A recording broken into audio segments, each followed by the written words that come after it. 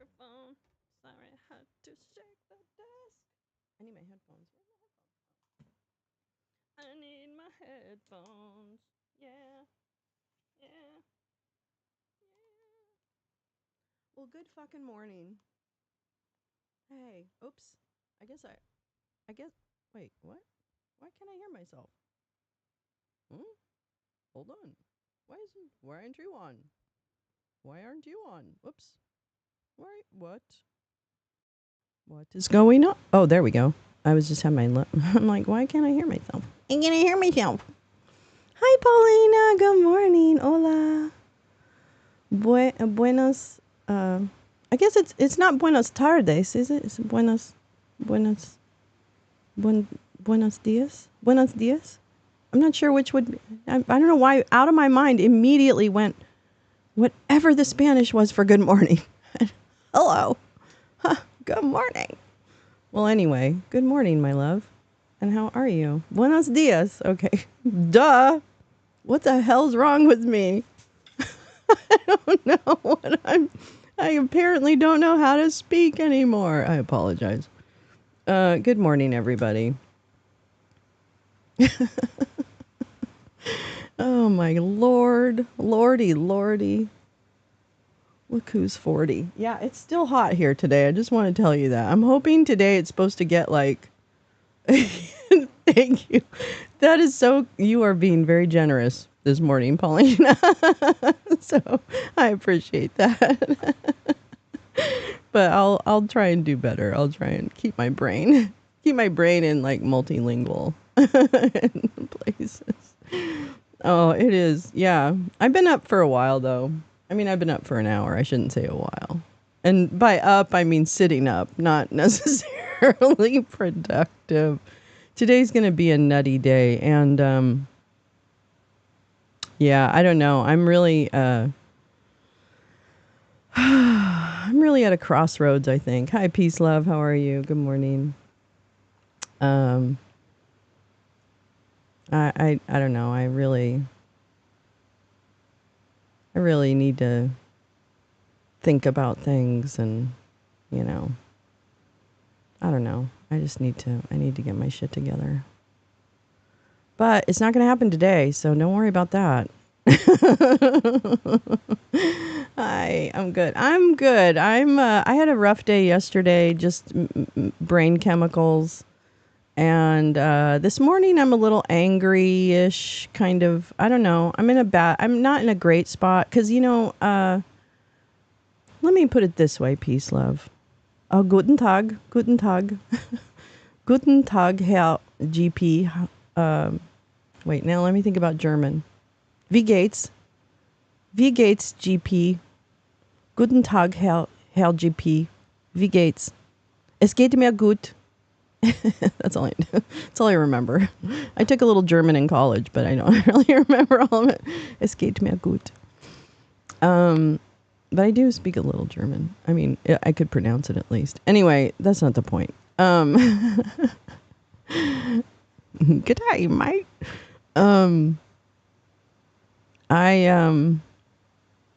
Today is like these days, like the big SCOTUS days, like the big like days like this where we've got the debate, where we had the convention, those are like Easter and Christmas for churchgoers. And so whereas I attend that church almost every day of my life. So I do feel a little bit today like all the fake people, this is the day they come to church. So I'm having a little moment and I'm going to get over it, but I'm just telling you, today I get a little sensitive and some stuff happened yesterday that I don't know. I just, I'm really, I know this is a me problem. I know that this is a me problem, but it still hurts and it's still hard. Anyway, I'm not going to go into it. I'm so sorry. I'm a little all over the map this morning. Hopefully the heat's cutting today. That's what they say. It's going to get a little cooler, which would be great. Good morning, Lee. Doing triple duty. Oh, shit. Between the lounge, a Department of Commerce supply chain. Summit and your day job. You'll be listening. We love it, Lee. We are happy in your pocket. No worries. No worries. Yeah. Thanks, peace, love. I'm all right. I'm just, I'm an emotional person. And I also, right now, am battling major depression and chemical, stuff, as are a lot of people. But I'm being real about when that is impacting me and kind of taking over, right? When the depression takes over, that's something I battle with. So, I don't know. But you know what I have? I have so many people around me that just reach out when I'm in that mode. Instead of running away, they lean in. And I can't even believe how much I love you guys for that. You're just the best. I just feel like so supported by you all. So thank you. I just want you to know that. You get me through some really rough days. And I know that's not your job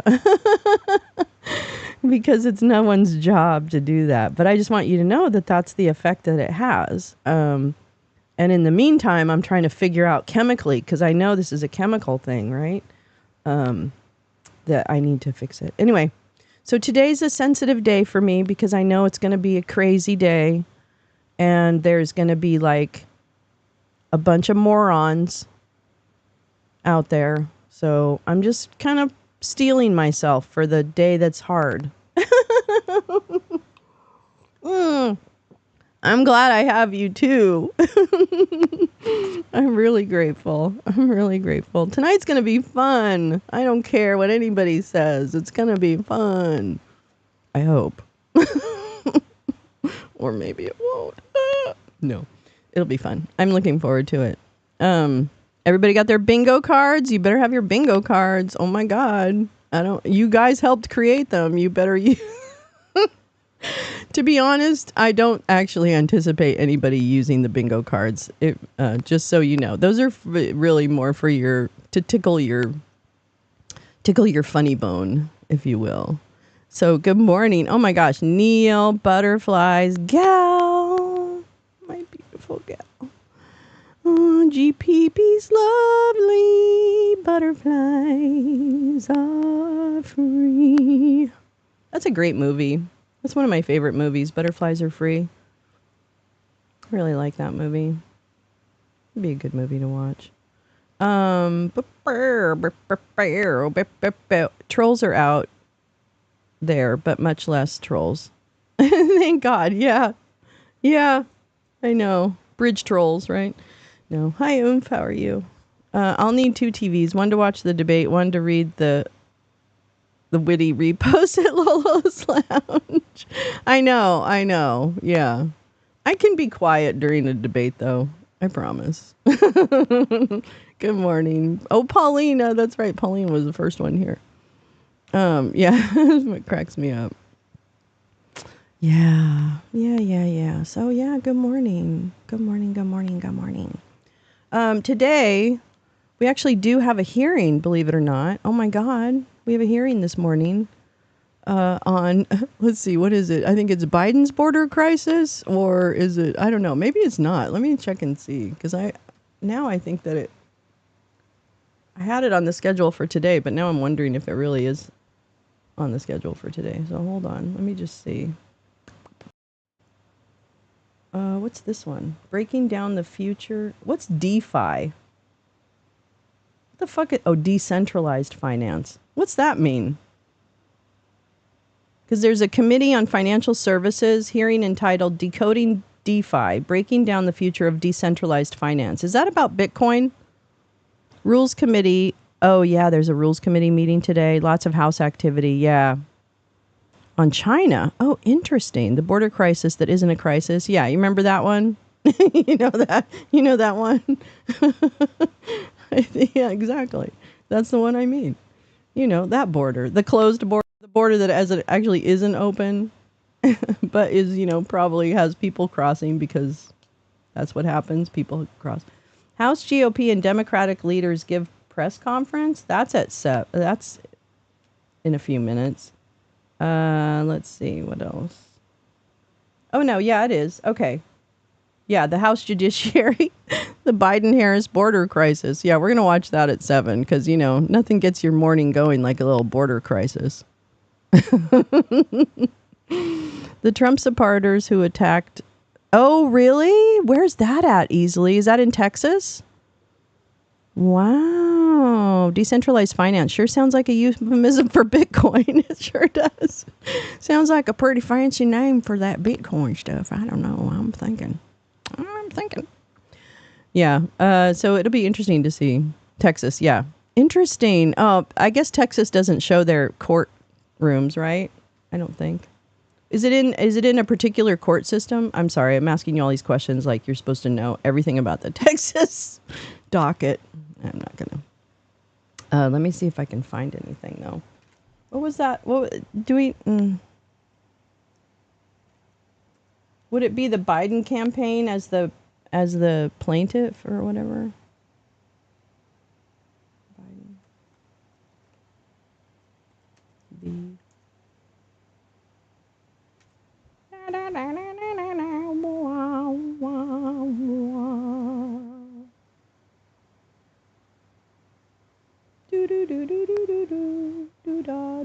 No, I can't see anything. God damn it. Well, I'm going to look for that because that's interesting. I want to see what's going on with that. Oh my God. Oh, I'm on top chat. I'm like, why am I seeing stuff that's appearing on the screen over there? Let's see. Rules Committee today.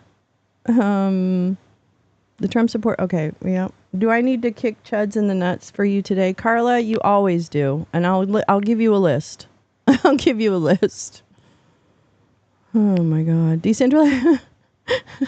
The imaginary border crisis comes up every. I mean, listen, we're getting all the hits, okay? We're getting hide your cats, hide your ducks. We're getting Kamala's both a soft on crime and a crazed prosecutor. Let's see, we've got them all. Oh, and Kamala's really dumb, but then yet again, she's a San Francisco elite that came out of Berkeley or something. So I think they don't know where to land. They have nothing to land on. They're trying everything with poor Tim Walz. They're trying to make him just like the worst person in the world, and it only ends up like making him more endearing. So that's a problem. So they've got a problem. They have no charisma, no riz, as the kids would say, on their team. And so they're having like it's scary for them. So it's going to get uglier if that's possible. There's also a hearing. Oh no, that's Pennsylvania. Oh no, that's GOP. There's another hearing called Transparency and Global Governance. I don't know what the fuck that's all about. What's that about? What's that about? Well, of course they don't say. Oh, that's tomorrow. Oh, that's not even today. What am I thinking? Okay. Anyway, I don't know. That's kind of it. Let's see. I'm watching a brilliant documentary called Tramps, Prime Video, about the new wave neo-romantic movement and how it influenced culture. Seems like we're going backwards in many ways. Oh no. DJT blowing up with bricks. Damn it. I shouldn't have taken bricks off the thing. With 100% tariff on goods from countries that move away from USD. Really? Wait a minute. So are you saying DJT the coin? Wait, I'm sorry. DJT. Okay. Trump is blowing up bricks. Oh, with the 100% tariff on goods from countries. Okay. Oh, I see. Okay. Oh my God. That's so weird. That seems like really strange. That's weird. The day before Trump left office, he signed an order which gave Venezuelan immigrants asylum. Really? Really? I love you, Neil. Really, Jim? That's interesting. I would love to see that. I didn't know that. I always wondered about them and Maduro, you know? I always wondered about that. Let's see. I'm going to put that on. Let me see. Wait, what?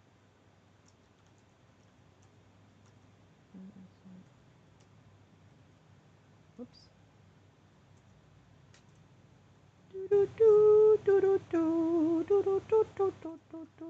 Whoops.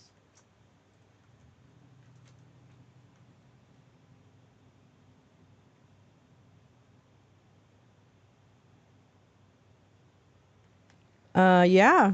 Politico 2019. Trump grants Venezuelans temporary legal status on his way out. The U.S. will defer for 18 months the removal of certain Venezuelan nationals. Why?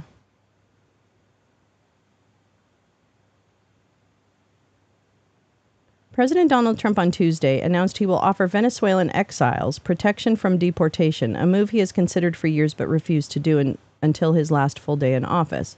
Trump is using the little-known Deferred Enforced Departure Program, or DFD, or DED, rather, to offer temporary legal status to Venezuelans fleeing the humanitarian crisis brought on by Nicolas Maduro's regime. DED, similar to temporary protected status, or TPS, protects recipients from deportation and allows them to get work permits. However, it is granted directly by the president instead of the Department of Homeland Security. The deteriorative condition within Venezuela, which presents an ongoing national security threat to the safety and well-being of the American people, warrants the deferral of the removal of Venezuelan nationals who are present in the United States, Trump said in a memorandum released Tuesday. Based on Trump's memo, the U.S. will defer for 18 months the removal of certain Venezuelan nationals present in the U.S. on January 20th. It also allows those Venezuelans to work during that period of time. Why just that country? I mean, I don't know if it was just from the Maduro regime, which is understandable. Last year, the State Department considered using DED to protect Venezuelans, but talks stalled over resistance to including relief for exiles in Trump's Venezuela strategy. The outgoing president's strategy centered around sanctions to put maximum pressure on the Maduro regime. The move to use DED instead of TPS stems from a long-standing concern for some Republicans that TPS will eventually become a path to permanent residency in the United States. Deferred enforcement departure is designated by the president and gives the chief executive the ability to end it without as many procedural hurdles. Offering DED to Venezuelans is expected to protect about 200,000 Venezuelan citizens in the U.S. from deportation. Wait a minute. He said that the claim they're making is that Kamala gave these Venezuelans who are in Ohio. Oh, no, that was the Haitians. Sorry. Okay. Sorry. I thought I caught something. I didn't. Okay. DED to Venezuelans is expected to protect about 200,000 Venezuelan citizens in the U.S. from deportation, the same number it potentially would have under TPS, according to TPS. Florida Republicans, such as Mario Diaz-Balart, have long pushed for the Trump administration to offer temporary legal status to Venezuelans given the dire situation in the South American country. It was also long sold as a way to build more goodwill with South Florida's Venezuelan community. Despite not granting TPS for Venezuelans, Trump, with his campaign's anti-socialist messaging, won in Doral, home to the largest Venezuelan community in the United States, posting significant gains from 2016. The people close to Trump's last-minute decision said White House advisors Ivanka and Jared were involved in moving it forward. Oh, the decision, which comes less than 16 hours before Trump's presidency ends, thank you, whoever said that, will likely come as welcome news in South Florida, where he, his daughter, and son-in-law will soon reside. Let's see. Marco Rubio, who had been involved in his Latin America policy, said that announcement is coming soon. Hopeful that I suggested over a year and 3 months ago that the president will grant DED to Venezuelan nationals currently residing in the U.S. This is interesting. Well, there you go. Thank you, Jim. It's the imaginary Venezuelan gangs. Yes, exactly. It's the imaginary Venezuelan gangs. They sabotage so many things. Exactly. See, this is the thing, and no one is really talking about that. Oh, I'll do it. Sorry. Thank you. Good reminder. Thank you, Paulina. Let me go ahead and do that. Me.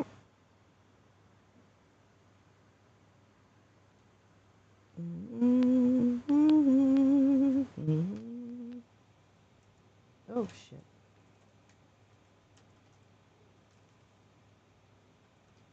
Venezuelan.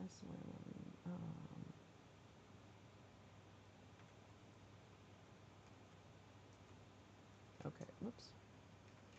Hello. Oh, hello. You are a bitch. Boop. Why isn't it? Oh, why isn't it? Why won't it paste? What am I doing wrong? What am I doing wrong? Okay. Oh, wow. This, I don't know what happened. What's going on here? All of a sudden I can't copy something? Let me try this way.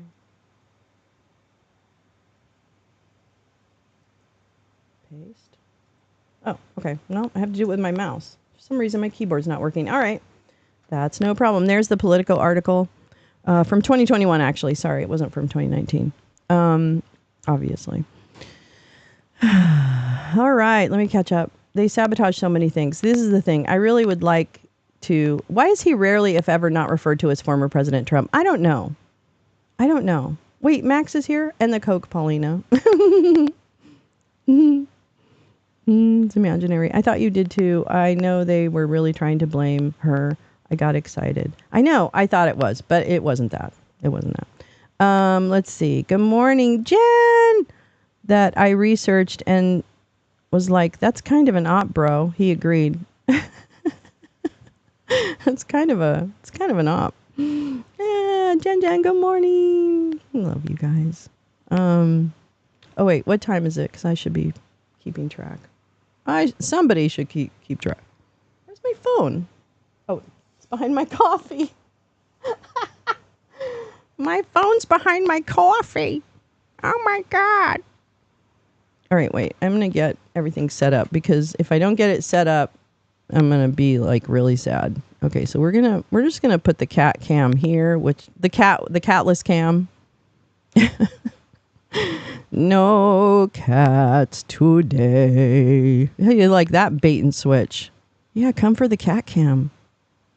No, there's no cat cam. There's no cats in the cat cam. I ain't got no cats in my cat cam.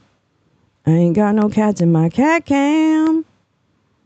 Where's the cats in my cat cam? Where's the cats in my cat cam? Oh, I want to try something. Well, I don't need to try it, but I think I've hooked up Discord to enable voice, that if you go into the voice channel and speak, we'll be able to hear you here. But I want to see if that's true. I'm going to try it myself. Wait, should I? No. I wish Bobo was awake. I'd make her do it, but she's not awake yet.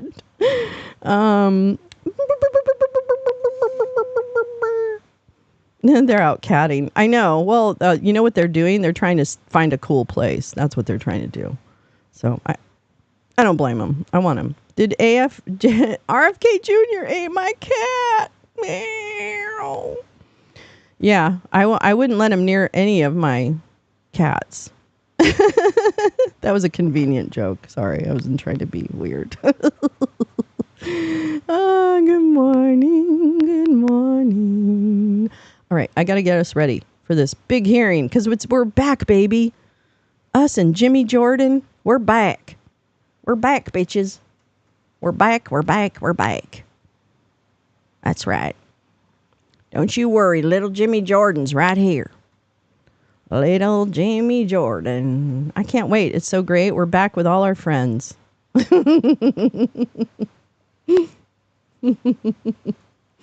We're back with all our friends. Doot, doot, doot. Let me turn this up.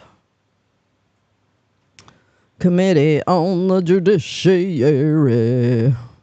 Wait, did I do it that way? No. I'm trying not to move because every time I move, I start sweating, but it's not easy. It's not as easy as you think it is. I have to say I did not miss Jimmy. I know. I'm not. I didn't miss him either. I mean, I kind of miss the routine though. I'm going to be honest. It's kind of fun to like, oh, I got to get up because there's time for like some silliness. So, I don't know. All right, let's see. Where am I doing here? Is that it? Oh, maybe it is. Okay. All right. Oh, I see. It's making it it's making it all behind me. This will be kind of fun though. I'm going to see what happens when that happens. Hold on. I want to try something. Oh, it just made it. Okay. That's not really. I wonder if I could change the filters. Do do do do do do do do do do do do do.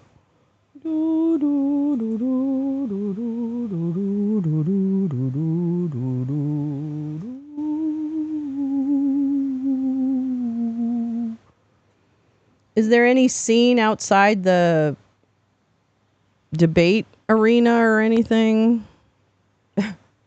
There any outdoor? I haven't seen any live streams from where the debate is, but sorry. Yeah. Discord. I was going to see if the Discord voice came through. You could even play music on the Discord voice just to see if it comes through. I might be able to. Actually, I think why can't I speak and then have it come through? Like I'll just be doubled. All right. Hold on. Oops. Join voice. Now. Wait, hold on. Hold on. Wait. Don't go away. Don't go away because I got to go turn it on. Hold on. Hold on. Hold on. Hold on. Don't leave. Don't leave me. Don't leave. Don't leave. Oh, wait, here. Oh, wait, it's up. It's turned up all the way. I can't. I'm going to turn up all these to see if I can hear you. It might not work. Wait, okay. Da-da-da-da-da-da-da. Where is it? Where is it? Discord voice. I think it's monitor and output. No, I don't hear anything. Unfortunately. Yeah, I don't hear anything. Shit.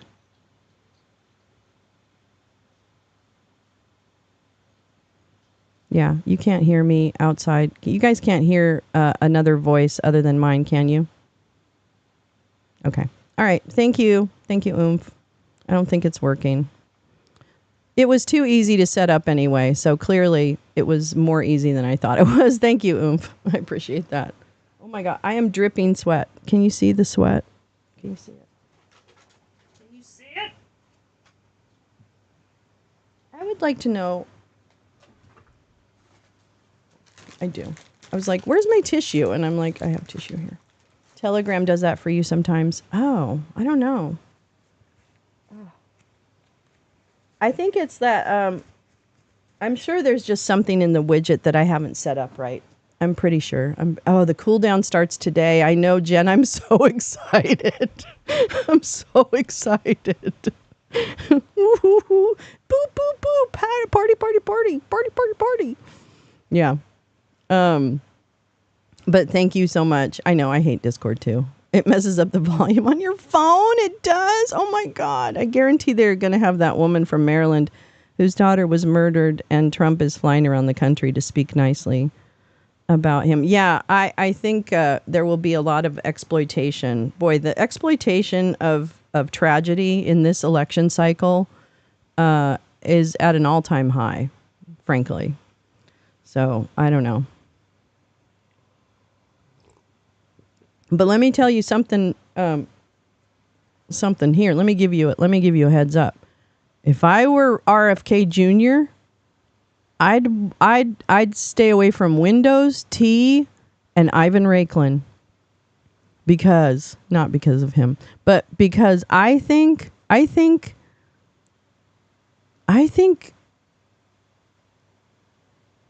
I'm nervous about the way they're talking about RFK.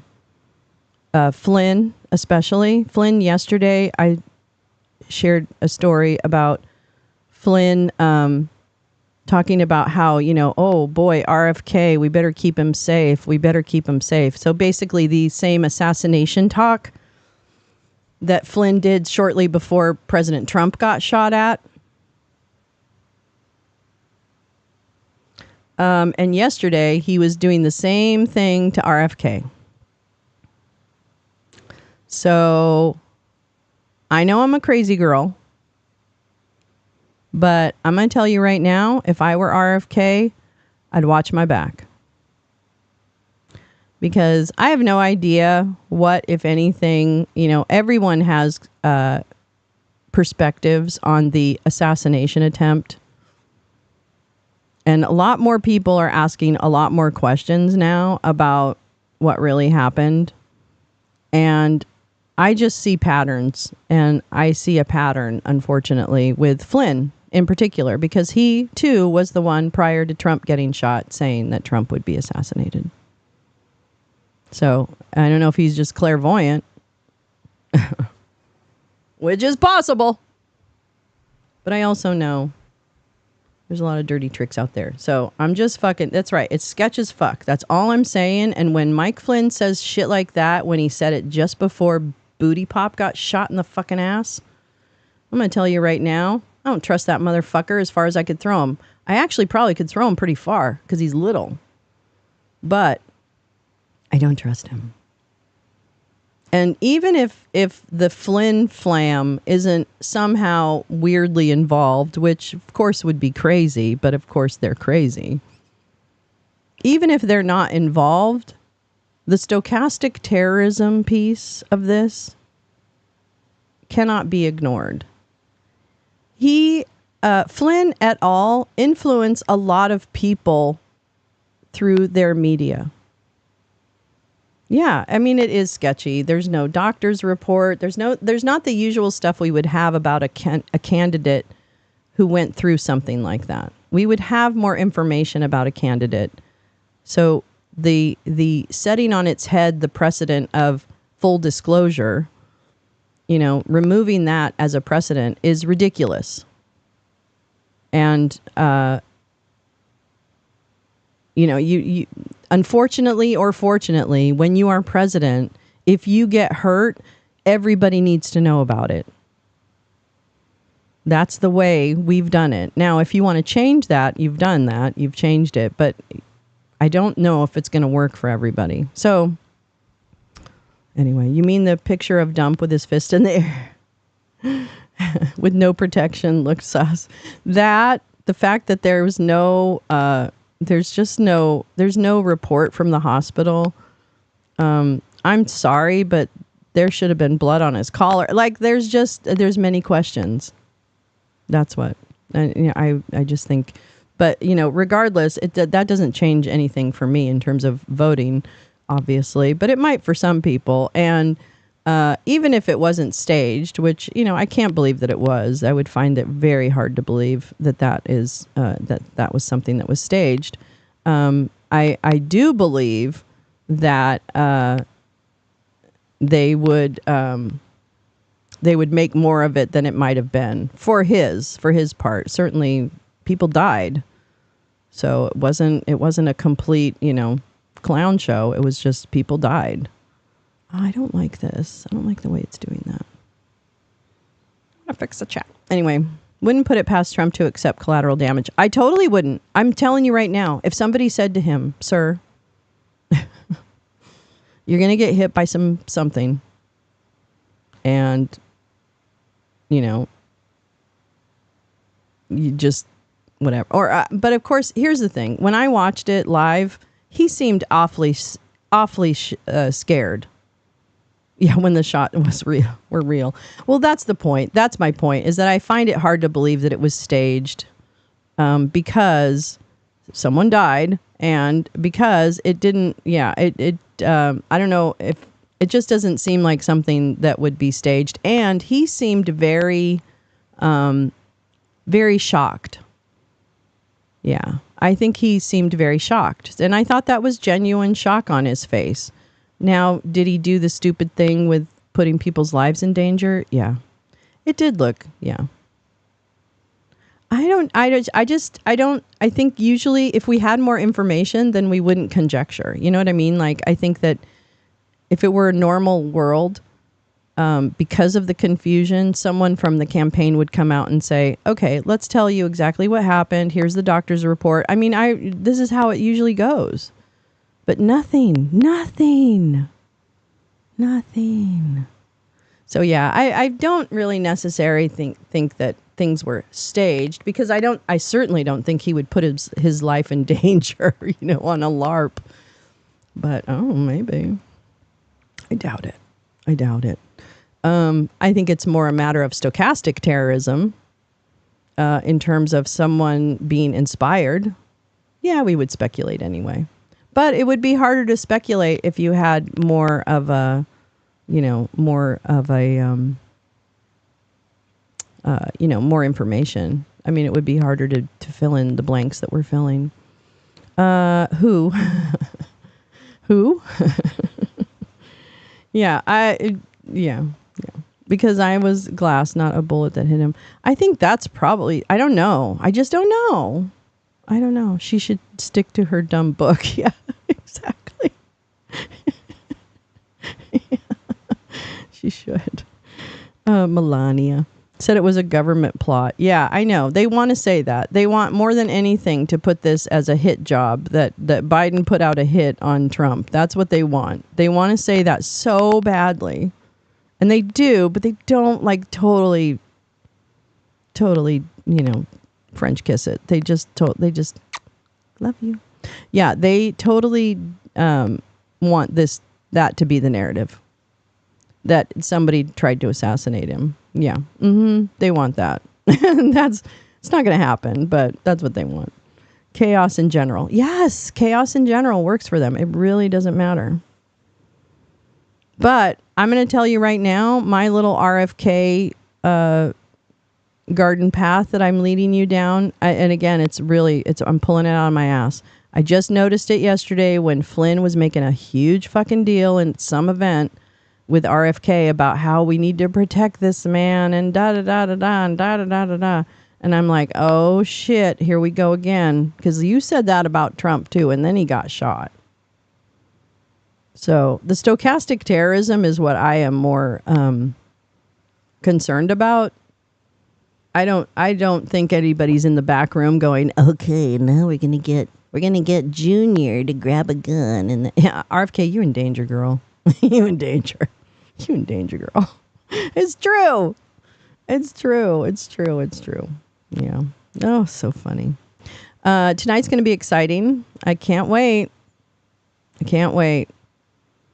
All ahead of the time, clowns have gathered.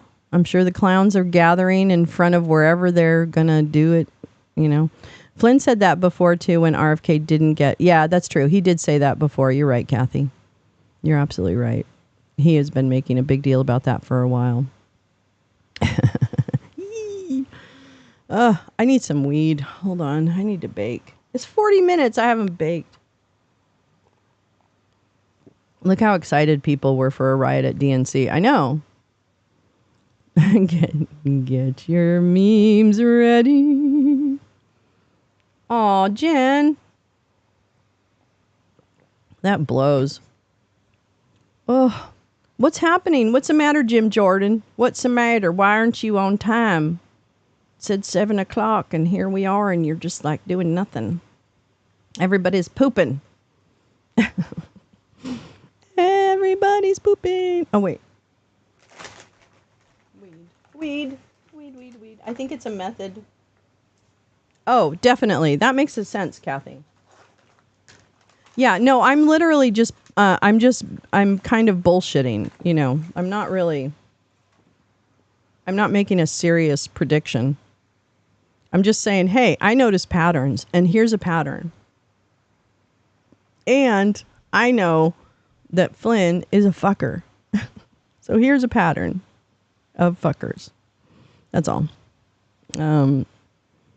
And I also think that there are members, in that arena, they tend to think in storyboard. Like for them, the story matters, right? So the romance, when see the thing that's getting me is when I was at the Flynn movie, him talking about himself as a Kennedy Democrat. I think there's a certain flirtation that Flynn has created in his head. I would suppose that is rather Camelot driven, right? And he Flynn believes that the power of the message of JFK and Kennedy Democrat and the CIA, killed him and all this stuff. He believes that that is a really viable kind of canon, like that canon, the canon of the Kennedys and what that entails is very attractive, I think, to Mike Flynn. I think he wants to be perceived in his own mind, like he wants to be perceived as like a JFK. You know what I mean? Or what he thinks JFK was. I don't know if it's really based in reality, obviously, but I think that he thinks that Camelot, that Kennedy thing, that carries with it some kind of magic with magic, just magic. And I could very well see because the Flynns reached out to RFK Jr. like last year. The Flynns have been courting RFK for some time. Yeah, too late for the strong Camelot. Yeah, I think you're right. But what I'm saying is that I believe, based on the little that I've seen, that Flynn has a thing about the Kennedys. He mentions it quite a lot. And I think that he sees RFK Jr. as a very powerful Horcrux of Kennedy magic. Without objection, the chair is authorized to Jesus Christ! Welcome everyone to today's hearing. Without objection, the chair is Shut authorized the to fuck! recess at any time. We welcome everyone to today's hearing. Why is everyone... The chair now recognizes victims' perspectives on the Biden-Harris border crisis. The chair now recognizes the gentleman from Texas. Why is it doubling? Hold on. I don't know what's playing. Hold on.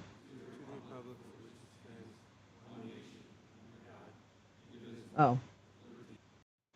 Okay, sorry. To lead us all in the Pledge of Allegiance, so please. Sorry. I fucked up. I did say Horcrux. I did. I'll get back to that. Oh, good. It's James. Himself for an opening statement. On day one. Oh, Jesus. On day one, the Biden-Harris administration made 3 changes that led to the unprecedented situation we've seen in our country. Day one, they decided no more building the wall. No more remain in Mexico while we evaluate your asylum claim. And once you get no way here, Jim is a Horcrux. No way.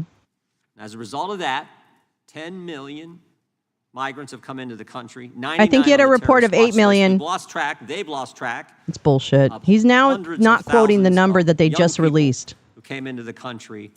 Because of all those decisions made, again, deliberately, intentionally, in a premeditated way on day one of this administration, all kinds of terrible things have happened. All kinds of terrible things. Jocelyn Nungary, Noah Rodriguez, Kayla Hamilton, Weston Funder, Rachel Marin, Laken Riley, Maria Gonzalez, Sam Fagan, Gabriel Fagan. Each one of these individuals. He's up my ass right now. Each one had a promising life. Promising life ahead of them. Each one had people in their lives who loved and cared. I think he went crazy a long time ago. Each one is a victim of the Biden-Harris open border policies. Jocelyn and Maria, not yet even teenagers, were brutally assaulted and murdered by illegal aliens who were released into the country by this administration. Kayla and Laken, young women pursuing their dreams, were brutally assaulted and murdered by illegal aliens who this administration released into this Bye, country. peace, love. Rachel See you Morin, later. See you tonight. a mom of Yay, I'm 5 glad you're young coming. children, Bye. was brutally Come to assaulted my and party. murdered by an illegal alien. Welcome into this country by Kamala Harris and Joe Biden.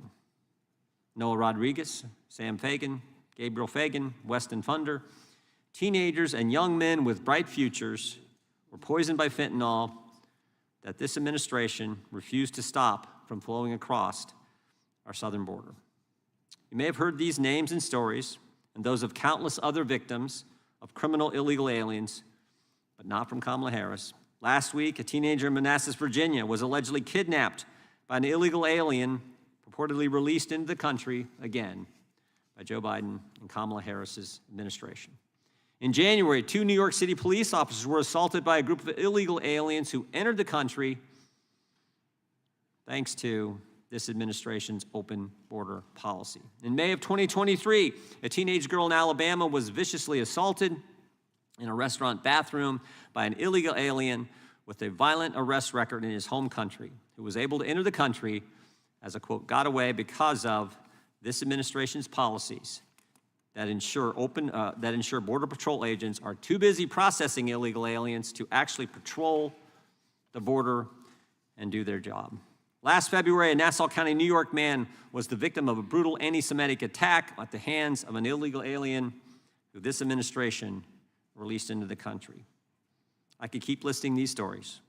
This is what happens when you have an administration that doesn't care about Hello, border my security, love. that It's good to see prioritizes you. aliens over Welcome. Americans and legal immigrants, and that refuses to enforce immigration laws in the interior of the country. I'm sure that we'll hear a lot of excuses from my Democrat colleagues today. We will hear how the illegal border crossings have decreased. Of course, we all know that the Kamala Neil Harris and Joe says the Biden people killed in school shootings had bright futures too. Yep, Interior. that's right. We'll There's hear a the lot tired of and tragedy flawed to go argument that around. natives commit more crimes than immigrants. Even if that was true, would it matter to Rachel's family? It is true. Kayla's mom?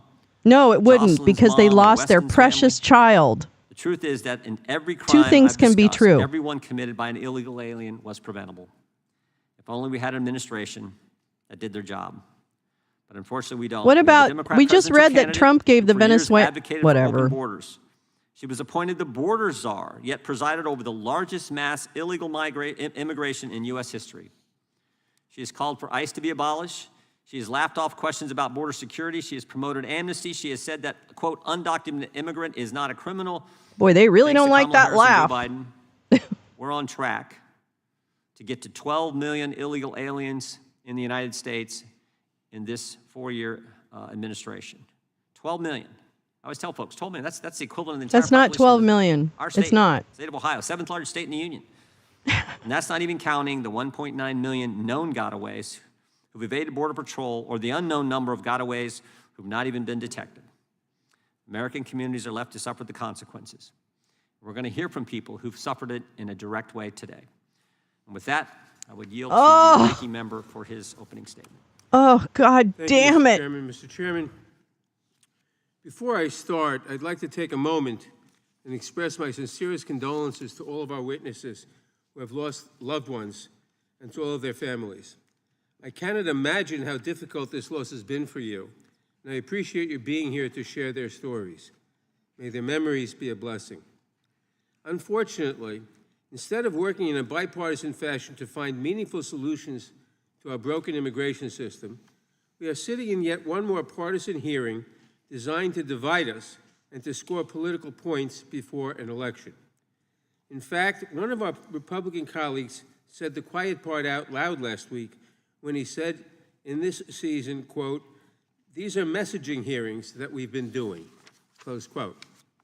With only 8 weeks until Election Day, our Republican colleagues are trying to do everything they can to blame Vice President Harris for what they now call the Biden-Harris border crisis. They label her the border czar and the leader of the administration's border policy, even though they know that that is not and never was the case. Let's be clear. Vice President Harris was never in charge of immigration policy for the Biden administration and was certainly not the border czar. That position does not exist, so of course she could not have been appointed to it. My Republican colleagues know this, of course, but have never let the facts get in the way of their messaging. The truth is that President Biden directed Vice President Harris to address the root causes of migration from Mexico and the Northern Triangle. In that role, she generated over $5 billion in public and private investments aimed at creating economic opportunities in Guatemala, El Salvador, and Honduras. That investment has paid major dividends.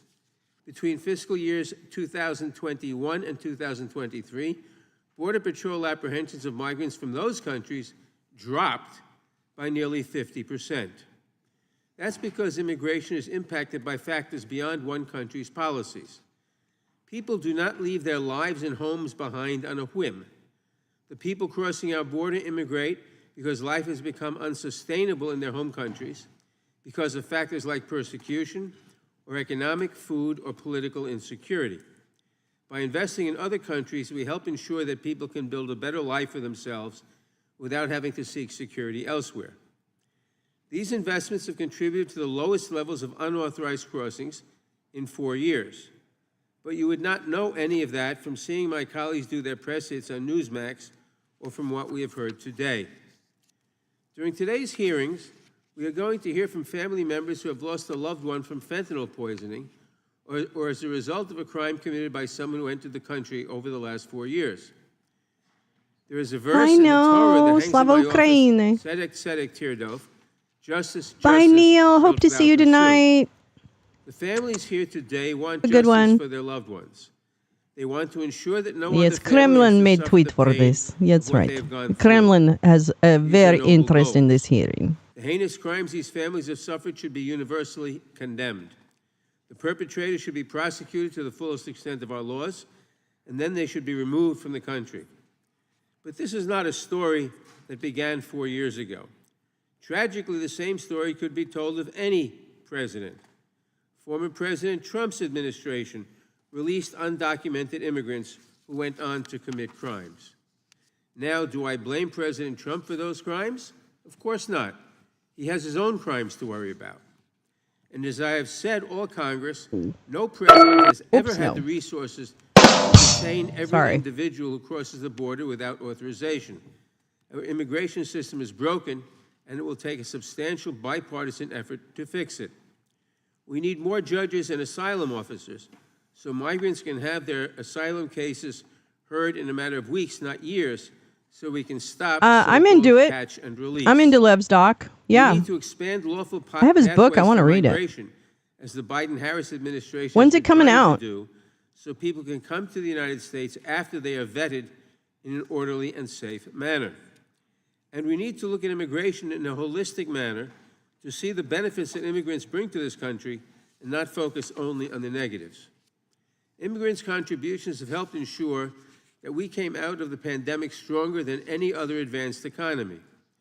The nonpartisan Congressional Budget Office found that recent immigrants will cut the deficit by $900 billion and add revenues of $1.2 trillion over the next decade. Immigrants make essential contributions to our society, our economy, and our character as a country. And they do so despite an immigration system that has been profoundly broken for decades. But all Congress, my Republican colleagues, have shown they do not have an interest in fixing the system so that we may take advantage of the remarkable contributions that immigrants make to our country while keeping out those who would do us harm. Instead, they would rather blame Democrats and push unworkable solutions. Republicans spent a year saying that also the Lankford bill, the Lankford bill, the Lankford bill. Even though they know that it cannot become law, having they don't want to fix it. The Senate, receiving just 32 votes earlier this Congress. In the Senate, I would note, with 49 Republicans. Then they insisted that the price of helping protect Ukraine against Russian aggression was enacting harsh border enforcement legislation. Senate Republicans even managed to find bipartisan support for a border bill in the Senate, a bill that Minority Leader McConnell called the toughest border bill in 30 years. But Republicans could not take yes for an answer. Donald Trump said that he did not want to do anything, that might help at the border in an election year because he wants immigration as a campaign issue.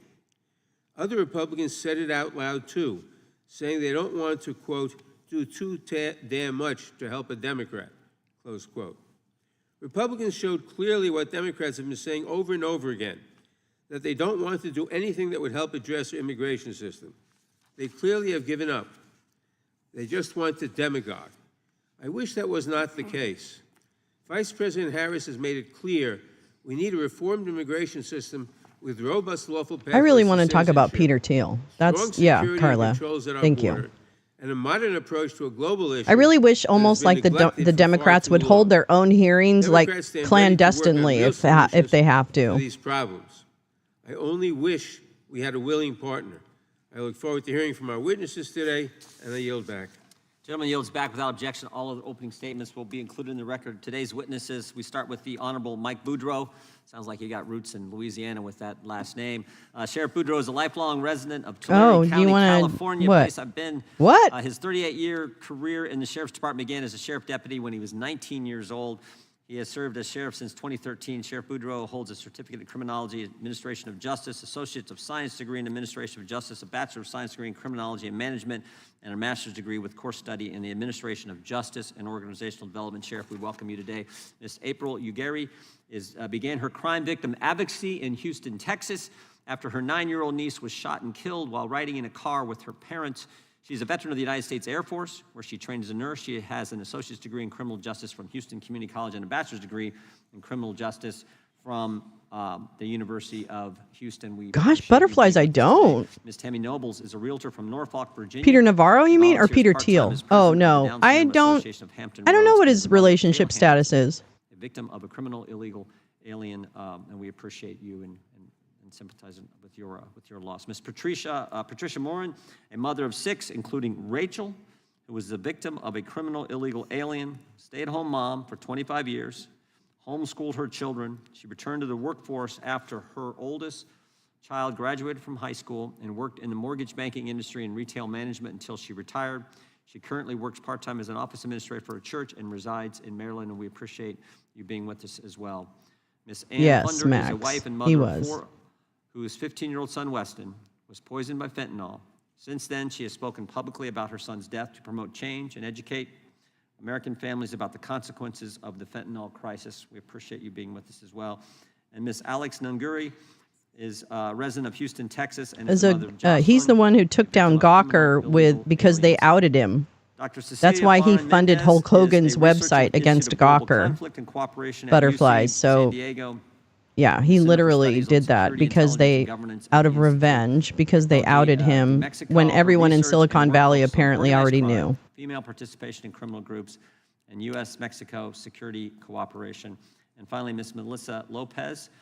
We will now yield to the gentlelady from Texas to introduce a witness from her district. Thank you, Mr. Chairman. It's my pleasure to introduce a fellow El Pasoan to the committee this morning, Melissa Lopez, who is doing vital work as the executive director of the Estrella del Paso organization. Estrella del Paso is the largest legal services provider in our region.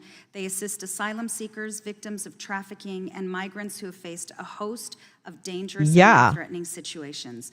Over a career spanning 17 years providing legal services for immigrants, Melissa has met countless immigrants and experienced firsthand just how many people come to the United States in order to pursue a better life for themselves and their families. Ms. Lopez, thank you for all of your work and welcome. Thank you. Gentlelady yields back. We will welcome our witnesses and thank them for appearing today. We will begin by swearing you in. Would you all please rise and raise your right hand? I have to go to the bathroom. That's what he said. Do you swear or affirm under penalty of perjury that the testimony you're about to give is true, correct, and to the best of your knowledge, information, and belief, so help you God? Let the record show that each of the witnesses answered in the affirmative. You can be, thank you, you can be seated. Please know that your written testimony will be entered into the record in its entirety. Accordingly, we ask that you summarize your testimony in 5 minutes. We're going to run right down the line, we will have to break in about 35 minutes. There's an important ceremony taking place over in the Capitol for the families of folks who were killed in Afghanistan 3 years ago, and members want to be that. But we'll take a break and we'll have some food for you. But we're going to start with the sheriff and then move right down the line. So Sheriff Boudreaux, you're recognized for 5 minutes. Chairman Jordan and Ranking Member Nadler and distinguished members of the committee, my name is Mike Boudreaux. I am the sheriff of Tulare County in California. Tulare County sits in the heart of California, right in the center. We're a very large agricultural community. I have spent 38 years in law enforcement working in the sheriff's office and working with victims throughout my career. I am also an make it FBI count. National Academy graduate in Class 251, where I have law enforcement leaders from all over the country and as well all over the world who I have connections with. When it comes to the dangerous and sometimes deadly impacts of what I feel is a failed Biden-Harris administration on open border policies, the impacts of illegal immigration in California, I must say that I have a You do? front row seat. You do I feel also that? served as the California State Sheriff's Association president, where I meet regularly with all other 57 sheriffs.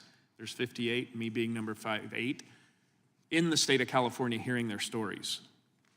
There's a few examples that I would like to be able to provide today. We have a long issue of illegal immigration in California. However, over the last 3 years of the Biden-Harris administration, we have a deadly impact of violent criminals coming into our communities. We have migrant communities of farm workers who are now infiltrated and terrorized by those that they had fled other countries from, who are now in our communities terrorizing them, threatening their children to be involved in drug trafficking, gun running, drug dealing, as well as gangs and sexual activity of children. I'm very involved with these migrant communities as the sheriff, and I can tell you the personal stories and impacts are heart-wrenching. Many of these communities have to do what's called paying rent.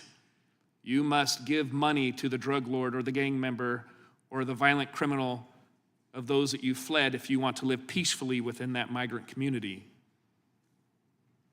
I'm very familiar with Kamala Harris as the Senator and Attorney General in California, and I can tell you that the words that she The has quick often one is spoken when it comes to I can't see, defunding but the he's the police head of the and California ICE kin to the Sheriff's KKK is demoralizing California to State law Sheriff's enforcement and those trying to Association. protect He's our the country and president protect of it. victims here in California and the United States. I don't know if he's a constitutional I have, sheriff. as the president, walked the border, and over the course of the 38 years as sheriff, I have visited the border many times, and I have many friends in the Border Patrol. He was as he well as dropped Homeland a Security, and I congressional can run tell you this that year they are about 2 months ago. frustrated. So he dropped a congressional run in Thousands of California people for coming through a day McCarthy's where I old seat. visited, and I saw people from Yemen, China coming through.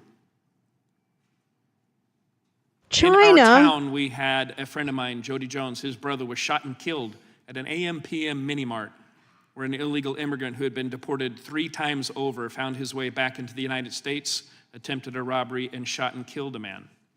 My deputies got into a pursuit and got into a violent shootout with this man. We have a case where that's called the reign of terror. I can tell you, as the Attorney General, Kamala Harris often lessened the impact of law Often? enforcement. Really? with How'd her she do quotes that? of defunding the police. What? When did she say that? When? story No, after no, story, no, but no. most Let's recently stop. what we're No, starting no, to no. see is an No, influx no. of Mandarin Stop. Or those from China. When did she We're say that unraveling as a human fucking trafficking case district of attorney? over 40 women who When? As are attorney general? involved When in did she say sexual that? prostitution When? up and When? down When? the When? state of When? When? When? California, When? who have When? found their No. way I want to across know the border when. and are here illegally, and that case is ongoing.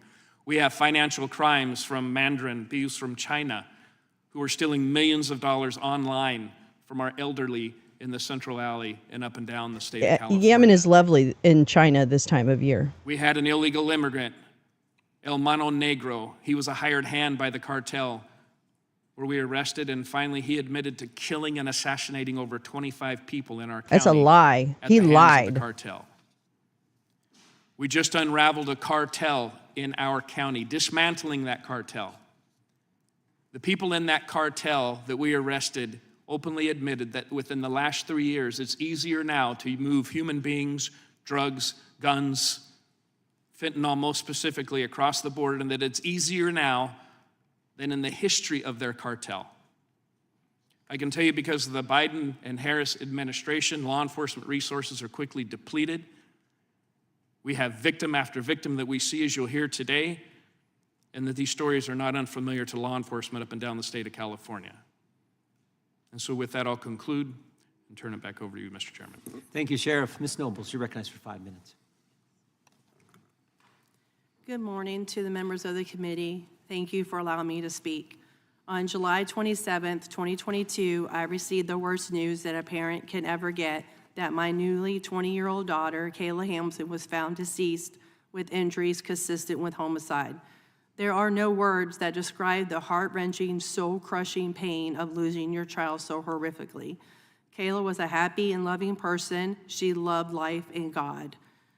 She was extremely ambitious, and despite having autism, she was determined to make her way in this world.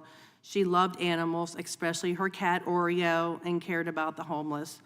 At first, we knew very little details of the murder until an arrest.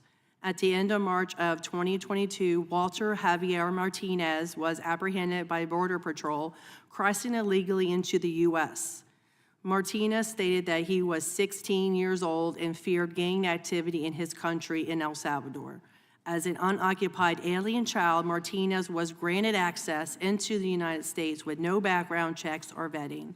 Homeland Security did not verify the sponsor and allow Martinez to go live in Frederick, Maryland. There were behavioral issues with him living with the sponsor, and he ended up staying with his half-brother who lived in the same neighborhood, mobile park, as Kayla. There were behavioral issues with Walter, so the half-brother called the property manager, owners of the mobile home park, which I thought was a legit company. We learned that an illegal immigrant couple owned the mobile homes and took it upon themselves to allow this 16-year-old to rent a room in the same mobile home as Kayla. Martinez was living there less than 5 days before he violently and brutally murdered my daughter. Walter Javier Martinez broke into Kayla's room while she was sleeping that morning. Kayla left a voicemail on her boyfriend's phone. According to the voicemail, a struggle was going on, and Kayla can be heard crying, groaning, and struggling to breathe. Martinez can be heard on the voicemail hushing her, and near the end telling her, "I'm sorry," in Spanish, while strangling her with her phone charging cord. After she was deceased, Martinez tied her up and sexually assaulted her. This was confirmed by the annual swabs that matched Martinez's DNA. Kayla fought for her life that day. She had bruises up and down her arms, her fingers, the left side of her face, her back, and down her leg, and deep wounds to the neck from the charging cord. Local police knew right from the beginning he was the main suspect just by their initial investigation. It took the Aberdeen police to confirm that Martinez was a known gang member of MS-13 and that Martinez had a criminal record in El Salvador in 2020. If Homeland Security did a background check, then they would have known this, and Martinez wouldn't have been able to be on U.S. soil. With Martinez being 16 years old, Maryland Child Protective Services took custody of Martinez until the DNA results came back. The Aberdeen Police Department was very transparent to CPS. The Aberdeen Police Department demanded that Martinez be held in a secure location because he was a threat to society based on the murder and injuries of Kayla Hamilton. It was later learned that Child Protective Services placed Martinez in a group home with other children and then placed Martinez in a foster home, which allowed him to be enrolled in high school. This was also confirmed by an investigative reporter with Fox 45 Project Baltimore who got an actual confirmation from Edgewood High School. While in jail, a letter was intercepted that Martinez wrote, confessing to 4 murders and 2 rapes. Martinez ended up pleading guilty and taking the plea deal of 70 years. Since he was a juvenile at the time, even though he was tried as an adult, Martinez couldn't get life without the possibility of parole. This is not a political issue. This is a safety issue for everyone here living in the United States. Not only was Kayla's life put at risk and taken, so many other children and adults were at risk. The Biden-Harris administration is not putting the American citizens' safety first. The United States government must secure our border. We need to properly vet and background check all border crossers. This isn't about immigration. This is about protecting everyone here in the United States. Thank you. Thank you, Ms. Knowles. Doctor? Thank you, Mr. Chairman. Chairman Jordan, Ranking Member Nadler, and members of the committee, thank you for conducting this hearing and the opportunity to explain why characterizing the U.S.-Mexico border as a region in crisis is an inadequate and unproductive way for addressing North America's cross-border challenges. I appreciate the invitation to participate. I am an expert on organized crime and U.S.-Mexico security cooperation. As a scholar of U.S.-Mexico relations, and as a proud resident of the border region, I am convinced that transnational problems require transnational solutions. To the families testifying today, I want to acknowledge your grief. There are no actions that can reverse the tragedies that you have experienced. My testimony today does not seek to invalidate yours. On the contrary, What was that? it is precisely because I have witnessed and collaborated with families on The both whole sides of the border fucking camera that have lost shook. loved ones that I am here to offer what I believe is a more constructive and sustainable path forward. I apologize. Okay, we got the someone checking camera just to be shook. sure that everything's fine, but Thank you. we'll Shall I- continue. Yeah, you can continue, Doctor. Thank you. The human cost of our shared tragedies cannot be overstated. Today, Americans are more likely to die from an opioid overdose than a car crash. Equally important, homicide is the leading cause of death for men ages 15 to 44 and the second cause of death for women ages 15 to 24 in Mexico. Painfully, while families who have lost loved ones to overdoses or homicides may find some degree of solace in visiting their graves, this remains a dream for the thousands of family members who search for the more than 115,000 Mexicans who have disappeared. North America is facing simultaneous and connected health crises. Perhaps paradoxically, the silver lining is that there is no secret solution awaiting to be discovered. Actions available to Congress can contribute to stemming the devastating effects of these public health challenges and can be implemented through U.S.-Mexico cooperation. Even though the border is characterized in Washington, D.C. and Mexico City as a perpetual crisis, for those of us who live and work in the region, we know this is where the most creative and innovative developments in the bilateral relationship take place. This is not an overstatement. Consider, for instance, the health challenges the world faced with COVID-19. In a time of fear and uncertainty, where countries close borders, the governments of California and Baja California worked in partnership with public health experts, academia, and the private sector to engineer a cross-border vaccination program, a program, I might add, that actually benefited supply chains for the defense sector in the US as well. This type of proactive, collaborative ingenuity, rather than unilateral measures, is what is most urgently needed. I'm keeping just a half eye on Today, I DC present News to in you an case it was evidence-based something, call to but action from probably the border nothing. With 6 actions to start. First, support the Stop Arming Cartels Act. Simply stated, by failing to address firearms trafficking to Mexico, the U.S. is subsidizing the operating costs of criminal groups. It is as if cartels receive an annual aid package with state-of-the-art technology to carry out the crimes this Congress wants to stop. Develop mutually accepted vetting mechanisms for exchanging information. Best practices from other parts of the world show that weakening the activities of organized crime requires trusted partnerships across countries. As long as Mexico and the U.S. lack these mutually accepted vetting mechanisms, bilateral cooperation will be hindered.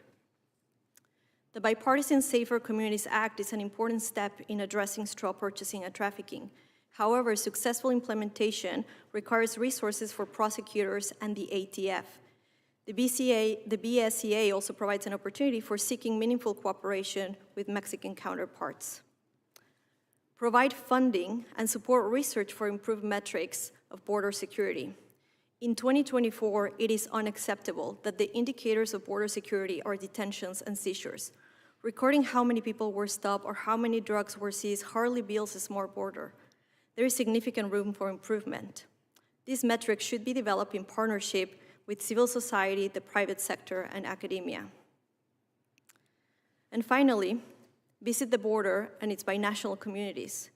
The border is not only a legal definition or a boundary between two countries. Our shared problems and their solutions do not stop and start where the fence meets the ocean. There is no first substitute for first-hand experience. Thank you for your time, and I look forward to your questions. Thank you, Dr. Ms. Lopez. You're recognized for 5 minutes. Thank you. Good morning, members of the committee. I'm grateful for this opportunity to appear before you today. My name is Melissa Lopez, and I am the Executive Director of Estrella del Paso, formerly known as Diocesan Migrant and Refugee Services. I'm an attorney who has spent my 17-year career working with and representing immigrants in immigration matters. Estrella del Paso is the largest provider of free legal services in far west Texas and New Mexico, serving nearly 58,000 people in 2023. In my experience, immigrants come to the United States to contribute in positive ways.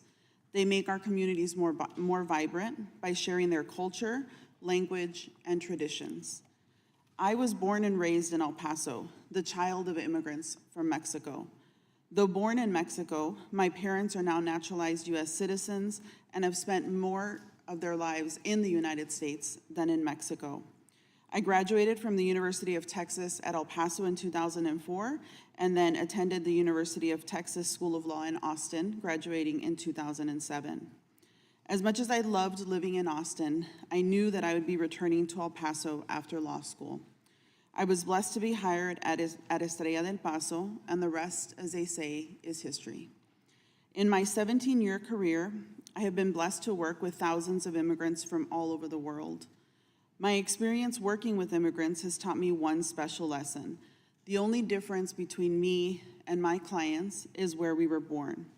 Had I been born just a few miles south of where I was, in the hospital in El Paso, I would be them. It has been my experience that the people I am blessed to serve are simply trying to provide for their families and ensure they are safe. My mom always says that a parent's goal is to create a life that allows their children to do better financially than their parents did. I find this to be particularly true in my clients. They walk well over 2,000 miles to ensure that their children are safe, can thrive, and live a peaceful life where they can achieve their dreams. In truth, I'm a prime example of what children of immigrants can do. I'm the first in my family to graduate college. I'm the first in my family to obtain a professional degree, and I'm the first in my family to become an attorney. I am who I am because I have seen my mom work hard and fight through adversity and have a grit that I wish I had just a little bit more of. I think one of the biggest blessings of my life is being born and raised in El Paso. El Paso is a binational, bicultural community in far west Texas that sits on the border between the United States and Juarez, Chihuahua, Mexico. El Paso is a community rich in love and culture. El Paso is an immigrant community. So many people are born in El Paso but raised in Juarez, or vice versa, as was the case for my parents. El Paso is consistently ranked among the safest cities in the country, surpassed only by Honolulu, Hawaii, a few years here and there. El Paso is a safe city because we are an immigrant community. The worst crime committed against Hispanics in U.S. history was a mass shooting that occurred in El Paso on August 3rd, 2019. The perpetrator of that crime was a white supremacist born in Dallas, Texas, who drove over 600 miles to massacre 23 people and injure hundreds more at a Walmart in El Paso. He systematically sought out immigrants due to the dangerous rhetoric that all immigrants are bad. After the shooting that killed both United States citizens as well as immigrants from Mexico and Germany, El Pasoans wrapped our arms around the survivors because that is who we are. El Paso, very simply, is love. We recognize, appreciate, and respect the humanity in every single person. We treat people with the dignity they deserve because at the end of the day, we all are human beings. Thank you. Thank you. Ms. Ugire. Ms. Ugire, just hit the mic there if you could. Thank you. As a daughter of immigrant parents, I am ashamed of what the Biden and Harris administration has done to our country by opening our borders to all, including criminals, who are wolves in sheep's clothing. Doctor, I heard you mention that over 115,000 people are missing in Mexico. I know. One of those people is my cousin, and all of my family lives in Mexico. We have to comprehend that the majority of those are women, and there's a word that is used in Mexico, and it's called femicidio, and that's called femicide, the act of being murdered just because you are a woman. It is unimaginable for us to think that alongside those seeking refuge are not the same people that are there to victimize them, and alongside victimized citizens as well. I have personally worked 3 cases within the city of Houston where little girls were targeted simply because they were young, beautiful, and vulnerable, and of course, underage. Predators have an appetite for children. And in all these cases, there was an 11-year-old, a 12-year-old whose mom is here today, and a 16-year-old freshman in high school. I'm gonna be the voice today for Maria Gonzalez, who is also a migrant. She arrived here, and her father didn't own a vehicle. He walked to work.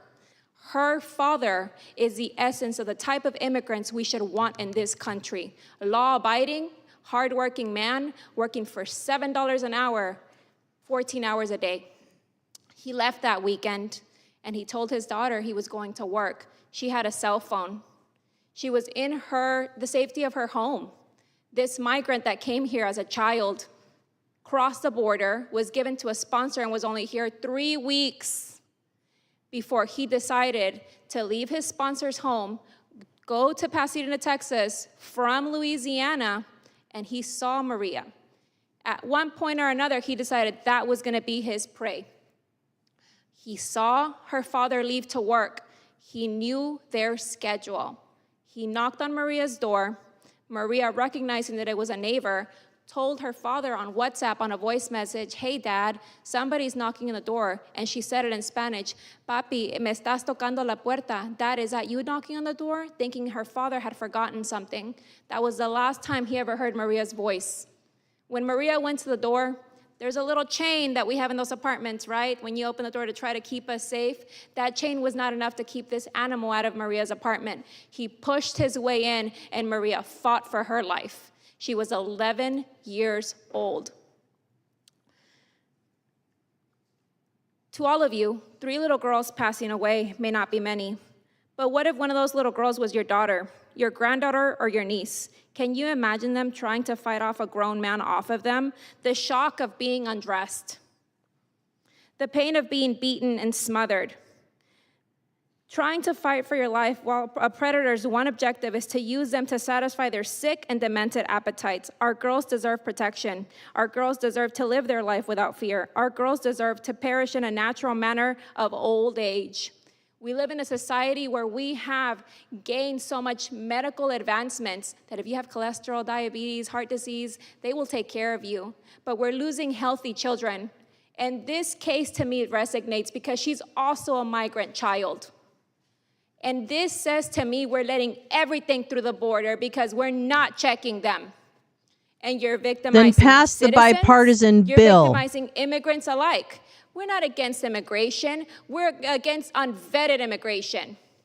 And I want you Then to know, you need to talk to as a Mr. Trump. woman who has a majority of their family in Mexico that are not privileged enough to be in this country, there's no such thing as collecting DNA swabs. There's no such thing as embalming. There's no such thing as doing a real autopsy like we do here. Mexico and Central America is where predators thrive. You think they come here to this country and it's the first time they do this? No. This is just a place where we figure it out and we care about our daughters. And we're gonna find out. Finding a little girl in Mexico that has been sexually assaulted is just a normal Tuesday. It's nothing unusual. So I want you to know, immigration is good. I am the living proof of that. My parents don't even have a speeding ticket. That's the type of migrants we want. But bringing them to this country, it's further victimizing what these same immigrants got away from in their countries. We have to have some form of check and balances, a real system. Then you should have passed the Langford bill. These criminals that are hiding in they're wolves in sheep's clothing is what they are. So I ask you, I implore you, close your eyes. I know you have a little girl in your family. Imagine somebody undressing her. Imagine somebody fighting her. Imagine I am so sorry, her. everyone. Maria I am was so covered in sorry. bruises. I had to go and shop for a funeral dress for her to cover the damage that man did to her. Maria lost fingernails in her fight, and she's a migrant child. Not everybody is the same, and we have to identify these monsters because, like my dad says, they're giving all of us good migrants such a bad name. We owe it to the migrants that are getting away from these communities, and we owe it to our citizens to offer them a safe society. People say, well, citizens kill too, but in these cases, all of these cases are migrants that cause this. And it's the failure of our policies by not checking them. Thank you. Amen. Well said. Ms. Funder, you're recognized for 5 minutes. Thank you. Dear members of the House Judiciary. Ms. Funder, hit that microphone too. Hit that button right there, yeah. Dear members of the House Judiciary Committee, my name is Ann Funder, and I'm a wife and a mother of 4 beautiful and amazing children. And I'm here to share the story about the devastating consequences. Yes, he did. Just want to put that up real quick. Of the Biden-Harris administration's open borders. I hope that by sharing my pain, others may be spared the same heartache. I want to tell you about my firstborn son, Weston. He was an extraordinary child. He was the best big brother. He was a sweet and loving son and a great friend to so many and a joy to everyone who knew him. We attended church. He loved football, hockey, surfing, had so many friends. He had a great heart of gold and a compassion for others that I've never seen on another person. He was always standing up for other people. My husband and I were fully involved in our children's lives, and Weston, like so many teenagers, he wanted to fit in. And during his second semester of his freshman year in high school, at the early age of 15, he succumbed to a moment of peer pressure. He made one tragic mistake, and it took his life. And in February of 2022, our lives were shattered. Our firstborn son, my everything, he was gone.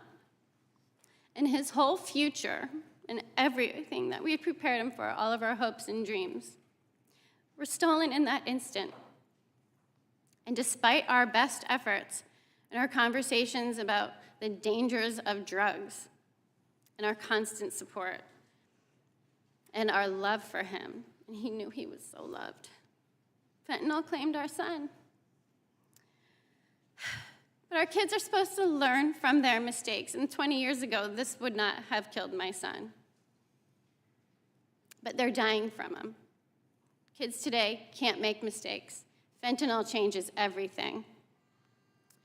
Illicit fentanyl came over the open borders illegally that killed my son.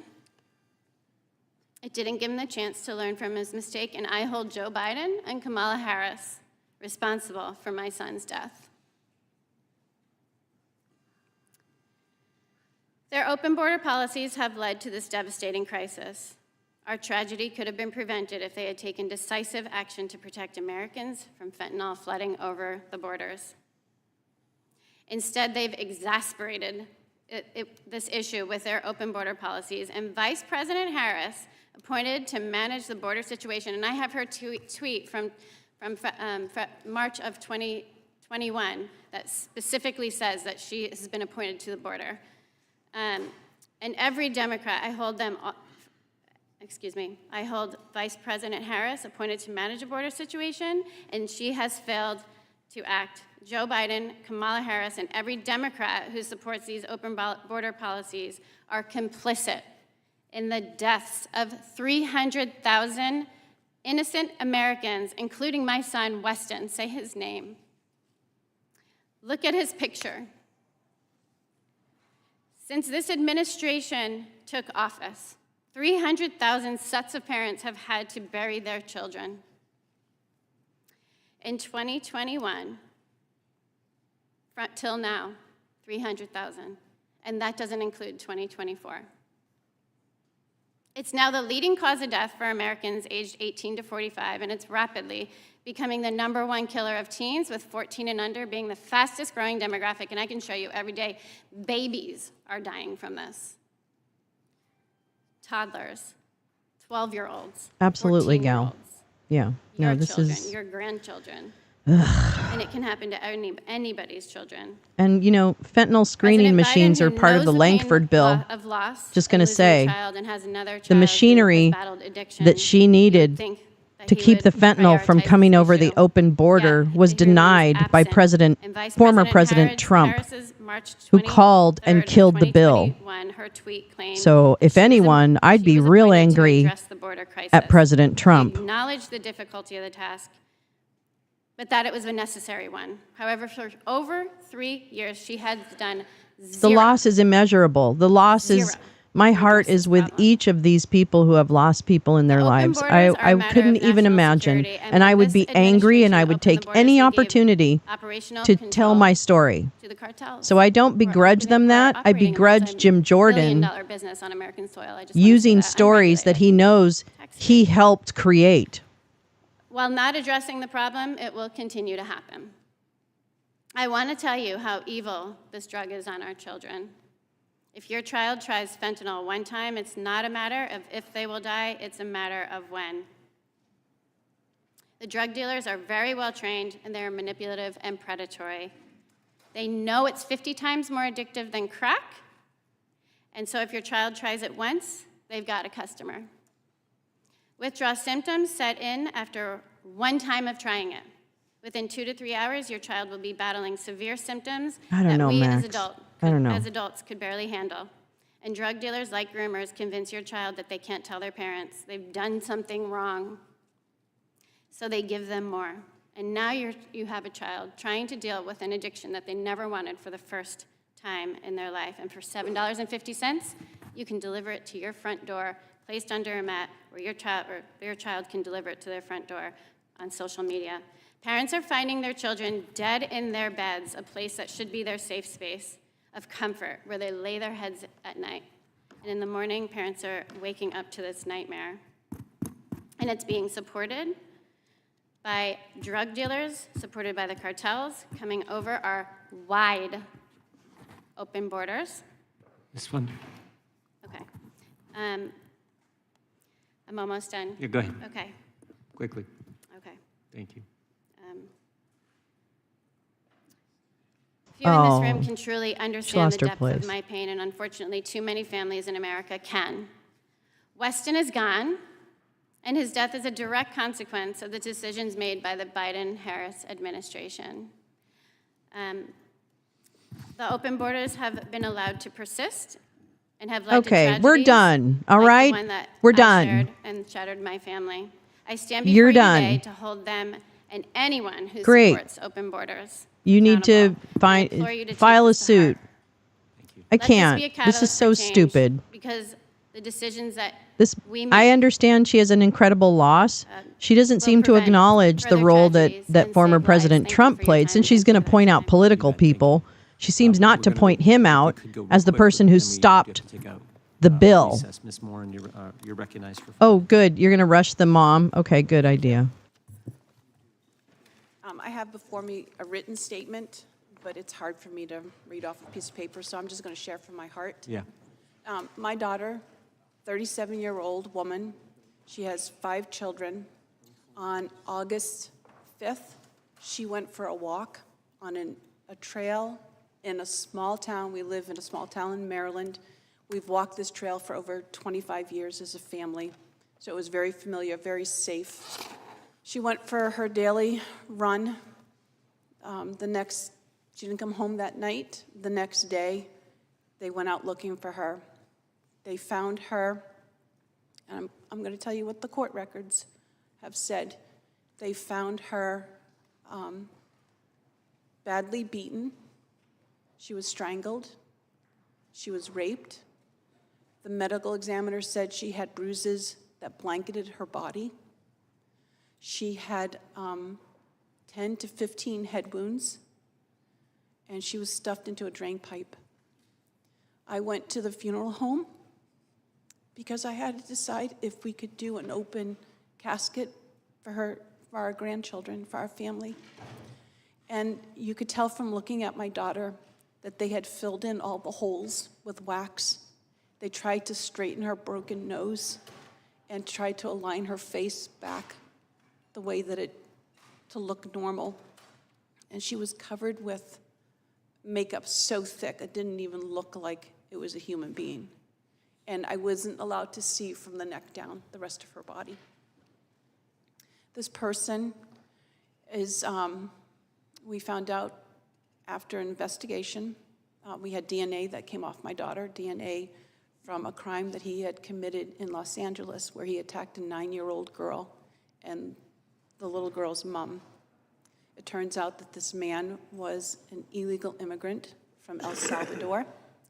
Tammy Nobles and I live in the same town that Tammy Nobles' daughter lives in Maryland. My daughter lived 15 minutes south of this town. An illegal immigrant, he crossed the border 3 times, was sent back. The 4th time, he was a got-away. If they had at any time did the cheek swab for the DNA, they would have known that this person had an Interpol warrant for his arrest for murdering a woman in El Salvador, which is why he was fleeing to America. After he murdered my daughter, he stayed in the same town where he murdered her, continued to work in restaurants, and changed his appearance. And we did a nationwide search. We did flyers, we did commercials, we've done everything, interviews, everything we could to keep her story alive, to tell the horrible thing that happened to my daughter. I wish there was a way to show you pictures of her and what she looked like, what the crime scene looked like. It's the most brutal crime that has happened in Maryland that they can even remember. Her children are having a hard time. Yep. All of us as a family are having a hard time. We have nightmares. And I want to tell you another story. This story happened, I'll make it really short, in 1975. There was a 14-year-old girl who was abducted from her house by a criminally insane man. She was kidnapped. She walked 60 miles towards the Canadian border with this man. No food, no water, walked through the woods. At night, she was raped multiple times. The parents and the police did not expect to find this girl, and if they did not expect to find her alive. I'm that teenager, and I can tell you that what I suffered as a teenager at the hand of a criminally insane man is nothing compared to the horrors that my daughter suffered. And it's because of these open borders. And I realize some of you are disinterested in this because you just think it's a partisan thing. But these are American people, these are American families, these are our children, and pretty soon they will be our grandchildren and our great-grandchildren. We need to close the borders. If I can survive a crime from an American citizen, these people that are coming over the border, if they're coming over illegally, it's because they have something to hide. Those that come here legally, they're doing the due process, which is necessary to protect them and to protect us. If they're coming over illegal, it's because they're hiding something. My grandparents were immigrants. They came into America at Ellis Island. They stayed at Ellis Island. They were vetted before they were allowed to come into the interior of the United States. I just left the southern border where I spoke to Border Patrol, and they showed me their gunshot wounds. They told me their stories about how they suffered broken necks, broken backs, fractured skulls. It's a war zone there, and we need to close it. We need to put those policies back into place. I completely understand. I do understand. Horrible things happen to good, loving people. Sometimes that's all there is for answers. We should do better, but this isn't the way. These parents need to be loved and grieved properly, not be exploited. I want to thank you all for having me here to share my daughter's story on how the current administration open border policies have affected us in Texas. I was 14 when I found out I was going to be a mom. I knew I was young and I didn't know how I was going to do it, but I know I needed to do what was right, which was be the best mom I could be to my daughter. I fought for her. December 27th, 2011 was the day the rest of my life changed for the better. Jocelyn Lascelle Nungare was born. She was the happiest, chunkiest little baby. She grew up to have this spunky, quirky, funny, beautiful little 12-year-old young lady. She had a personality like no other. She was so caring, loving, thoughtful, one of the greatest friends you could ask for. She was so talented. There She could had the be biggest dreams a way be to an do actress, this and she where swore people that she was are gonna be given famous a one day. place to tell that It's been 2 story months in a and congressional 25 days hearing. today If since we my were all daughter working has towards passed away. solutions and the On Monday, Republicans June aren't the ones who 17th, actually stopped a 2024, border bill that my would daughter increase Jocelyn was murdered and vetting, thrown in a bayou of personnel, water at the etc. creek. Okay? On that So Sunday night that's before the, I went to bed, we could I loved have a Jocelyn that night. collective I hearing to loved actually her. do something. She was there when I closed my eyes But that night. no, And that it Monday became morning when I political opened my when eyes, Trump she was called the gone. Republicans She to was a tell them to preteen, kill that out doing bill what teenagers that do, their own going to the party corner had store to get a soda. negotiated. She So was pinned on by 2 I think illegal both can be Venezuelan true. I immigrants. want They to saw an hear their innocent young girl and made stories, her a target for their horrendous actions.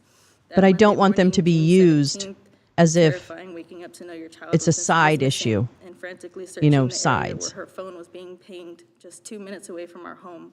Driving up to that exact location to see crime scene tape and officers by a bridge, my heart sank. I ran out of the car to the officers. I explained I woke up to my daughter missing and I don't know where she is, but her phone was pinging right where we were. They said they hadn't seen anything and they would let me know. Within 45 minutes, I received a phone call from a sergeant asking me to come downtown to discuss her whereabouts. I'm still hanging on the hope that my 12-year-old daughter is still somewhere out there. They bring me to the floor labeled homicide division. I didn't know what to think. After being taken to a room, speaking for about every minute I remember leading up to my last moments with her was when they had finally told me that the body where my daughter's Jocelyn's phone was being pinged, followed by seeing the photo I showed them, confirmed their suspicions, and they did believe the Jane Doe body that was found matched the picture of my daughter, Jocelyn Nungare. My heart shattered. I couldn't believe what was just told to me. A day after being told about my daughter, I was told they were going to need to release pictures of the illegal immigrants and my daughter from footage to the local news stations to help find who murdered my daughter, Jocelyn. They proceeded to tell me how my daughter was murdered. She was strangled to death. She had no clothing from the waist down. Her hands and her ankles were tied and thrown under the bridge of water like she was nothing but garbage. The community of Houston was the biggest support. Just 24 hours for them to be found, arrested, and charged with capital murder. Within those same hours, I received a phone call from the medical forensics confirming that the body was in fact my daughter, Jocelyn. The 2 illegal immigrants were Johan Jose Martinez Rangel, 22, and Franklin Pena Ramos, 26 years old. They're both Venezuelan natives. The Border Patrol apprehended Johan near El Paso on March 14th and was released that same day on an order of recognizance with a notice to appear. The Border Patrol also apprehended Franklin Pena on May 28th, also near El Paso. On that same day he was apprehended, a judge also ordered Franklin to appear in court at a later date. Because of the Biden-Harris administration open border policies catch and release, they were enrolled in the Alternatives to Detention program. This meant that they were released into the United States. It was not even a full 3 weeks later that they would take my daughter, Jocelyn Nungare's life. They saw a young girl, my daughter, Jocelyn, and placed a target on her without her even knowing. They were seen on video at 12:57 a.m. on June 17th, walking across the street down by the bayou under the bridge. At 3:04, only the 2 illegal immigrants emerged. They were down there for 2 whole hours. I can't even fathom what was going through Jocelyn's mind, the amount of fear she was feeling in the last moments of her life. Franklin Pena confessed that they had did something bad. The fact that they knew that their faces were exposed all over the news. They were trying to ask their boss for money so they could leave town. It was told, one of the illegal immigrants told the other one, after they were finished, to throw Jocelyn down in the bayou under the bridge to, quote unquote, get rid of any DNA. Individuals like that do not have a heart. They are nothing but monsters who are predators, and those are the kind of individuals that we so openly let in this country.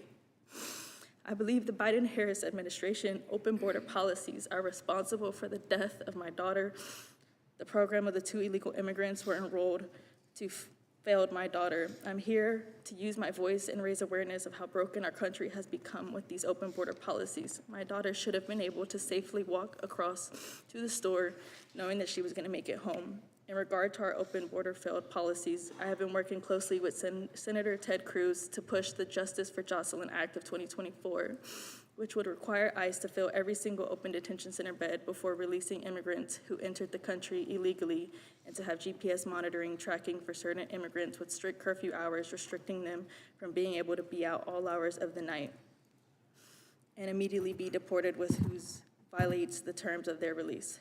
My daughter, Jocelyn Nungare, was 12 years old. She was an innocent kid doing kid things. She did not deserve to have her life ripped away from her and our family. She had her entire life ahead of her. Because of these open border policies, I'll never get to see her start high school, go off to prom, walk down the aisle, get married, or have her own kids, or ever reach her full dreams. All of it's gone. I now and forever will continuously be her voice, and I will not stop fighting for Jocelyn. I come to you all as a grieving mother to please help make this country make a change for the greater good. This country needs to make a change. We need to properly secure our borders. We need to be able to have that security knowing we are safe in our own country. And most importantly, we need to protect our children. They are supposed to be our future. Thank you so much for your time and for the extra time. Thank you. Thank you. God bless you. We're going to take a recess. Back here, we'll have something to drink for you. Lunch will be coming at some point. And hopefully we'll be back and resume the committee as quickly as possible. Committee stands in recess. Okay. All right. Well, we'll leave them on. Wow. All right, everyone. Let's just take a deep breath. That was a lot.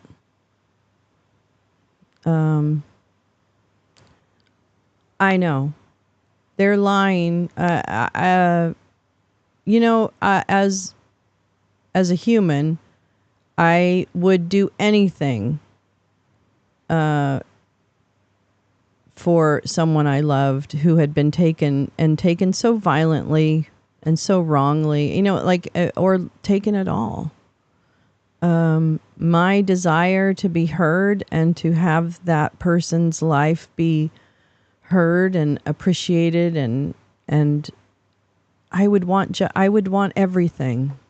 So I feel every fiber of what those folks who shared their stories of loss are feeling, and the anger at any and at the administration, and as supported by Jim Jordan et al., to have that story validated by them and then given a platform and other things. I understand. I wish them only as much comfort as they can get from telling their story as they go day by day just trying to survive, right? Because I would feel like I could very much imagine being in the mode of just survival after a loss like that, or after a loss. So I would never begrudge their words, their blaming of the administration. I do blame the Republicans because, number one, it's very obvious that they're using these stories to exploit the, election season, because as I intervened, they had a bill that would have increased the personnel, the detention space, the judges who adjudicate things more quickly so that people aren't released into the country without adjudicating their asylum. All of those things had been negotiated over a series of a couple of months, I think. And Lankford, the senator, I think from Louisiana, who's an asshole, but, a calmer asshole sometimes. Anyway, he basically managed to negotiate a bill that when I read it, I was like, oh, well, we've given up a lot, right? Because it was a pretty tough bill in terms of detention and other things, right? So compromises were made. Oh, for real. And to have publicly reported in the news, not just, whispers, to have publicly reported in the news at the time that the bill was coming down, that Trump had contacted leadership and said, kill that bill. The fact that that was publicly reported at the time should have been the showstopper. It should have been, how dare you use a situation that you finally, in such a contentious Congress, have reached a bipartisan agreement that you would allow a felon to kill that. I don't think the media did a very good job of impressing upon people just how fucking significant that was. Now, would that bill have stopped any of the losses that we heard about? Probably not. But at the same time, that's what they're asking for. They're asking for tougher border conditions, faster adjudication, etc. Well, sorry to tell you, the Republicans didn't think that was important enough, and they thought scoring political points and waiting until after the election to reach any kind of agreement on the border, thinking, this would help Trump. Which, by the way, it is with some of the chuds, right? Because people think that it is the Biden-Harris border crisis that has caused all of this incredible, tragic loss. When in fact, first of all, it's the people who did the crime that caused the loss. And the opportunity to do anything about the actual border was missed intentionally because of him. But tell me again how much you want to solve this problem, Jim Jordan. Because you had your chance and you decided against it. I don't know. Make it make sense. So yes, I want to hear these stories, and I know that Jim Jordan has accomplished his goal. These are going to be sound bites like crazy all over the net. So, good job, Jim Jordan. You did your job. You paid the piper. Maybe your secrets will stay safe a few minutes longer.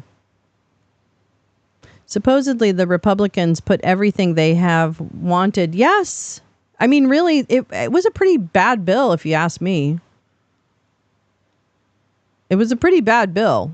But I was like, all right, well, this is where we're at. Oh, my God, they actually agreed to something. Okay, well, I didn't. Better luck next time. And we have to work harder. That's how normal people respond to, compromise, right? Compromises are made, and then you fight another day. Is that other thing he's going to live somewhere? Oh, the other thing he's going to live? Oh, let me see. Hold on. I'll check. Let me check. La, la, la, la, la. La, la, la. Okay. Boop. Why is something's wrong with my keyboard.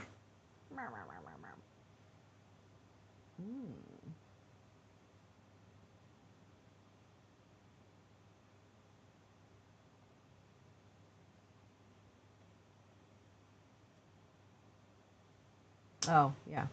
26th, 2021. Hold on. At Abbey Gate. I remember that day well. It was a beautiful summer day in Montana. Oh, boy. My wife and I were in my pickup. We were traveling across the western part of our state, headed to an event, when the news broke on the radio. Hi, Tom. My immediate response was to call my dad. My father's 85. My mom's 82, and they both live in Montana. You got it, Tom. So I called my dad's cell phone. And my dad is a tough Marine, but he didn't pick up the phone. My mom picked it up. And I said, Mom, have you heard the news, what happened in Afghanistan? And my mom says, we heard it, your dad's heard it. I said, can I talk to Dad? And she said, he can't talk right now. He can't talk right now. To the families here today, the loved ones who lost at Abbey Gate represent the values of service. It's a congressional and sacrifice website, to but a I don't know whose cause channel it bigger is. than themselves. I know that each one of you Oh. played an important role in instilling Yes, those values homegrown in your meth, sons that's and your right. daughters. And for that reason, they represent the best of our country. And because of the important role that you played, It's the U.S. in their House of lives, Representatives you Special represent Events those channel. values So too. it's a And it's a therefore, House each event. one of you represent the best of our country as well. As They we are stand piling here it today, on this election it is season. impossible for me to understand the pain and the depth. What about of the your Taliban loss. release? I've never had to go through what you What are about the going talks through. that didn't include the But I do know when Afghani pain leaders? runs so deep, words are often inadequate. And with that in mind, I will speak to the rest of the audience here today, my fellow members of Congress, others who are guests, and those who may be watching. It was their duty to serve. It is our duty to remember. In proclaiming the first Memorial Day in 1868, General John Logan wrote, and I quote, "Let us raise above I mean, them apparently, the dear that's what it's old been flag reduced they to. It's a saved. cover-up crew for a Let demented us in criminal." solemn Thank you, Gal. That was presence well said. renew our pledge to aid and assist those whom they have left among us. A sacred charge upon the nation's gratitude, the soldiers and sailors, widow and orphan. It is our duty to remember the service, the sacrifice, and the faithfulness of the 13 brave men and women who fell that day, but it is also our duty to remember their loved ones as well. Because in remembering and honoring the memory of the fallen, we provide their families comfort. And today is an important step on that journey. The 13 who fell will join such distinguished heroes as George Washington, Winston Churchill, Harry Truman, and Ronald Reagan in receiving the Congressional Gold Medal.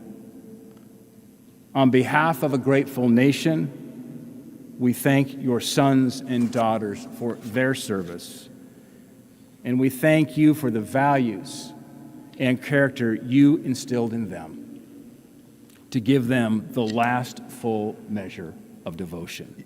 For somebody led to them into surveil your harm's way transaction, most of for the these cause of companies freedom are charging and a for the fee for country they service. loved. And look, I mean, I appreciate There is what no Visa and higher MasterCard calling. and American Express, I have There one of is each no of those, greater or perhaps service. more. They do. There is They no check and make sure it greater really is sacrifice. me, and I'm buying from somebody else. And Thank you if for it being wasn't here me, today. they provide a hedge. And for And may that, I know God I'm bless. kind of comforted that there's an intermediary.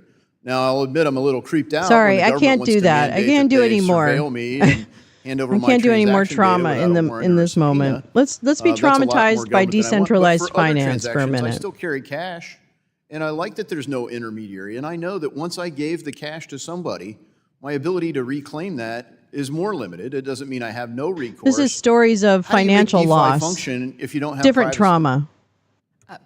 I think, thank you very much for your question, Congressman.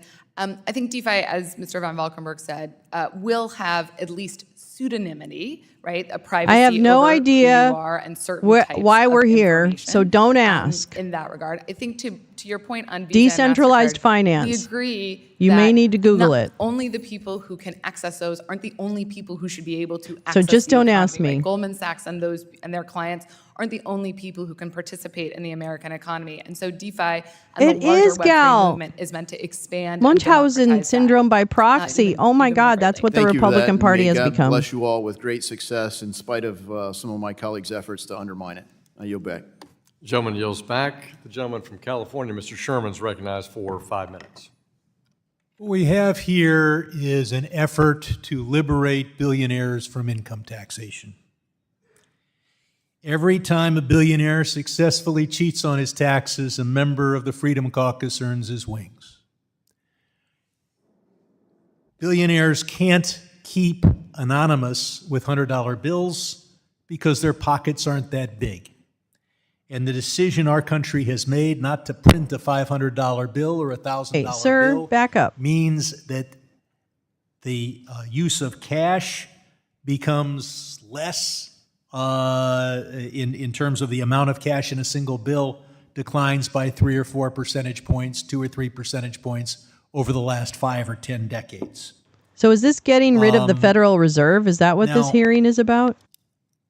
We're trying to create a market here for a system that is much worse than the system we have for honest people. If you have crypto, you can go to Coinbase or a similar broker, put it up, and get a loan at margin rates that are similar to what you do if you have stocks or bonds that you're borrowing against.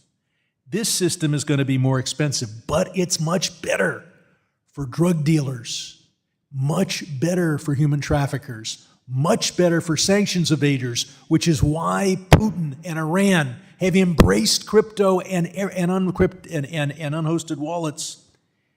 But the real market here is tax evasion. Trump's IRS commissioner testified, we got $1 trillion a year of uncollected taxes. That's $3 trillion of unreported income every year. That's $30 trillion of unreported assets every decade. Hello, Jeff.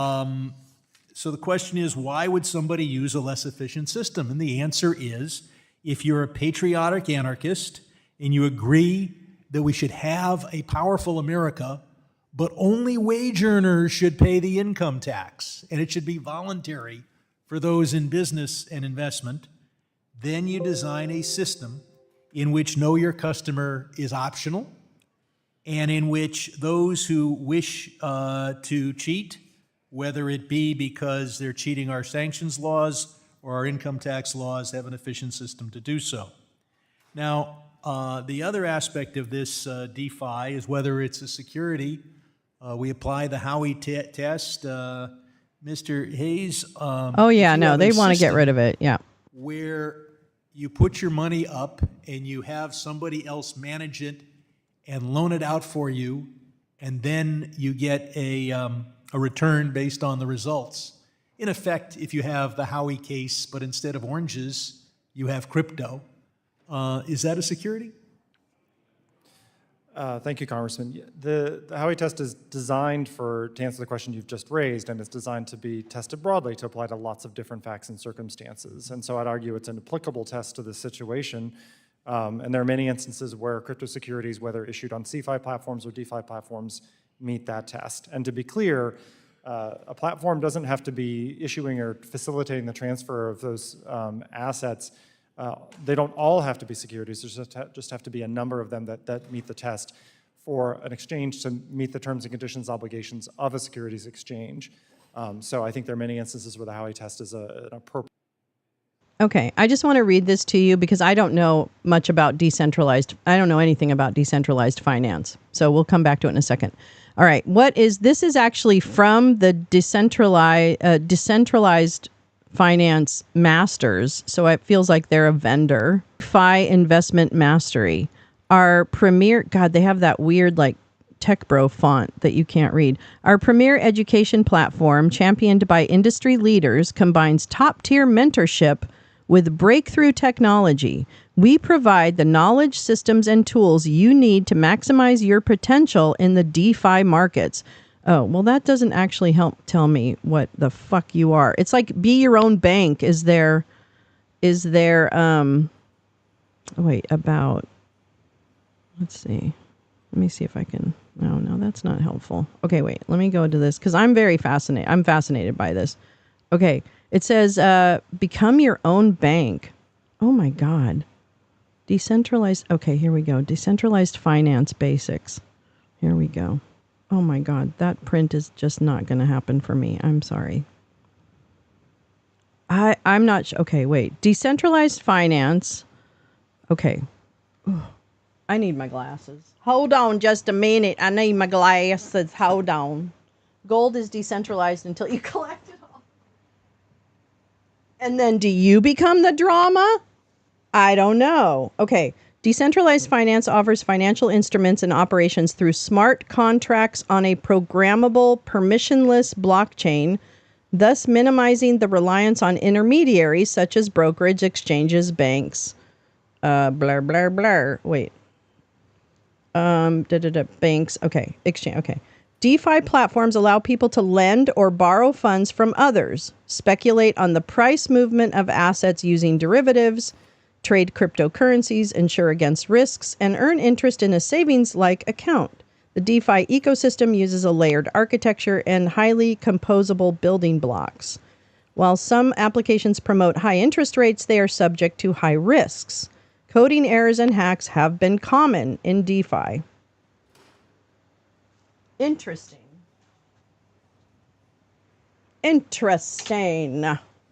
Okay, wait. Okay, well, I'm going to go back to this. But Appropriate tool and provides a useful answer in this regard. I would just reiterate it's that, blockchain. Those who talk about privacy for billionaire tax evaders are waging a war against economic do they know democracy Florida's going to in this sink? country, That seems like a stupid but also investment. creating a Sorry. corrosive system in which at the country clubs and wherever billionaires meet, DeFi. I like that. It's so to pay income taxes. So cool. When there's a whole system of finance that allows you to hide your assets while buying your yacht. And what worries me is not just those who are the tip of the spear who will be the first to evade our income taxes and our laws against sanctions evasion. DeFi was really into Bitcoin. You didn't know that about her, but she was a tech bro. And I've seen this happen in a number of other countries. I've studied tax enforcement in a number of other countries. Once it becomes a feeling among a subculture or an economic class that only the suckers are paying their taxes, we create a system in which no billionaire will feel right paying their taxes after all. Nobody fair. else in the I don't country understand does it. how that part of it works. Wages will be taxed. You get a W-2 form, and the question is whether anybody else. You can make a lot of money by making sure billionaires don't have to pay their taxes. I yield back.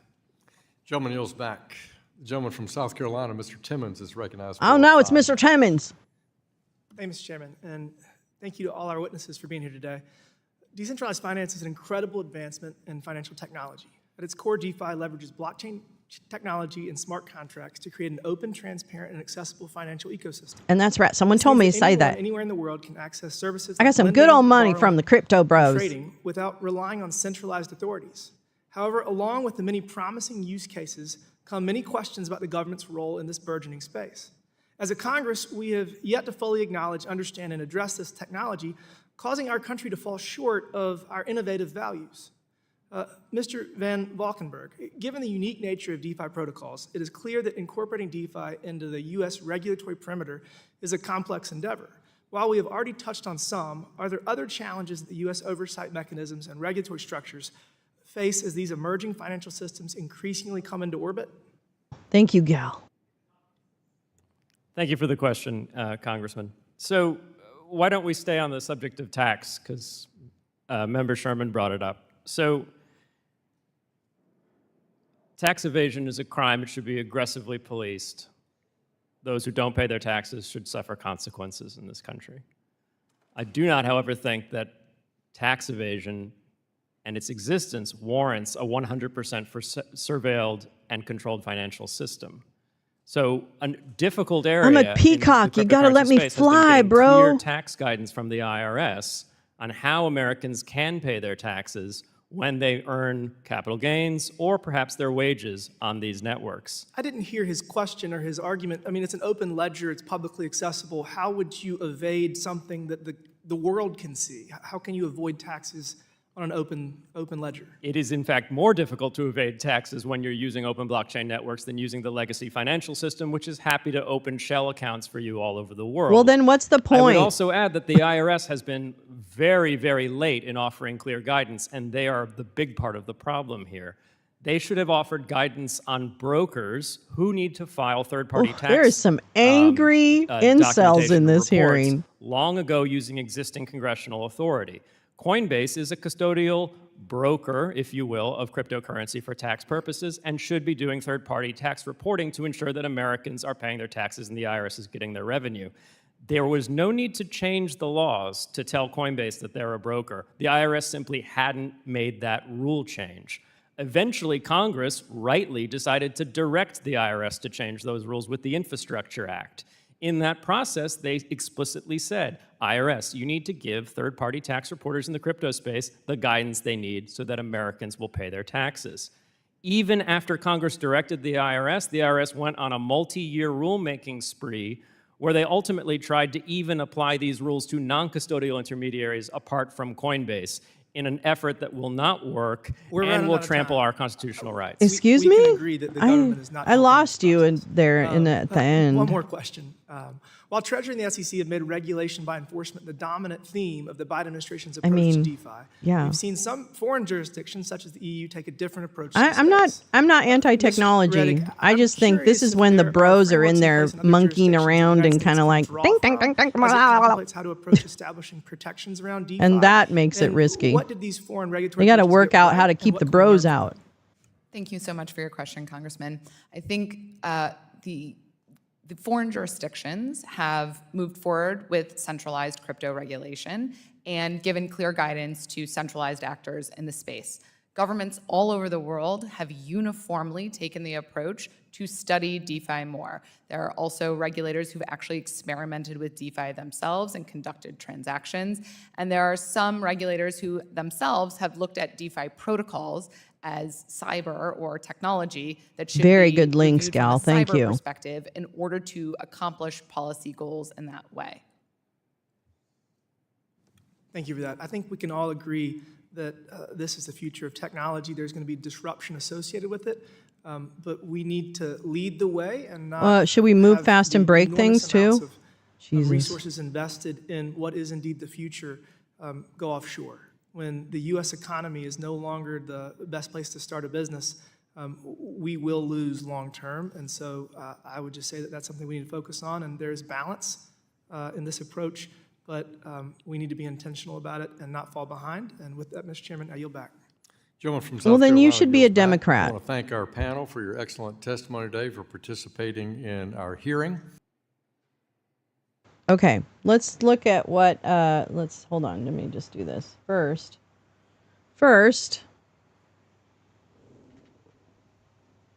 oops. Oh, come on. Oh, all right. Thank you. Jesus Christ.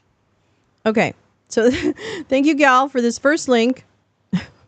Americans for Financial Reform. Americans for Financial Reform is a left-of-center political alliance of 200 left-leaning organizations seeking stricter regulations on the financial industry. It is a project of the Leadership Conference on Civil and Human Rights. The group's priorities include greater oversight and regulation of the banking industry and changes to the way financial institutions are involved in the housing market. It was involved in crafting and passing legislation which created the Consumer Financial Protection Bureau. Yeah. So it's Influence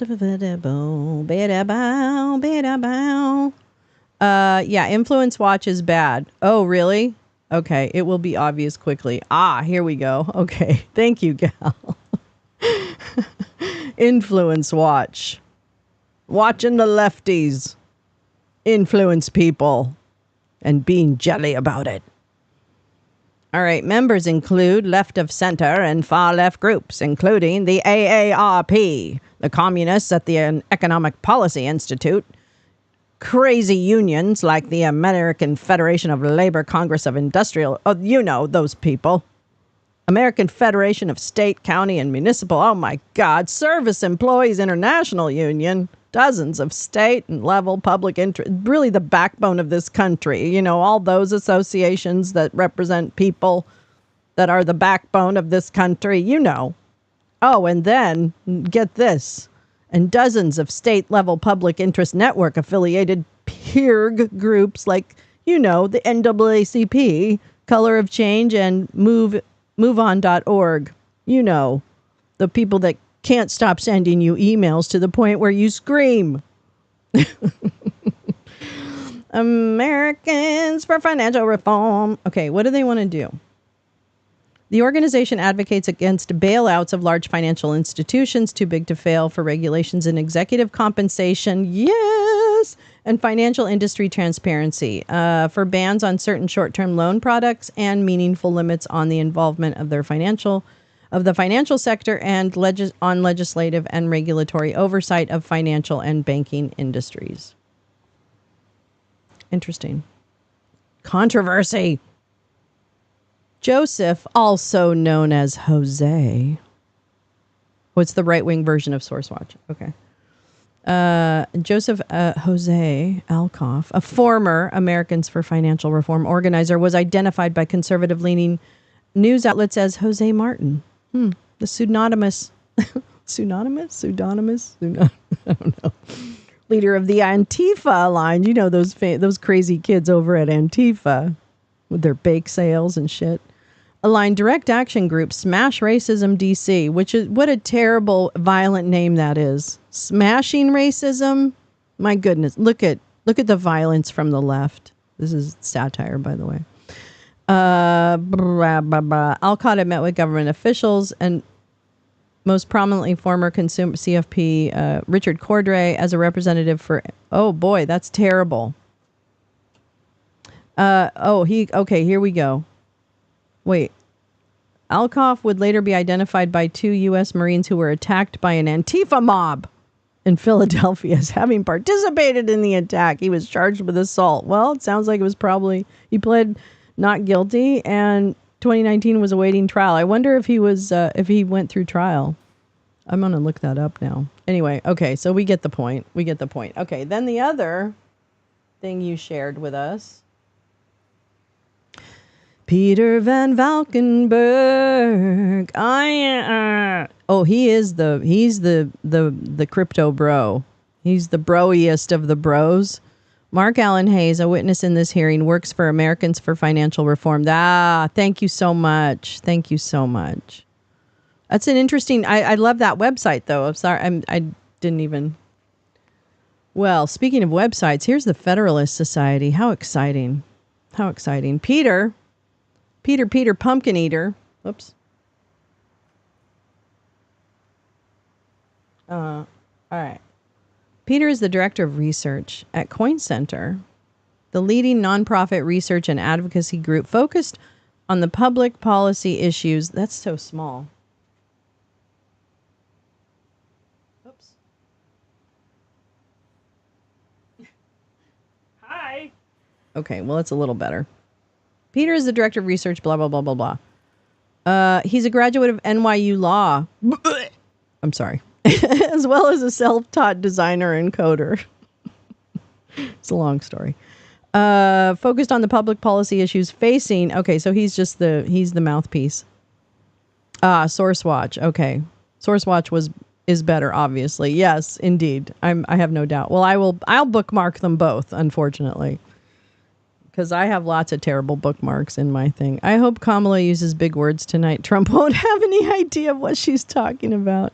Use that website for any think tanks or nonprofit. Thank you so much, Gal. Oh my God, everyone, let's give it up for Gal Suburban, who literally is increasing our media literacy every time she just drops a link. So we've got the SourceWatch, which is the reasonable think tank evaluator. And then we've got Influence Watch, which is a right-leaning think tank, whatever, propaganda spreader. Screenshotted. I'll make sure, actually what I'll do is I'll make sure that I copy the links and send them out in a tweet, and then also put them in the description of the video so that afterwards, if you went to the video description, you could see what the links are that I shared. So we'll do that. Yeah, I really appreciate Gal. She's all about educating. Oh, Gal, you missed it. I had a little chud interaction last night on the space, and it got the better of me. So anyway, ask J Rance. She knows. I mean, don't come at me with being like, no president has ever done anything for me. What about me? I'm not going to vote. I'm going to bet on the election. Really? That's disgusting. That's when I drew the line. I went, okay, get out. Get out. Get out. Yeah, powerhouse. Total powerhouse. Okay. So this guy actually drafts, oh my God. So he basically writes all the legislation. Okay, well, we know who he's all about. Who gives? He's a terrible person. Okay, I want to look at SourceWatch. Let's look at something positive. I'd rather do that. Sorry, I gotta. Navigation. I'm navigating.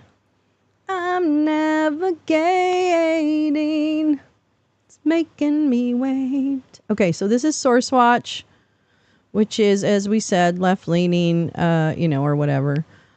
I guess, I don't know. I mean, I was, yeah. But I can't do it. I can't, I tried to invoke Gal.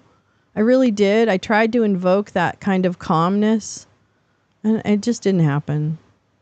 I don't know. It was a bad day, and it was really hot. And so there was a big combo of reasons why I couldn't be nicer. Anyway, whatever. I don't know. Especially other boomers. Like, if you're a boomer who's close to my age, get the fuck out of here. You know better. I know how you grew up. I know what the conventional wisdom was as we were growing up. Fuck off. You know better. Jesus. We all have our lines. I mean, that's the thing. If you start disrespecting the fact that people died in order for your right to vote, then you need to step aside. Because literally, from the Revolutionary War on, people died so that white dude even could vote.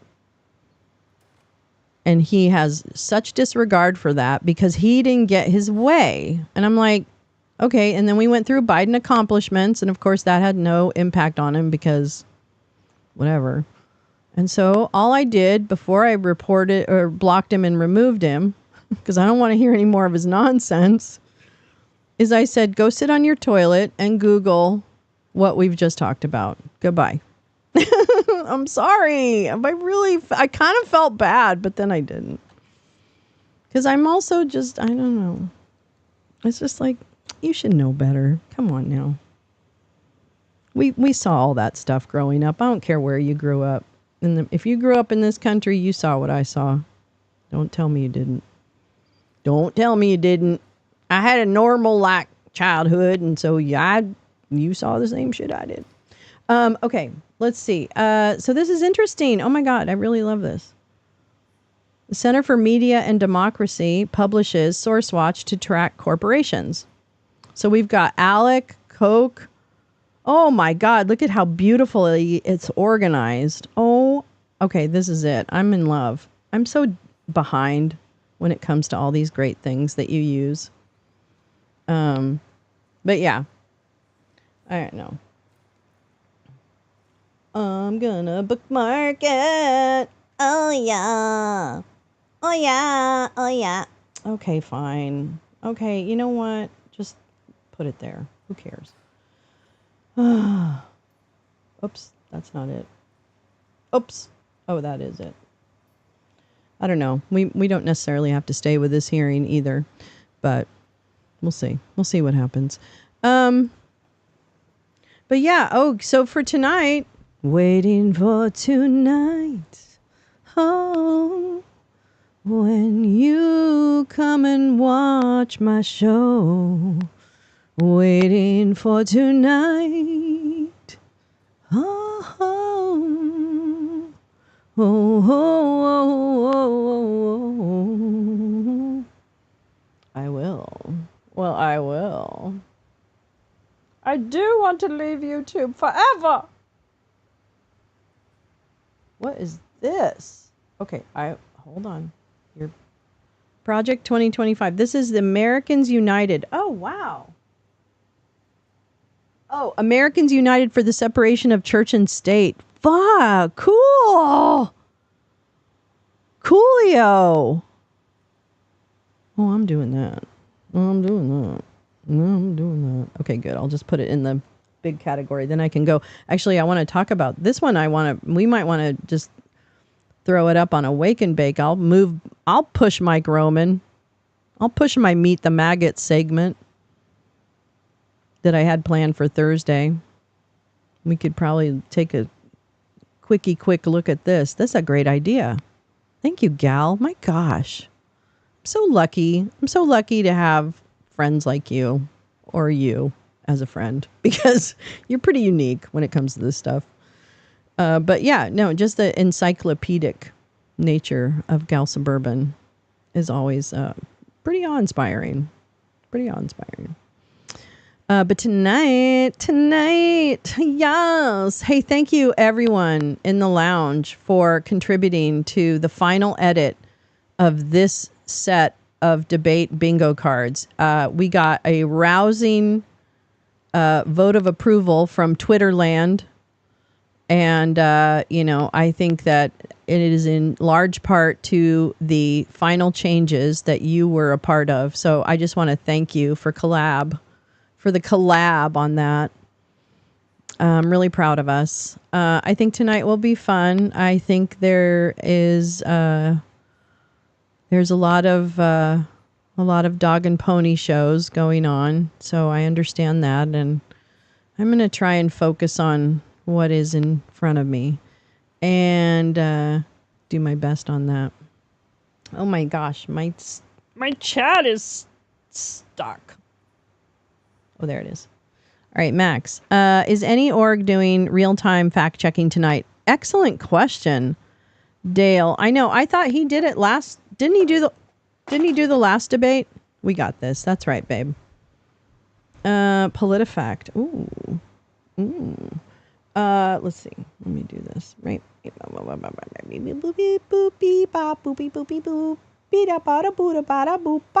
Oh, girl. I mean, literally, the minute you asked that, drippity drop. PolitiFact is live fact checking the first debate between Kamala. Sorry. It's still early. Kamala and Don. PolitiFact has fact checked Harris 55 times since 2012. And Trump 1,050 times since 2011. Tonight, we'll draw on that deep archive to check the accuracy of the candidates' statements. Interesting. I love it. Here's another one. I look at PolitiFact once in a while. But yeah, okay. Well, there you go. There's your link for having up. Actually, I wonder if we can, I'll look into a dual screen situation, because we might be able to have PolitiFact up in one and then the debate in the other. In fact, I know I can do that. I just don't know what PolitiFact is. If they're doing like a live commentary, that'll be ridiculous. But if they're not, and they're just doing like bullet live tweeting or whatever, then we can follow it that way. Yeah, I'll do that. Excellent. Thanks, Gal. Oh my gosh. What a productive. Well, I'm hoping Samwise and Gus make an appearance on the fucking cat cam. But if wishes were horses, beggars would ride. That's right. And so, but wishes aren't horses. Where's my kitties? I tend to find during hot days, I've been finding Gus in the bathtub. Because obviously it's probably a cool surface, and he's very furry. And I checked his weight. He's 21 pounds. He's not 27. I thought he was 27. I think I just mixed up the numbers. Where's my kitties? Oh, well. You know what Sam did yesterday? He came and laid down there after the show was over. I shit you not. He just laid down as cute as any fucking cat could lay down. I couldn't believe it. It's crazy. I don't know. Yeah, I'm looking forward to tonight. Is there any, like, I wonder, I'm going to see if there's like a live stream from outside where are they doing it? Does anyone know? Do we know what facility they're doing it in? Waiting for tonight. Let me see. I can't imagine. Well, wait, they don't have an audience, right? They don't have an audience, right? They don't have an audience? I don't think. I don't think. Well, I mean, I do think, but wow, that ceremony for the people is still going on.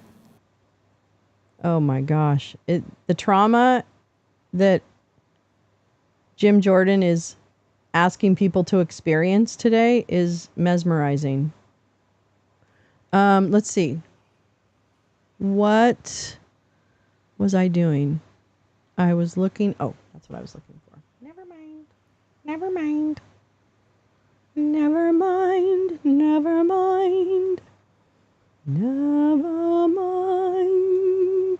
Okay, let's see here. Blah, blah. Okay, blicka black. Oh my God. He is going. I'm telling you right now, Jim Jordan's earning that money. Let me tell you right now, there's a hearing, the consequences of soft on crime policies. He is going for the gold. Holy shit. Oh, wait. What'd you say, Scaramucci? I just saw that Scaramucci will be there looking for link. Ah, okay. I'm looking to see if there's any kind of like, yeah, wow. He is banging them out. He's coming. He's hitting the ground running this little session. All right, let's see. I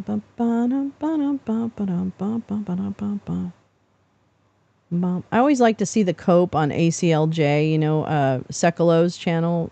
Jay Sekulow used to be Trump's lawyer. Real dick. A real dick. Well,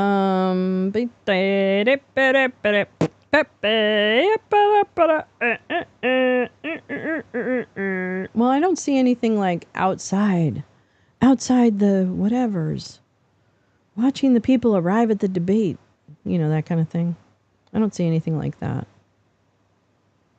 Not that would automatically come up, but you know what I mean. Did they find that guy in Kentucky yet?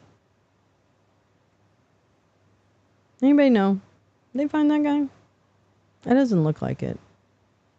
I don't see any like actual no, yeah, okay.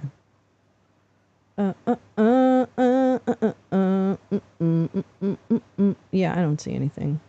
Man. All right. The debate starts at 9 p.m. ET from Pennsylvania. Thank you, Paulina. The mooch. Yeah. I don't think he blocked me, but I used to be like kind of cruel to him. I treated him a little bit like I treat Michael Cohen. Like, you know what? Too little, too late, bastard. Kind of thing. I'm not the forgiving one as much as others. But I think I get really mad when people benefit off of their poor decision making. I don't think you should get a chance to benefit off your poor decision making. Even if you redeem yourself, you should do that for free and let the chips fall where they may. Moderated by World News Tonight anchor David Muir and ABC News Live Prime anchor Lindsay Davis. I don't really like David Muir. I don't watch network news, but I know who David Muir is and have seen him deliver the news. And I just find him to be very Ken doll. and like, almost like, yeah, but I think he actually is. You told him to come clean and then he unfollowed you. Excellent. That's a victory in my head. And the thing about like David Muir is that I think he might actually have been like a war correspondent or something. The venue is the National Constitution Center. Thank you. But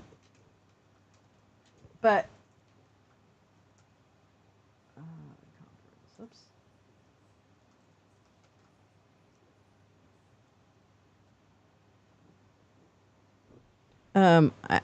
Constitution. Damn it. So stupid. All right. Oh, here we go. They have a YouTube channel. Look at that. Well, look at that. Well, looky there. Do do do do do do. Well, it looks like they have some really interesting shows, actually. I'm gonna subscribe to them. It's kind of interesting. They have their YouTube channel is at Constitution Center. Hold on, let me put it in the chitty chat. Oh, chitty chat. Chitty chat. What did I just say? What did I just say? Constitution CTR. Okay. At up. Something's wrong with my keyboard.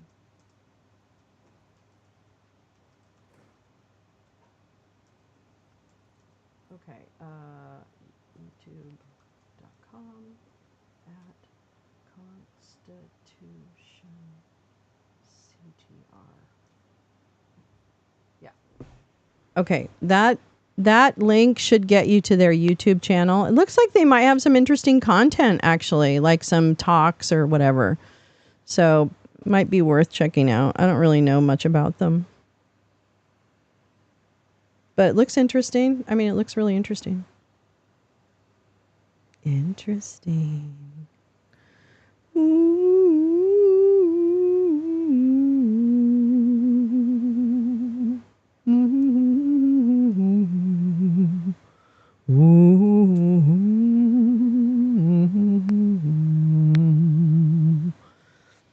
But thank you, Max, for finding that. I really appreciate that. Yeah. So tonight, I don't know how we're going to use the bingo. I don't know. I'm not as good on execution as just like coming up with stupid words.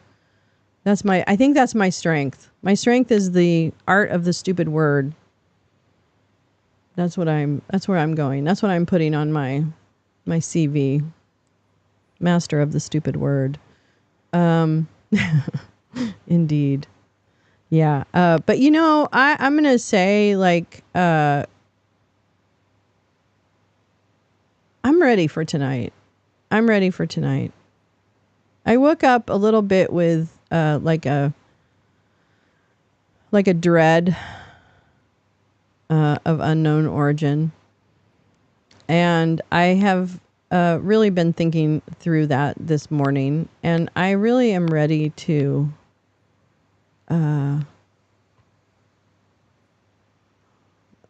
just leave that which does not serve you, I think I'm ready for that. I'm ready for that. And that means just pain, suffering, all those things that the triggers that I let into my life. So that's really what I'm talking about. Been waking up with that since November 2016. The dread. Oh my God, Max. And as everyone, I know we collectively felt the heaviness of his administration. I can't even imagine going back there. Cannot even imagine. I don't understand it. I really don't understand. We need to talk about this documents case. We need to really keep our eyes on that. I am so interested. So Scaramucci and Olivia Troy are going tonight. Is that what you're saying, Jim? That's the thing. For some reason, I thought there was no audience. Am I wrong about? I just don't know. I haven't really kept up. I'll be honest. I'll be honest. I don't know. Okay, so wait.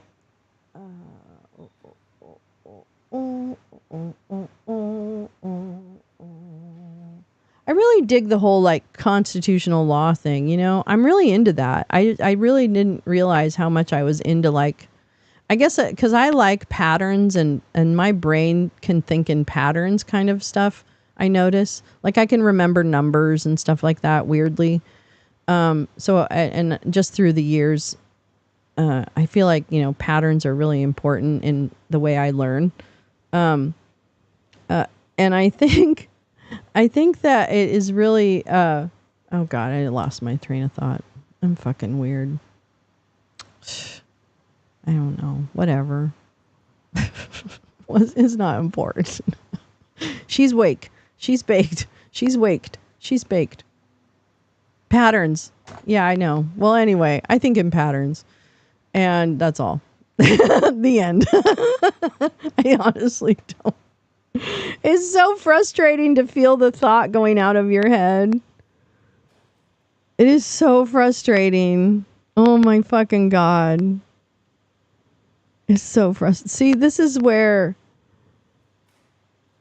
you know, you can think that I'm like, have my shit together. I do not have my shit together. I do not have my shit together. I'm trying really hard. I'm trying, but it's not quite clicking yet. Not quite. But I think it's I think it was basically like what I've been like consuming and in the past and like yeah, just like not letting the dread in. Trying really hard not to let the dread in. Like literally try to do something else in that moment where my mind goes there.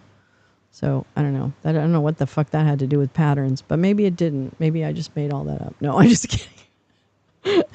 I'm just really high. I am high though. It's true. It's true. I haven't stuffed any joints yet, but I'm going to. Probably before the end of this. Anyway, I don't know. I'm just a squirrel trying to get a nut to move your butt. That's literally who I am. I'm just trying to find a nut that moves your butt. That's it. Okay. Here I am. I used to love that. I love that song. I love that song. It's human. Those folks have been going for over an hour. Now I realize it's a very important ceremony. I get it. I mean, it's unfortunately a very politicized one, but it's a very important ceremony. But come on, let's get back to the other trauma that we need to go through. Actually, now we're into questions, and I really, really, really want to hear the woman from El Paso, Estrella, those legal services. What an amazing organization that is. And then also the other woman who I didn't catch what her title was. She's sitting next to the woman from Estrella. God, I can't recall what her name or organization was. You smoke 2 joints in the morning. Is that a song?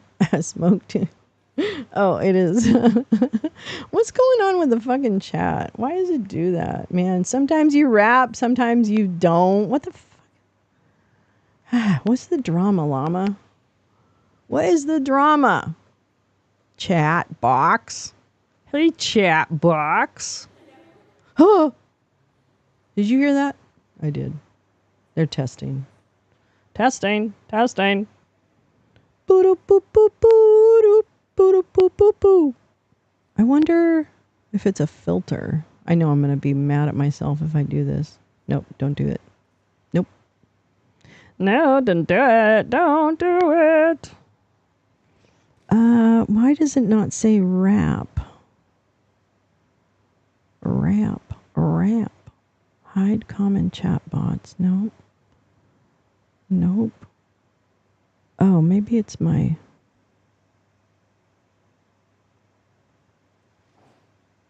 I don't know. Doodly doot. Doodly doot. Doot doot doodly doot. Doodly doot. Doodly doot. It's something to do with the width and the height, but I don't know how to change it. Oh, overflow. Wait, what's that mean? Oh, that's like HTML. Fuck. Oh, there's something about overflow. Oh, it says hidden. What is that? Oh, I don't want to fuck with it. I'll break it. I don't want to break it. They're getting the witnesses lunch, so I feel like it's going to be a while. That's fine. I'm here. Probably not to play on stream. Okay. Okay, folks. Oomph has dropped a link. You can play it on your own computers so that we don't suffer any consequences that may come with restreaming associated content. So, oh, it is smoking 2 joints. Oh, okay. Thank you.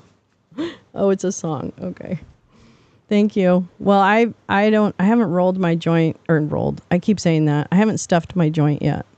I'm going to, though. I got to take out the water bottles, too. Bobo wrote me a note last night to remind me to put the water bottles outside.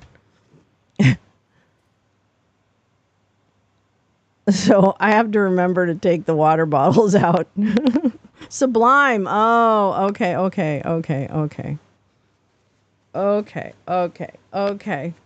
my God. It's like fucking Cat on a Hot Tin Roof in here. Jesus Christ. I feel like I'm in a Tennessee Williams play, for fuck's sake.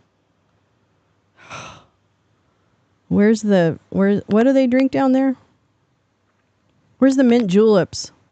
I'm feeling all Tennessee Williams up in here. This property is condemned. Have you ever seen that movie? Oh my God. We got to watch that movie. Literally. Have you guys seen that movie? Popak said, what? I literally drip sweat down. Wait, what? Oh, Kamala.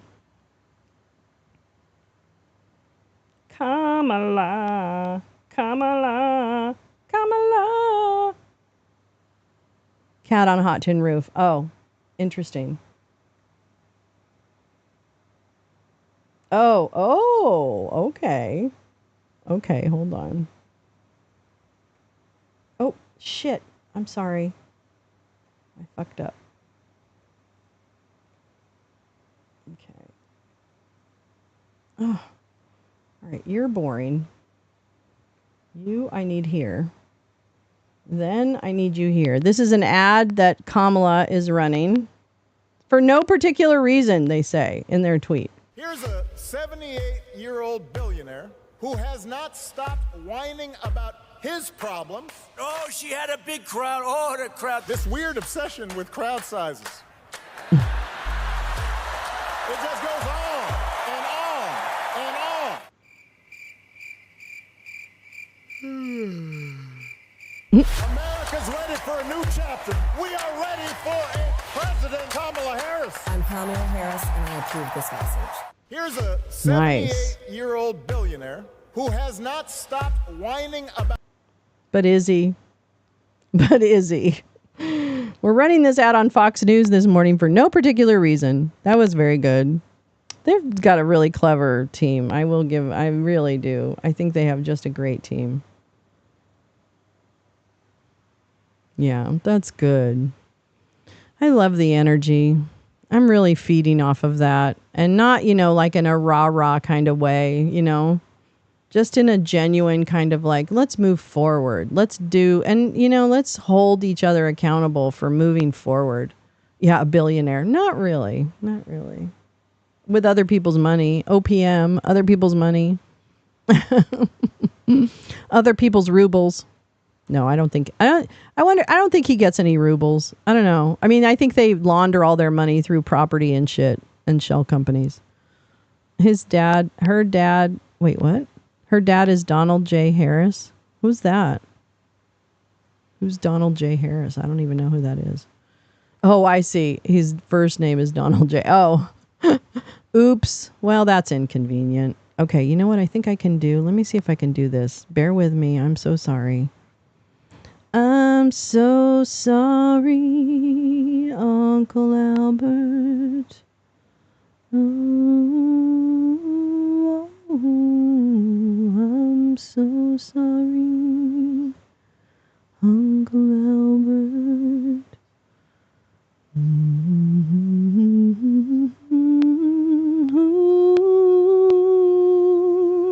I think this is just going to make it bigger. And, oh, fucker doodles.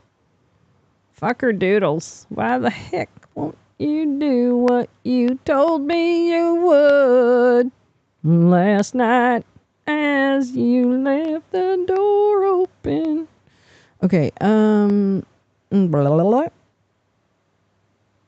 Laundronaire. Yeah, he's the laundry man. And he probably doesn't even really understand that. You know what I mean? Like, I really do, and I know that's probably an unpopular opinion. I actually think he's pretty goddamn stupid and is one of those guys that if you literally just stroke his ego a little bit, the world's your oyster.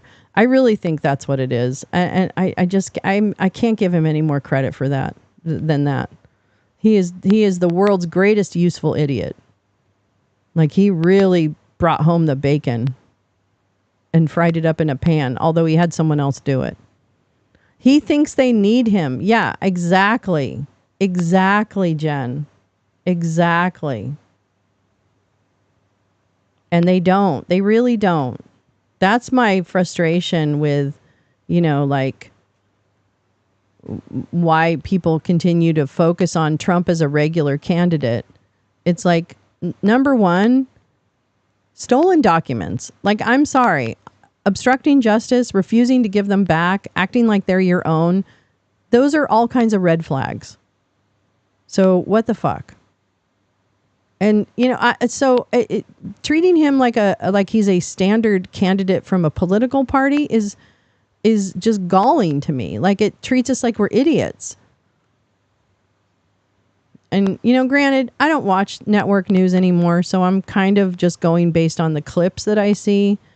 But I think I might be right that the traditional news is just treating this like, oh, well, the polls say this, and then, so-and-so says that, and then, well, maybe, oh, Kamala's trying to, reduce the legacy of what, it's just like, come on. I can't. So stupid. Yeah, it's the biggest gaslight of all time. Well said, Jen. IQ of 73.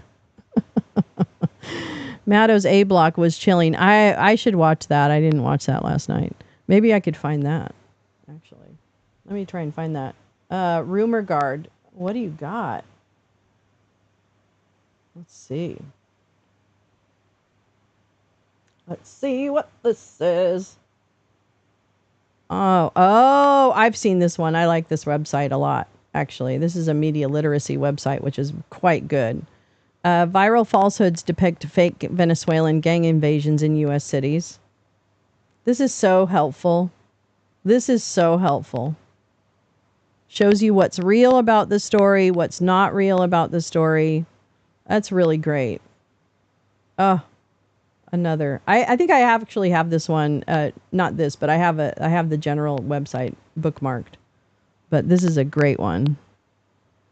Maddow addressed Chuckle Cuck. Oh, I gotta find that. That's right. I forgot. I saw you post that. Hold on. Let me find that.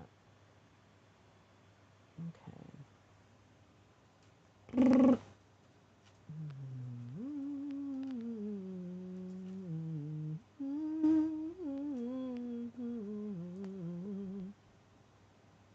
Okay.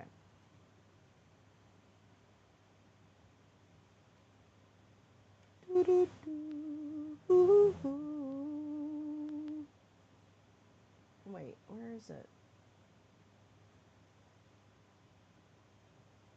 Okay, let me just go to that. And, oh, where's her show? God damn it. Where is your website, Rachel? Is it just MSNBC? I thought she had her own thing. Fuck, man.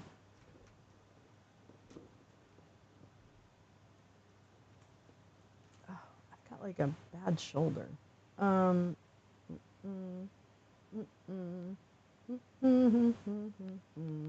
It's her A block though. Oh, hold on. Shit. Stop. All right. Okay.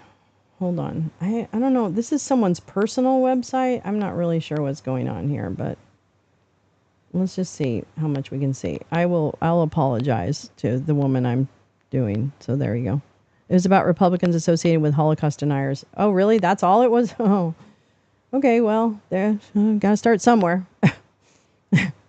I guess we have to start somewhere. All right, here. There's Rachel. Looking good, Rach. Here we go. I like Rachel Maddow very much. Very smart. So you know what that means? Obviously, it means happy birthday, North Korea. Hope you remember to get them something nice. North Korea traces its founding to this date in 1948. I'm sorry. I also say that, by the way, with Pulitzer Prize winner Anne Applebaum argues that all these various dictators of every ideological stripe, they all end up supporting and praising each other and helping each other because of mutual interest. Because no matter what they are like individually, or no matter what the system of government is there in their country, whether they're left-wing dictators or right-wing dictators or just cuckoo for Cocoa Puffs dictators who think they're gods on earth, they all have a mutual interest in doing what they can to denigrate and discredit democracy. They all have an interest in making sure that the people, wherever they are, don't get any big dreams or big ideas about rising up and replacing authoritarian systems with some other more democratic form of government. They all mutually, no matter what else you can say about them, they all want to stay in power. They want to accumulate as much wealth as possible and keep it for themselves video and their on families, her Maddow and they blog want to rule website for life. Or the NBC website. So they all have that in common, and so they formed kind of a club. We're gonna go. Okay, where are you? They admire each other's tactics in repressing their own people and the opposition and the judiciary and the. Oh, here we go. Is this? Hold on.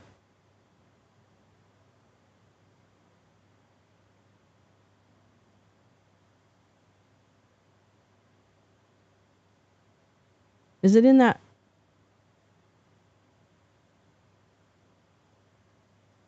I'm so sorry. I just don't know everything about where her fucking shit is, so I apologize. You went way too far. Yeah. Is it in the... I mean, this is all North Korea. Is it this part where... Oh, fuck. Holocaust denier. Said the Medal of Honor was a bad thing because members of the military who received that highest military honor that we give as a nation, they've usually been shot or killed in defense of their country by the time they received that award. Do you remember the context of why he said that? The reason he said that, the rift that led to them, immigrants, according to the Republicans now, are stealing people's household pets and eating them, which is insane. This is not true. But hey, once you're getting people riled up to do their worst, who among us thinks that a little fact-checking is going to be enough to stop what you've started? This gross, like even darker than usual turn from the Republican nominee comes at a very late moment in the presidential campaign. Okay. And it comes at a time when something that we can't ignore is raising its head again in their political circles. And that, I can't even believe I have to say this, but it's part of the news cycle again from them. It's Holocaust denial. And I say it's come up from them again because, of course, we had Trump host a dinner for rapper Kanye West after West said he was going DEFCON 3 on Jewish people and started posting swastikas online. Mr. West's dinner companion was a self-avowed Nazi with a large online following. We then recently had a major point of awkwardness between the Trump campaign and one of their largest donors. Remember when Trump said the Medal of Honor was a bad thing because members of the military who received that highest military honor that we give as a nation, they've usually been shot or killed in defense of their country by the time they receive that award? Do you remember the context of why he said that? The reason he said that, the riff that led him to that, is because he was saying the Medal of Honor is bad compared with another medal that he said was better. Because the other medal he said was better was the one he had given to his billionaire donor, Miriam Adelson. Why was he talking about the fact that he gave Miriam Adelson that medal years ago? He didn't give it to her recently. He gave it to her when he was president. Why was he bringing that up now on the campaign trail? Because he was trying to make nice to her. He had to make nice to her because he wants her money for the campaign again this year. And he had to make something up to her because a bunch of text messages were leaked in which his running mate, J.D. Vance, talked smack about Mrs. Adelson and specifically her late husband. Those disparaging messages about the Adelsons were leaked to the press by the person to whom J.D. Vance sent the texts. This is a man who J.D. Vance was texting with a lot, including texting this man disparaging remarks about a famous Jewish Republican political donor. The man who J.D. Vance was texting with about that, the guy who leaked the messages to the press, is himself most notorious for being a Holocaust denier.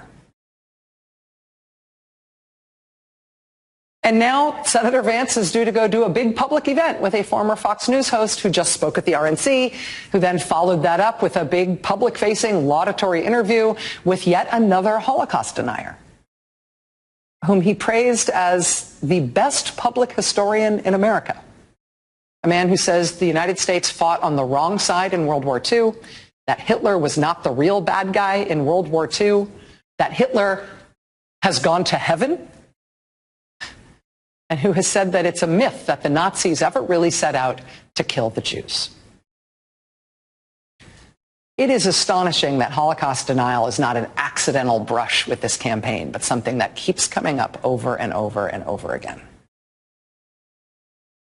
And it's not just something that's like outre or impolite.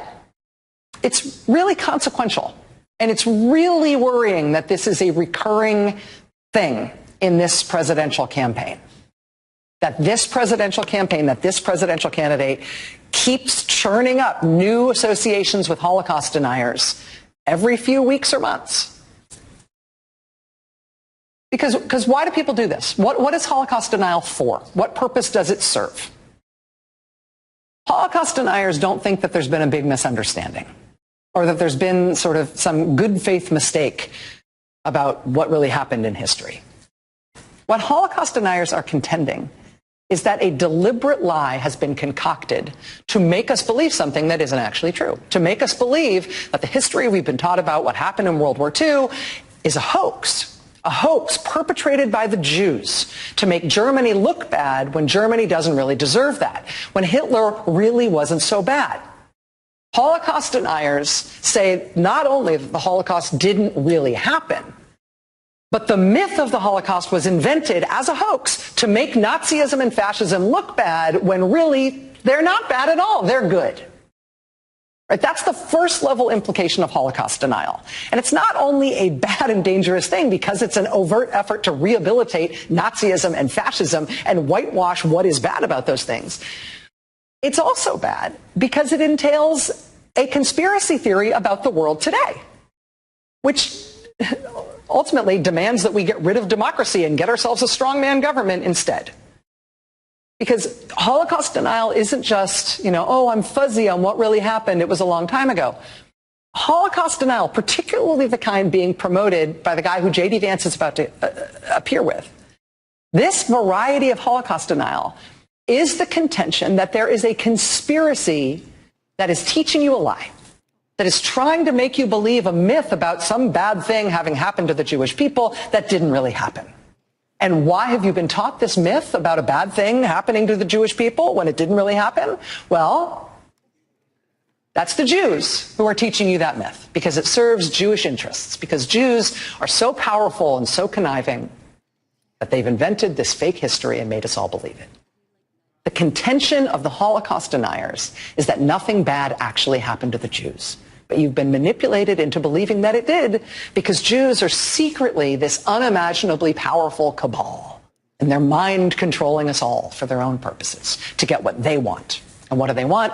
They want white Christians to look bad so that they can be in charge. They want to destroy the white race. They want to destroy Christianity. They want to rule the world. And the implication of this is that if there's a group that powerful conspiring against Christians everywhere, well, what could possibly stop them? Certainly there's no point in engaging in, democratic political processes because, hey, if the real power is in the hands of this secret evil elite operating behind the scenes, then nothing you do in so-called politics is going to ever matter. The evil cabal will keep pulling the strings. So don't bother participating in politics. It's all a ruse. It's all a hoax. There's an evil conspiracy that's really running everything. In that formulation, democracy is for suckers, right? Democracy is naive and maybe even evil if it allows these evil, powerful groups like Jewish people to participate in democratic processes along us, the Christians, who are evermore their victims. So in the short term, right, before you rush to the eliminationist, murderous ends that Holocaust denial inevitably leads to, even before you get there, the consequence of perpetrating this stuff, the consequence of platforming this stuff, the consequence of telling these lies, of defining Jewish people as perpetrating a hoax against white Christians, or even of defining Jewish people as the secret power behind the government or culture or finance or whatever, the consequence of it, what you're telling people is that we should give up on democracy because we're going to need to take extreme action against these very, very, very, very all-powerful evil enemies within. So maybe we'll start with camps for millions of people and long prison sentences for everybody we identify as an enemy. And what did he say? It will be a bloody story. So none of this is good. I mean, happy birthday, North Korea. I wish you all the best. But none of this is good. We are heading into the first and likely the only presidential debate of this campaign, while the Republican ticket is not just led by a self-professed fan of the weirdest and worst dictators around the world, a self-professed fan of dictatorship itself. He is now promising at his rallies that there will be bloodshed. He is getting his crowds to laugh at deadly violence perpetrated against his political enemies. He has turned a skull fracture into a laugh line. He is promising to imprison his enemies en masse. He is telling his crowds that his supporters who have committed criminal acts of violence on his behalf, he will spring them all from prison because they are his martyrs. And now his running mate is about to go do a ticketed tour event with the most high-profile American media figure to have ever promoted Holocaust denial. Because Hitler wasn't really the bad guy in World War II, and by the way, the United States was on the wrong side of that fight. Welcome, Vice Presidential nominee J.D. Vance. With that as the Republican Party platform this year, heading into the first debate, the presidential race is tied between the two parties. 5-minute rule with questions. The chair And recognizes. the character of the race on the Republican side, the de facto platform of the Republican Party here, is not just a little red flag here for danger. This is all the alarms going off all at once. There has never, ever been a presidential contest in this country with stakes like this.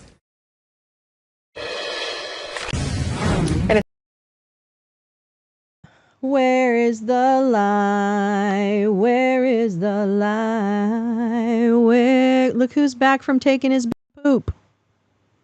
That was an important segment. Good morning, Robert.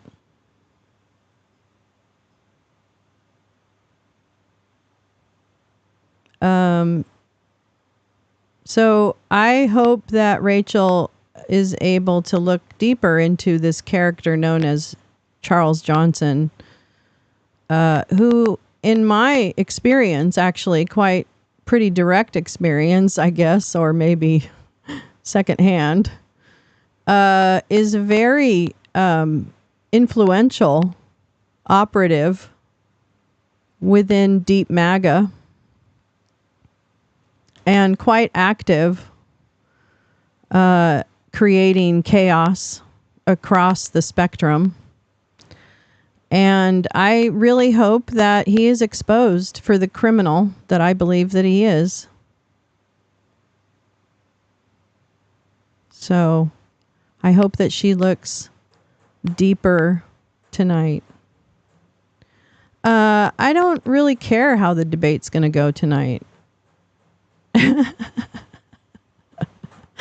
I have never, ever, ever in my sentient history cared about a debate. If that is where you get your information about a candidate from, I don't want you to vote. No, that's not true. I want you to vote, but I'd rather that you vote as a more informed voter. So I don't care how the debate's going to go tonight. I mean, TBH, you know, just being real. I don't care. It doesn't matter to me. I know who these people are because I've done the research. And if you were even thinking that there's a choice between, oh my God, you are really weird. Do you know that? I think you're a fucking chud. Anyway. If you're that stupid that that's what you're looking at tonight as a contest between two political candidates, fuck all the way off. Yeah, LOL your way. In fact, LOL your way banned from my channel because I'm tired of you, Robert, being a fucking chud and spreading disinformation through your moronic channel that I have long since stopped watching because you are such a moron. So let me keep it real with you, Robert. You're a fucking chud. You're a sick fucking chud. You're stupid. You're ill-informed. You haven't read a goddamn thing with all the fucking time on your hands. You still haven't picked up a goddamn newspaper or searched a website. You fucking, when I was seeing you, you were playing Jimmy Dore and Joe Rogan. What the fuck? You're not even offering commentary on it. You're like, oh, well, that's an interesting concept. You're a fucking idiot. No lie. And people like you are dangerous because you spread your stupidity to the few morons who will tune into your show and buy your bullshit. When I was there were only really chuds engaging with you. That should tell you that should be a problem, Robert. That's a red flag, bitch. Oh my God, stupid men. You're so stupid. Okay, that's it. I'm done. But I'm banning you from the channel. Don't fucking come back here. Stay the fuck in your lane. I'll fucking not fuck with you, but swear to God, mister, I'm done. You're a waste. A fucking waste. Oh, she said it again. So enjoy your incel life, you fucking chud. God. I'm done. I'm fucking done. I'm sorry. You don't get to, no. No, you don't get to come in here and be accepted when you're out there spreading a bunch of bullshit and frankly, being creepy as fuck. So no, I'm done. You come in here with your moronic questions, your moronic statements. Fuck off. That's not genuine. It's not real. And if it is, whoa. Whoa. I'd go to online college and get some more education. I'm sorry. I'm saying what I fucking feel. It's my show, and I get to say what I feel. Okay, let's listen to this asshole.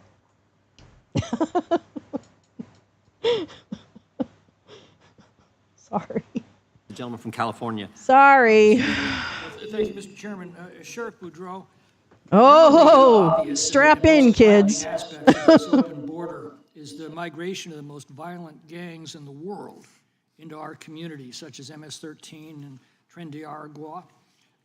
You said that the cartels are already trying to sink roots into your community. Could you go a little bit more into the details of what you're dealing with now in Tulare County? Yes, sir. What's interesting is that the cartels have actually infiltrated within California, even within agricultural businesses and businesses up and down the state of California. They are very smart. Thank you. Very good at what they do. They're businessmen. Thank you. They're also very dangerous and violent. I'm and they so lead by fucking intimidation and grateful fear. for myself. Thank you. In our county alone, Next. the Thank you. cartel that we Next. dismantled was a Sinaloa cartel. The DEA is, of the 50 people we arrested, the DEA is still hunting down the primary suspect who actually lives in Sinaloa, Mexico. During the course of this investigation, we did learn that homicides had taken place up and down the state, as well as in the central San Joaquin Valley. And did you say that one suspect was responsible for 25 You murders? probably need to check. I don't So think he in really another is for case- that. I So think what he's you're a fucking saying in chud. California So that's where I today, rest my real case, time. and I'm not even Real thinking time. about him anymore. It's We so have great. a man who was an assassin working for the cartel. And this man admitted to over 25 different assassinations that took place at the direction of the cartel. He was discovered after he had committed a homicide and accidentally had left a receipt from a gas station, and we caught him on video and was able to He's really speak with stripey. him, He's got lots of and during the stripeys. course of the investigation admitted to those. But what he also admitted is that he was responsible for a certain area of California. And there I'm gonna were be many other honest. assassins assigned by I spent a lot of time in Central California. You probably need to have a lot of adornment in order to feel like, because it's pretty sleepy, pretty sleepy farm stuff, About these issues? I am. And what are they saying? They're saying much of the same thing. You know, Sheriff Lamb is a good friend of mine out of Arizona who he and I speak pretty regularly. How Much of regularly what do you think I you would speak with of in regards Sheriff to Lamb? California and the violence as well as the human trafficking. Tell It's us. mirrored in other states Really? all throughout the United States. Do you know Michael Flynn? Illegal migrants often arrive into this country deeply indebted to the Mexican cartels that do actually control the border. How do the cartels enforce these debts on the other migrants? Enforce on the other who? On the other migrants? What's happening Admiral in of our the communities, fields. we're seeing people who have come into the United Oh, States the on work Prince visas of Darkness? and/or, Probably. victim They're probably visas in that signal where chat. They're living in these small migrant farming towns. The cartel wants to control these migrant towns and truly lead the same way that they are in other countries, specifically in Mexico. So the violence we're seeing in Mexico is already here and is in the process of getting deeply rooted into our communities. It's already rooted. Wow.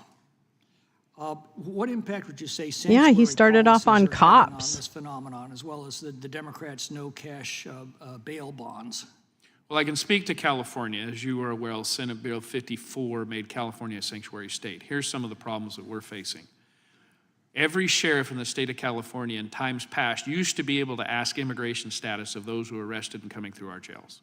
That no longer is in existence. Yeah, didn't his son die? Law enforcement are no He has a longer very, allowed I thought under he had Senate some Bill tragic 54, stories. supported by Kamala Harris at the time, spearheading much of the Senate Bill 54 with Sacramento Democrats. So when the Democrats tell us, well, there's no real evidence that illegal migrants cause more crimes, you're not even allowed to ask if they're illegal migrants. Well, and that's part of the formula. If I'm not able to ask, then there's no data to support.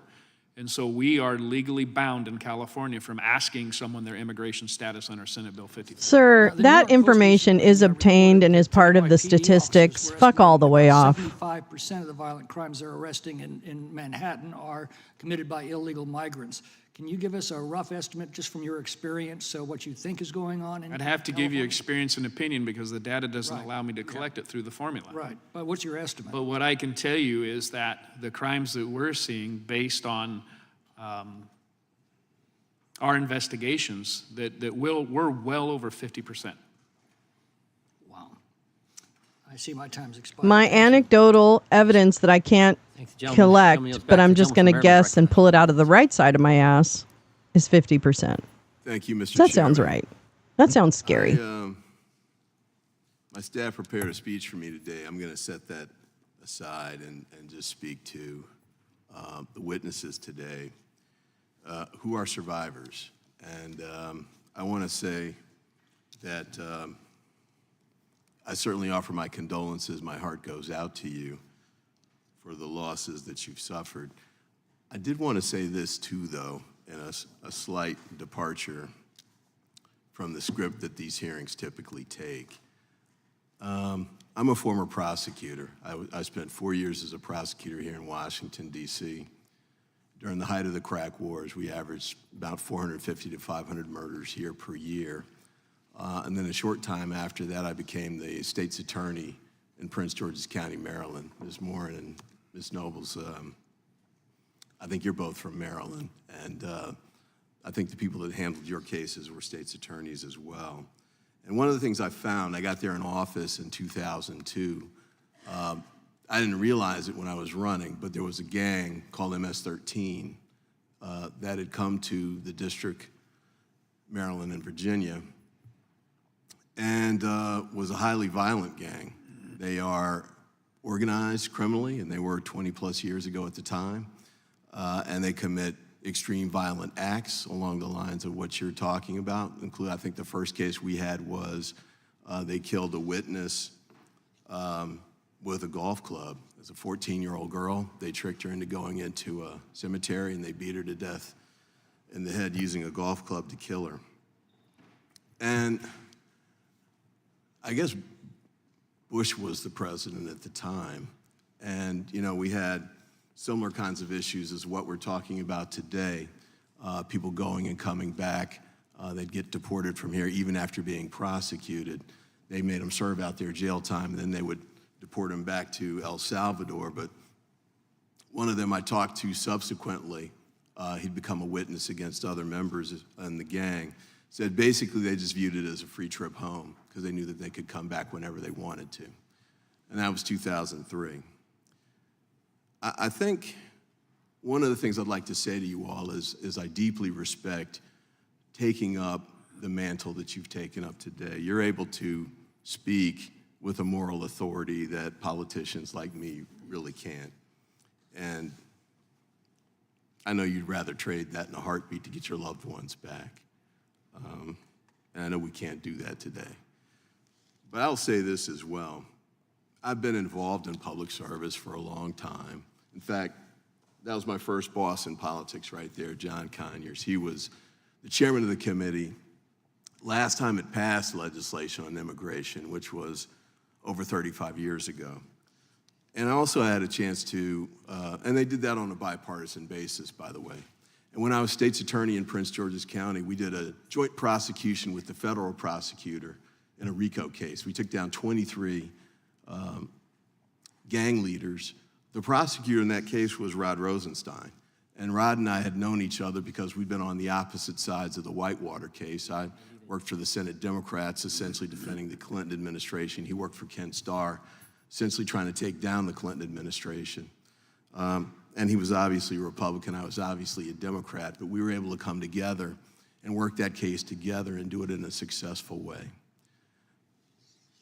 Now, you'll notice that at this hearing, that there's no legislation connected to the testimony that's being presented today. I think one of you actually referenced Ted Cruz legislation in the Senate side, but there's nothing pending here in the House that would address the problems we're talking about today. We had the chance to do that, but we chose not to do that. The chairman and my Republican colleagues chose not to do that, and there's a story behind that I don't have time to tell, but it doesn't really get to the point I want to make to you, which is this. Beyond this election cycle, because that's an issue that's in the way of getting something done right now, I love him. address the kind He's of wonderful. problems that you're talking about. There's going to be more opportunities for you to use your voices and your platforms to address these kinds of issues. I'm a Democrat, you're Republicans, or they're Republicans, you may be independents, I don't know. But I know that there's truth on both sides on this issue, and there's a way to get to a place where we can resolve it. But we won't do it in a partisan way. And so I want to thank you for coming today. And I urge you to continue the struggle, the fight, the voice. I think, Ms. Nungari, you said you will forever be her voice.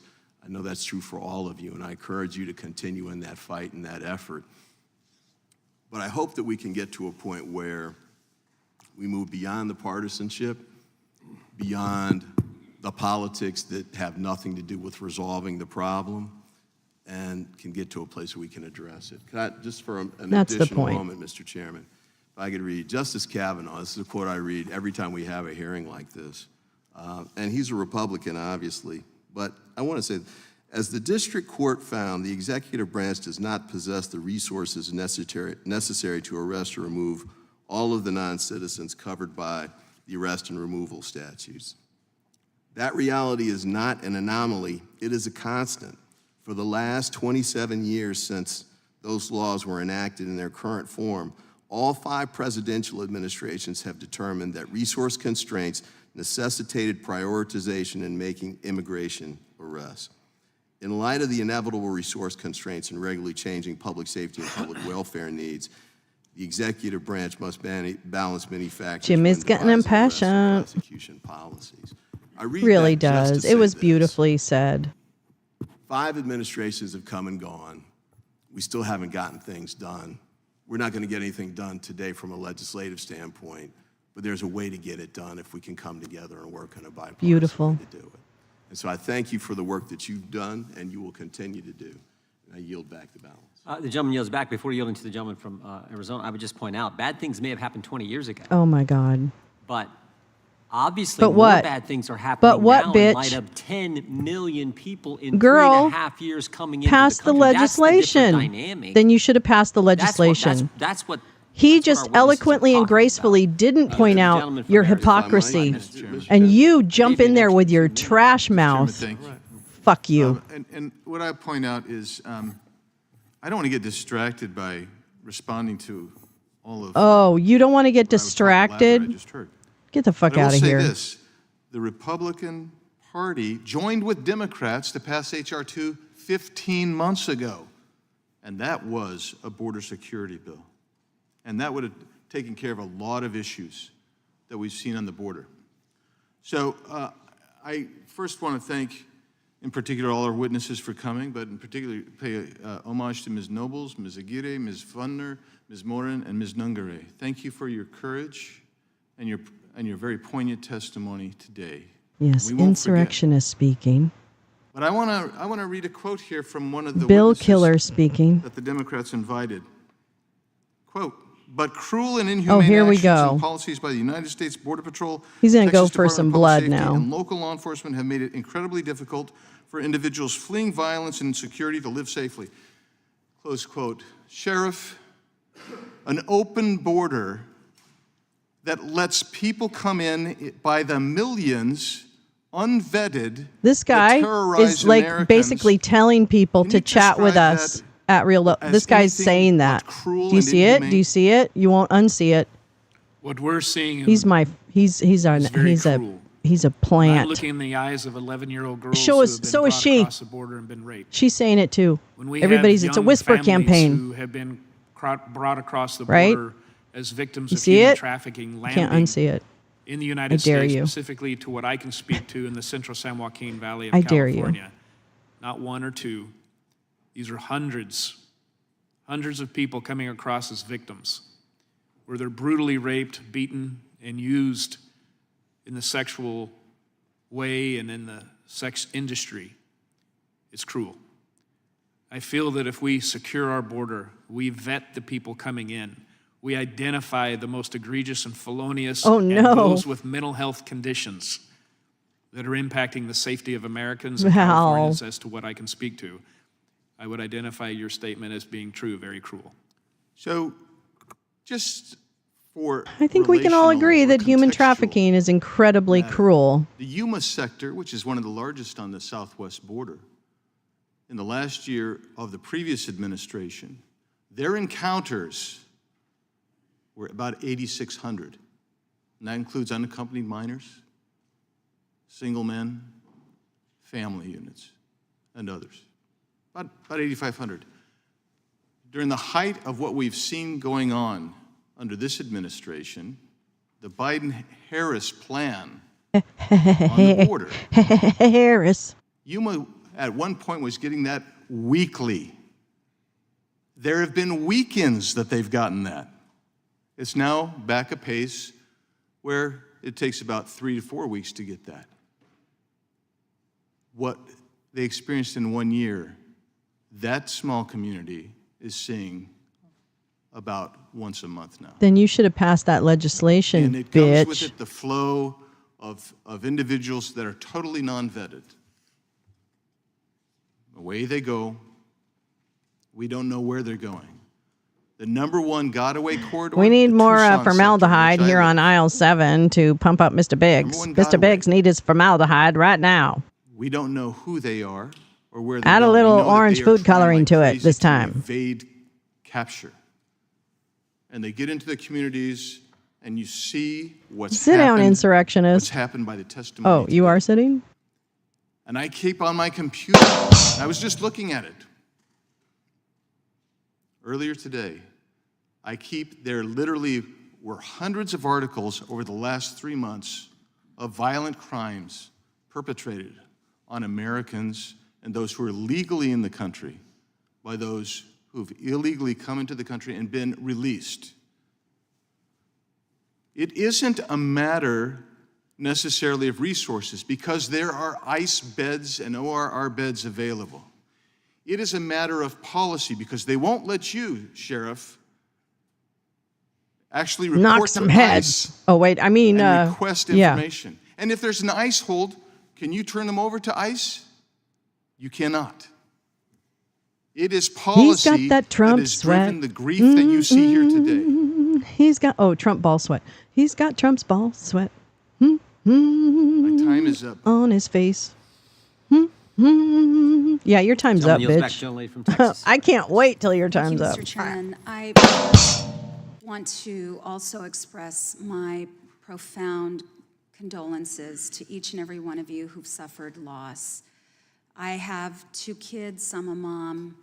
I would do anything for my kids, and I cannot imagine the grief of losing a loved one in such a tragic way. So I want you to know how much I respect the courage that it took for you to be here today, to share your grief and your pain.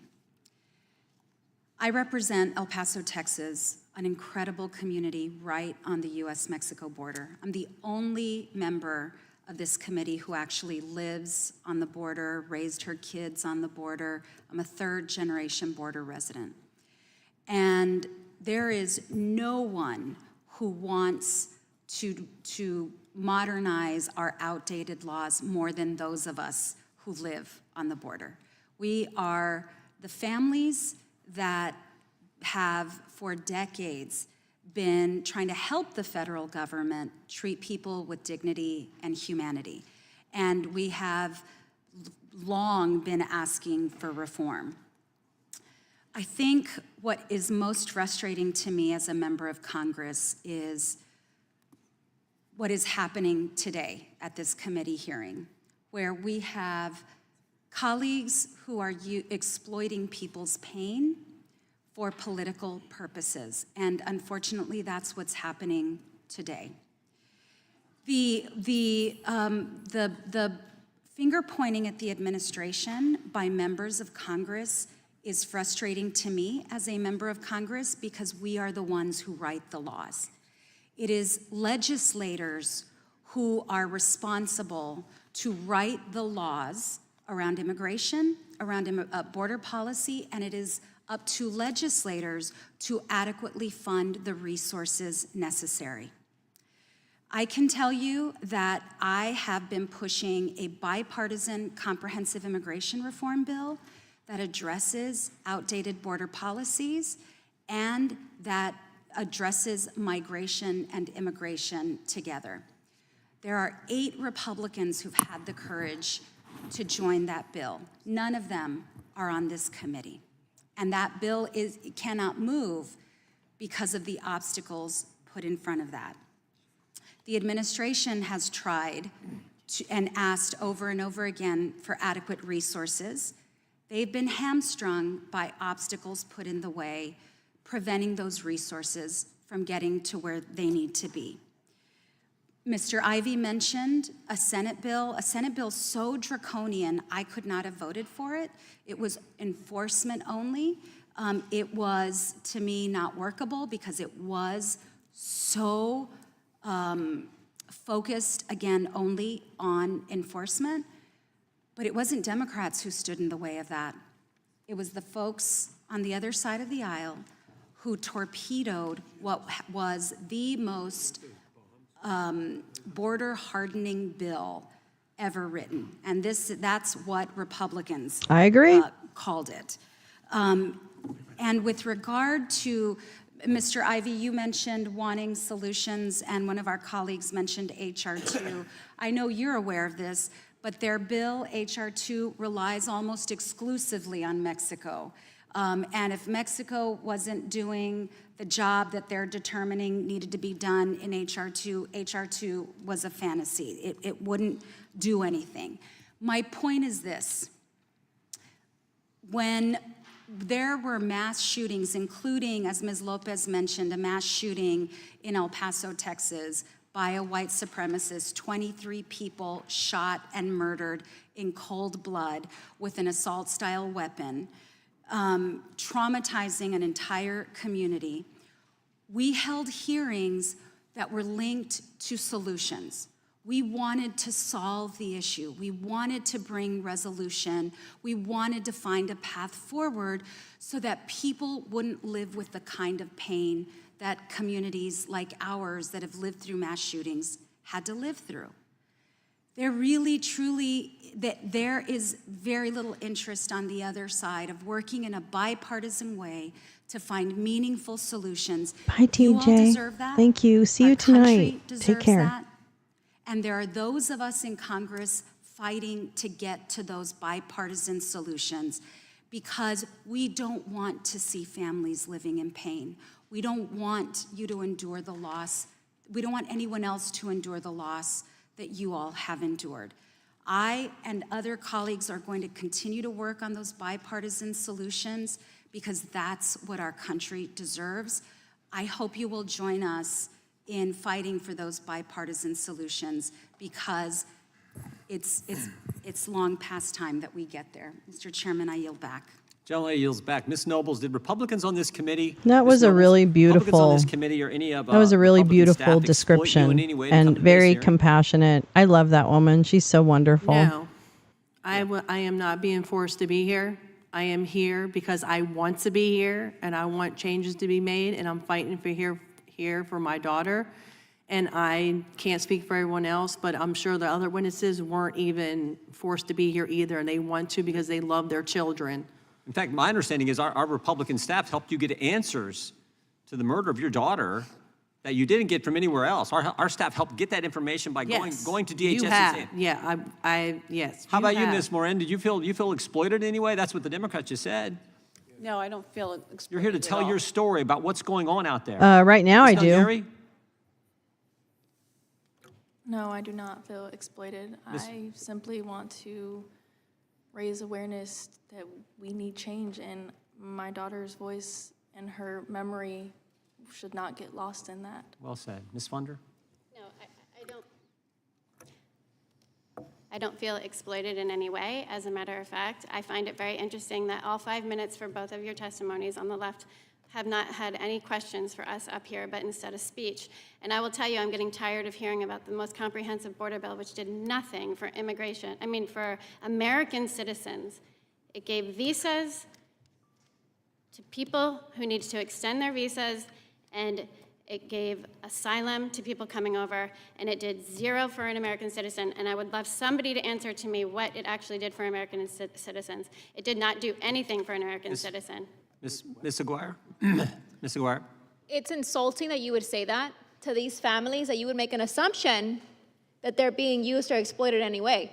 What I will do is I'll give you my number. It's 281-673-0736, and I'd like a phone call from you to see what you can do to help these families, because every single week I get bombarded with calls from victims all over the United States, but I'm just a small person with a small foundation that helps people here locally in Houston and Harris County. Not one time when her daughter was murdered and I was helping her navigate the criminal justice system did one Democrat call me to offer their assistance. It was only Republicans, and I am an independent. I vote both ways. So it's insulting. No, please don't speak over me, because I'm still talking. Okay. I'm not done. I have the mic. I have the floor. I have the floor. If Get you the wanna answer fuck me, you out of ask. there, time and the cunt! witness is allowed I'm to done with her. She's You said some very broad statements. she's It's a insulting. These people lost she does some kind of loved ones. legal They lost organization. I'm children. done. She And we great. wanna see Her a advocacy difference. is fantastic. We may not understand That's everything over the going line. on, but I assure you that we're not being used She in thinks any this is way. a fucking and if show. today somebody calls that number that wants to help from any side of the aisle, we want solutions. That's so what do I not, just I'm still talked talking. about. The So time- please don't. I just talked don't about make an belongs- assumption. Don't make an assumption that we're being used. That is insulting. The time belongs This to the is chair. The chair exploitive. now yields. Insulting. The chair yields the remainder of his time to the gentleman from Texas. I thank the witnesses. I thank the chairman. Get up and walk out. Ms. Ungaray, your daughter was taken from you in June of 2024, this year, correct? Yes, that's correct. She was killed by two Venezuelan men who crossed into Texas in March and May of this year, correct? That's correct. Those two Venezuelan men that crossed into Texas were released by this administration into the community after crossing, correct? That's correct. Do you believe that your daughter would be here today if they had not been released into the United States? I so heartedly believe that, yes. Ms. Marin, your daughter was taken from you in August of 2023, correct? Yes.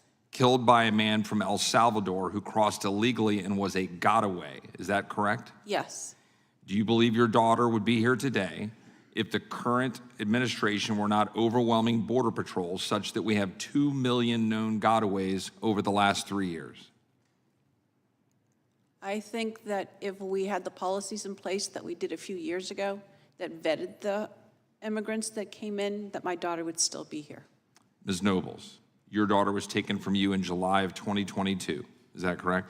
Yes. By a 17-year-old from El Salvador who entered in March of 2022, just a few months before, correct? Correct. Was released into the country. Is that correct? Correct. Do you believe that your daughter would be here today if that individual had not been released into the country according to a mass release program that has been underway for the last 3 years? Yes, she would be alive today if they would have made that one phone call to El Salvador to check, because he did have a criminal record in 2020 and gang-related tattoos. I yield back. Thank you. Chair recognizes the gentleman from New York, Mr. Nadler. Thank you. Dr. Farfan-Mendez, we've heard about some devastating tragedies at today's hearing. Unfortunately, tragedies occur far too often in this country at the hands of non-citizens and citizens alike. Parents are afraid that their kids won't be safe at school, at parades, at grocery stores, and even at houses of worship. The United States has long struggled to pass meaningful gun violence prevention measures into law. Last Congress, we were able to enact some much-needed reforms, but far more must be done. How does our inability to ensure that guns are well regulated, as the Second Amendment calls for, embolden cartels and incentivize more people to migrate to the United States? Thank you for your question, Congressman Nadler. One of the things that when we discuss organized crime is often lost in the conversation is that, like any organization, they also have operating costs. And one of these operating costs is that related to guns and the ability to perpetrate violence. And because it's so easy to traffic guns from the United States into Mexico, essentially what has happened is it has significantly lowered the cost of perpetrating violence in Mexico and other parts in the Western Hemisphere. And what these criminal groups are able to do, because violence is an essential component of their activities, is issue very credible threats to people, meaning that I can convince you, because I have an arsenal to prove it, that either you comply with what I'm saying or there will be consequences. And what we have seen is that to the extent that criminal groups are better armed and have these arsenals, again, that are very easy to acquire and traffic from the US into Mexico and other parts in the hemisphere, this creates displacement in communities, meaning that it puts pressure on migration corridors and it creates challenges in terms of addressing the migration flows that we're discussing here today. And what I'm hearing today essentially is I think all of us in this room are interested in having the health and safety of our communities. And what I would say to you is that to the extent that this firearms trafficking is not addressed, it's going to be a root cause that is basically left unattended. And we will be asking questions where the answer is very clear. Again, to the extent that these criminal groups have access to firearms that are very easy to acquire from the US and also ammunition, this will make it very cheap for them to perpetrate violence, and it would put a lot of pressure on migration flows. Thank you, Ms. Lopez. Over the Good. past few I would years, listen to an we've seen entire harmful hearing rhetoric thrown with at her religious and the woman to her organizations right. that help migrants, including the Catholic Church and the Hebrew Immigrant Aid Society, HIAS. Such rhetoric was echoed by the gunmen who murdered 11 congregants at the Tree of Life Synagogue in 2018. We have also heard attacks on religious organizations from members of this committee. Your organization is affiliated with the Roman Catholic Church of El Paso. Can you talk about how your faith calls you to serve all those in need of help? Link for the including speaker, asylum that seekers? last speaker. Thank you, Gal, for dropping Thank that. you, Congressman Adler. For me, at a very fundamental level, as a Catholic, it's important to me that every single person be treated with human dignity and respect. And at the very core of the work that we do, that's what it comes down to, is treating people with respect. Even sitting here today, having to hear the stories and the losses of the witnesses on the panels, I can't even imagine, the losses that they're dealing with and the pain that they're going through. And so we as an organization try really hard to make sure that we are treating people with that same dignity and respect, and that as attorneys, we're bound by the law. We are bound by what we are allowed to do within the legal system, and we work really hard to make sure that those individuals who do qualify for a benefit, that we treat them with the respect and dignity that they deserve. Thank you. And how do attacks on religious organizations impact your work? It makes it really scary for us to do the work day in, day out. I will say that it doesn't hinder our work, but it certainly makes us more weary of our surroundings. Following the mass shooting in 2019, we did have to increase security around our building out of fear that we might be the next target. Thank you. Dr. Farfan-Mendez and Ms. Lopez, you both live and work on the border. Can you please tell us about life on the border and how living there has shaped your view of immigration in the United States? Dr. Farfan-Mendez, let's start with you. Thank you, Congressman Adler. Well, I'm an immigrant, and let me share a story with you. August 30th is the International Day of the Disappeared, and August 31st is Overdose Awareness Day. And it's by happenstance that these 2 days happen to be together, but it seems very pertinent to the reality of North America. And in those 2 days, we set empty chairs, one on the San Diego side of the US border and one in Tijuana for the Mexican side. And those empty chairs symbolize precisely the loved ones that are no longer at the tables to gather with their loved ones. And what it meant to do, and what it is a call to action, to think about how border communities can work together. And what's interesting and pertinent to this hearing, Wonderful. Thank call you. to action at the border, is that families on both sides came together to say these are shared tragedies and these are shared pains, and we should be thinking about how we can work together and have meaningful engagement to stop deaths on both sides of the border. And so I will let you with that story of pragmatism and hope, again, from the border in terms of how we can find a path forward. Ms. Lopez. I would say, for me, there's something really beautiful about being on the border. We have the opportunity to live a life that's quite complex, and in that, we know what it's like to be in Mexico. We know what it's like to be in the United States. We have a sharing of culture, a sharing of language, a sharing of so much, and that it almost feels like one large community along the border. And there are the complexities of immigration and immigration matters along the border. I'm sorry, the girl next to her is killing me. Okay, Aguirre, she's just her because they don't have immigration body status. language And is so absolutely it's slaying a me. complex life, but it's a very beautiful beautiful, culturally rich place to live.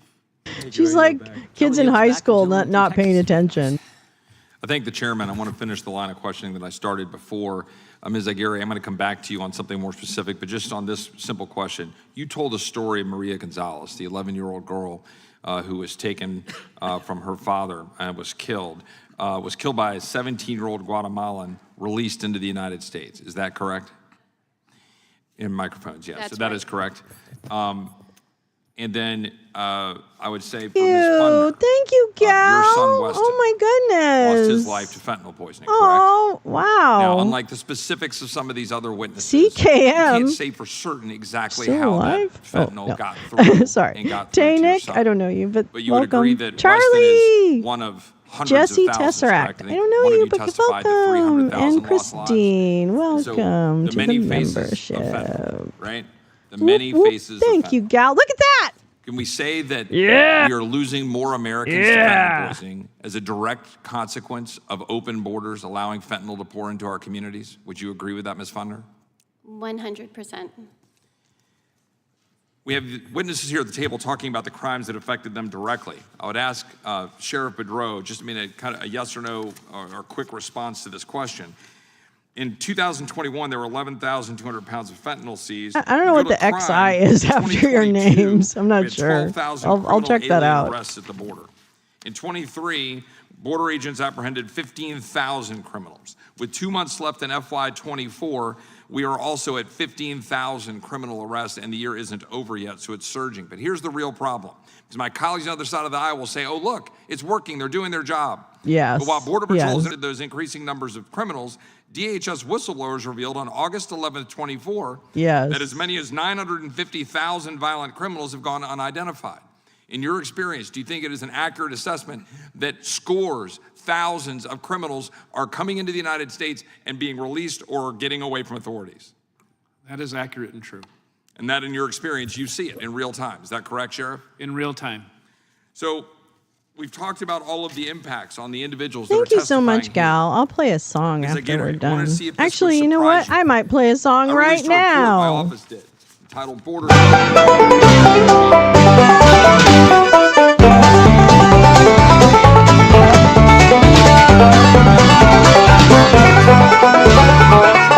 Had room. Let me just read a few of these. Thank Across the country. See if you. you No, agree thank that you so think much. this is That's a really problem and lovely. What you're Thank you. experiencing in your life representing people that are victims. September 3rd, the consequences of the Biden-Harris administration's open border policies, the case of the illegal alien brutally assaulting a teenage Louisiana girl. August 30th, the case of the illegal alien who brutally assaulted a New York woman. August 17th, Brazilian migrant accused of multiple Massachusetts sex crimes, arrested. August 15th, Haitian illegal immigrant charged with raping pregnant woman at Massachusetts migrant motel. August 15th, U.S. officials nab Peruvian gang leader wanted for nearly 24 killings in home country. August 14th, machete wielder at Capitol was a legal immigrant despite being a priority, quote unquote, for detention. August 13th, migrant charged with rape in third NYC sex crime bust of an asylum seeker in 2 weeks. August 12th, NYC migrants, including one charged in sex assault 4 months ago, raped woman at knife point, beat her boyfriend. August 7th, Venezuelan migrant with suspected gang ties released in the United States before terrorizing NYC and is yet to be deported. I can go all the way back, date by date, through the year, into last year, November 4th, 2021. Without objection, I'll insert this into the record and the thousands of examples that are plaguing Americans across the country. With that background, one, Ms. Aguirre, can you confirm that these are just a sampling of what you're experiencing as a victim advocate out of Houston and people that are contacting you across the country, that this is not hyperbole, that this is not political, that these are in fact real human beings that we're trying to advocate for? And secondly, can you explain to the American people why was Maria targeted? I got shirts to wear when I do my half dinosaur. It says Democracy Dino, and then it's that beautiful AI that Gal did for me when there's a girl found that has been with raped media and murdered, literacy and Lolo's Lounge on the unusual. back. There isn't DNA cute? collection, and They're there's no huge. embalming, and there's no autopsy. She's buried. And along with her, It is what actually they did to perfect her. music for Now, Chippy. these predators thrive in these countries. And if you're not from those countries, you don't know that. Everybody thinks that it's like America everywhere else, and it's simply not. So when they come to this country to do this, it's because they're accustomed to doing that in their countries. And this is the problem with letting everybody in. And the case of Maria Gonzalez echoes this, because also Maria was here illegally as well. But her and her father were living an honorable, quiet, hardworking life. While this other individual came into this country as a child migrant, came in at 17 years old, and he was 18 years old when he killed her. 3 weeks into being in this country, and he killed her. The reason he chose her is because she's a child. The second reason, because she's a beautiful little girl. And the third is because she was vulnerable. They don't even have respect for their own communities, because both of these individuals were from Guatemala. Did that stop him from killing her? Absolutely not. Absolutely not. And it was not necessarily something that we could say, oh, well, you know, she passed away peacefully. No, she passed away fighting. She passed away hurting. She passed away losing nails, biting him, trying to get him off of her in her own home. These individuals see a little girl and they have an appetite for her. They see a woman and they have an appetite for her, because they do this in their country and it's not unusual. These are the type of people that we're letting in. By not checking, we don't know who's coming in. And you're not only, while you're reading your list, a lot of these people that they're harming are within their own, seeking the people that are in their hotels as well, that are also migrants that are being hurt. So they're hurting each other. And the same, like as you two are here in the testimony, Ms. Lopez and Dr. Mendez, you guys advocate for immigrants, but immigrants are also being victims of these bad immigrants. I just don't understand how we could Really? let everybody Do you in not without understand? Thank you, Ms. Aguirre. You don't understand? What do we do, honey? Do we not let anybody in? What's your bottom line? Oh, we'll go down the line. I'll do whatever you swallow. Okay. I'm sorry to each of you for the circumstances that have brought you here. I'm truly sorry that this has happened to your loved ones. And the persons responsible for the deaths of Weston, Arlene, Rachel, Kayla, and Jocelyn should die in jail and then rot in hell. That's what they deserve. I believe in security. I want barriers on our southern border at every place it makes sense. I don't want anyone to come into our country if we don't know who they are. I was a prosecutor. I'm probably one of the only persons in this room who's actually prosecuted and put away for the rest of their life some of the most violent people in our community. I'm the son of a cop. My brothers are cops. The two of them walk the beat every single day. I believe we can have security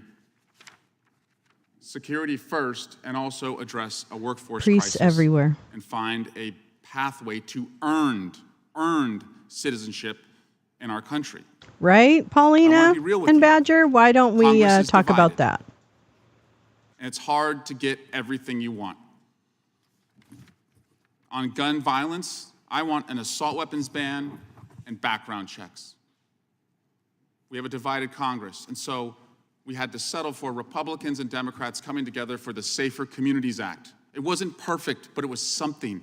And fewer kids will die in their classrooms today because Congress compromised. I want to be real with you. They don't want a compromise. Donald Trump walked away from the second most conservative Republican in the Senate offering a compromise. Don't take my word for it. Take theirs. The border is a very important issue for Donald Trump, and the fact that he would communicate to Republican senators and congresspeople that he doesn't want us to solve the border problem because he wants to blame Biden for it is really appalling.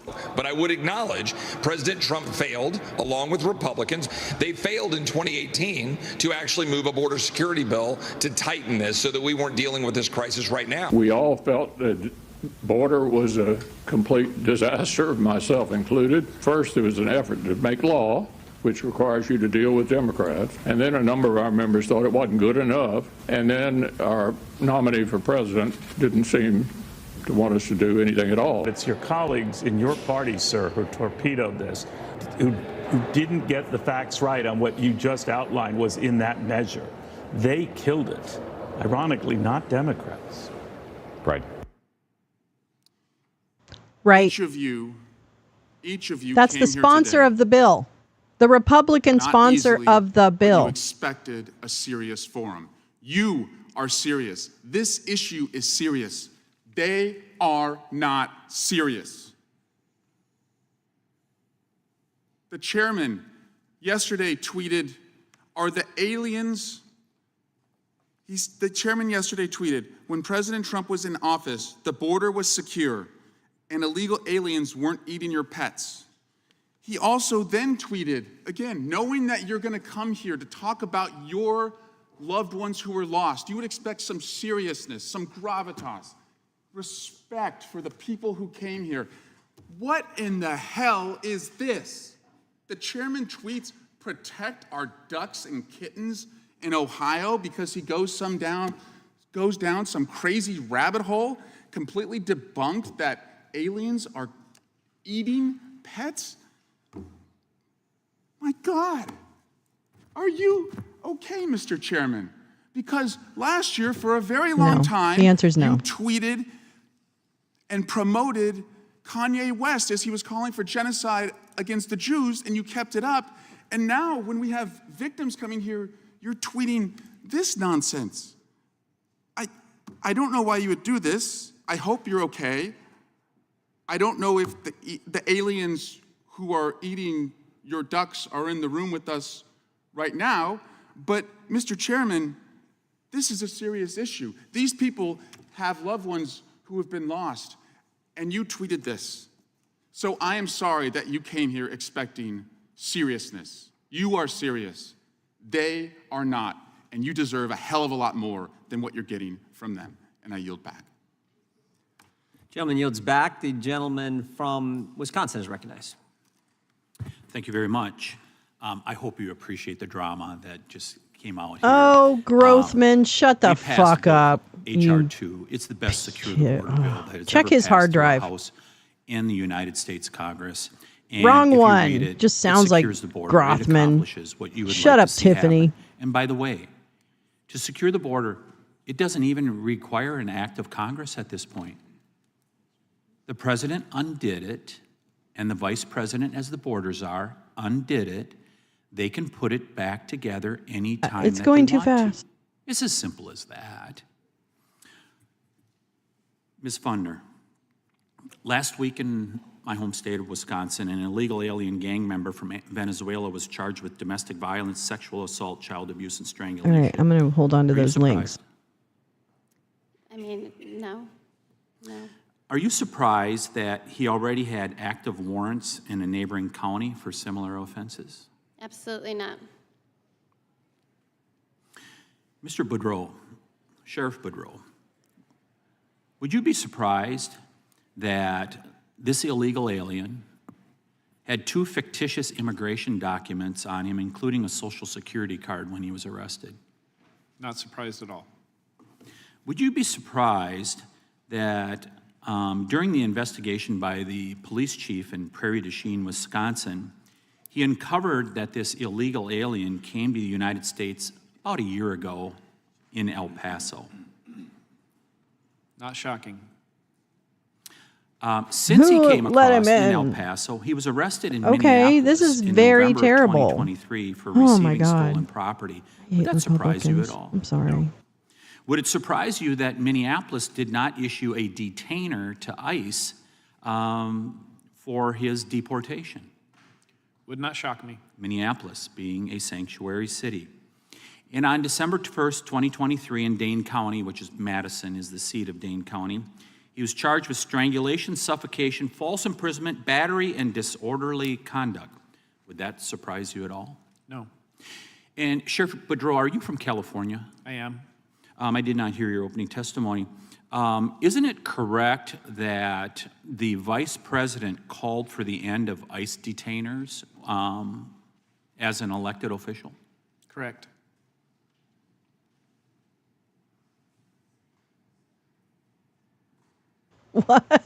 Mr. Chairman, I think we should have a That's hearing in the state of lacking Wisconsin.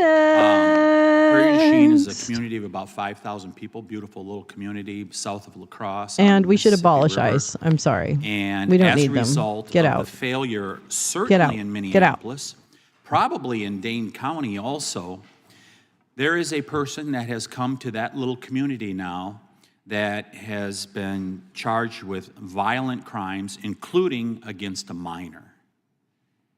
And as we're hearing from the people that are here today, they're not surprised at all that this would happen. And while making the joke in regards to ducks and things like that, it underlies a more serious issue in Springfield, Ohio,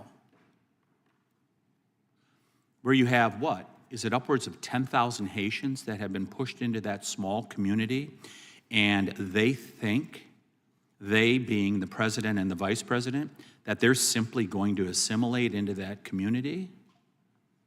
It's not happening. It's not happening across America. Fuck yeah, gal. Thank you for that. There's a link as well. Mark Elias has a So, Mr. link. Chairman, I'm going to State court dismisses issue the call Republican once member again. of Fulton I County think this Board of committee should Elections come to lawsuit Wisconsin, challenging and if her you could duty come to Prairie du Chien, certify Wisconsin, election results. People want answers. They want answers of why this is going on in the United States of America, how people can commit multiple offenses across various jurisdictions and nothing is done. What about the And president? America Oh, is being he's talking about destroyed. Trump. Oh my God. Fabric of family. Tiffany, you're so community right.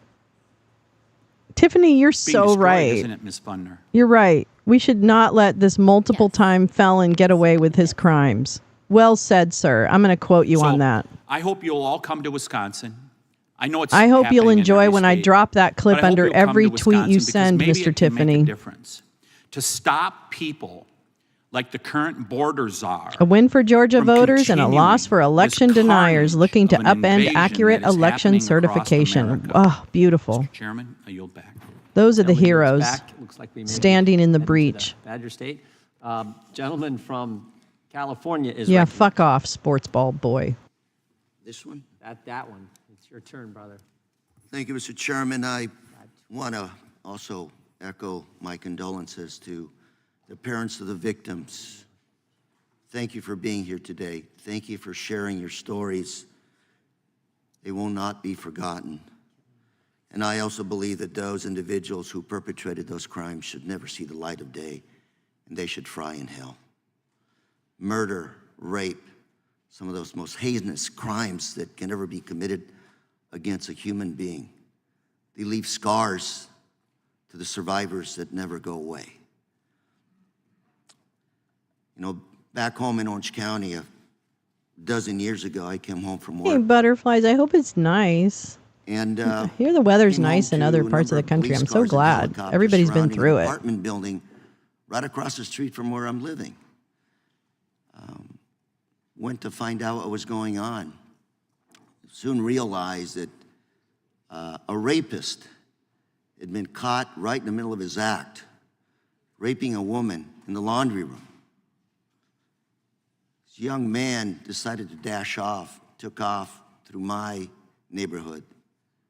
They finally caught him, found out through DNA and other instruments that he had raped at least 20 women, all undocumented in the area. And these are the women who actually stepped up to testify that they had been violated, that they had been raped.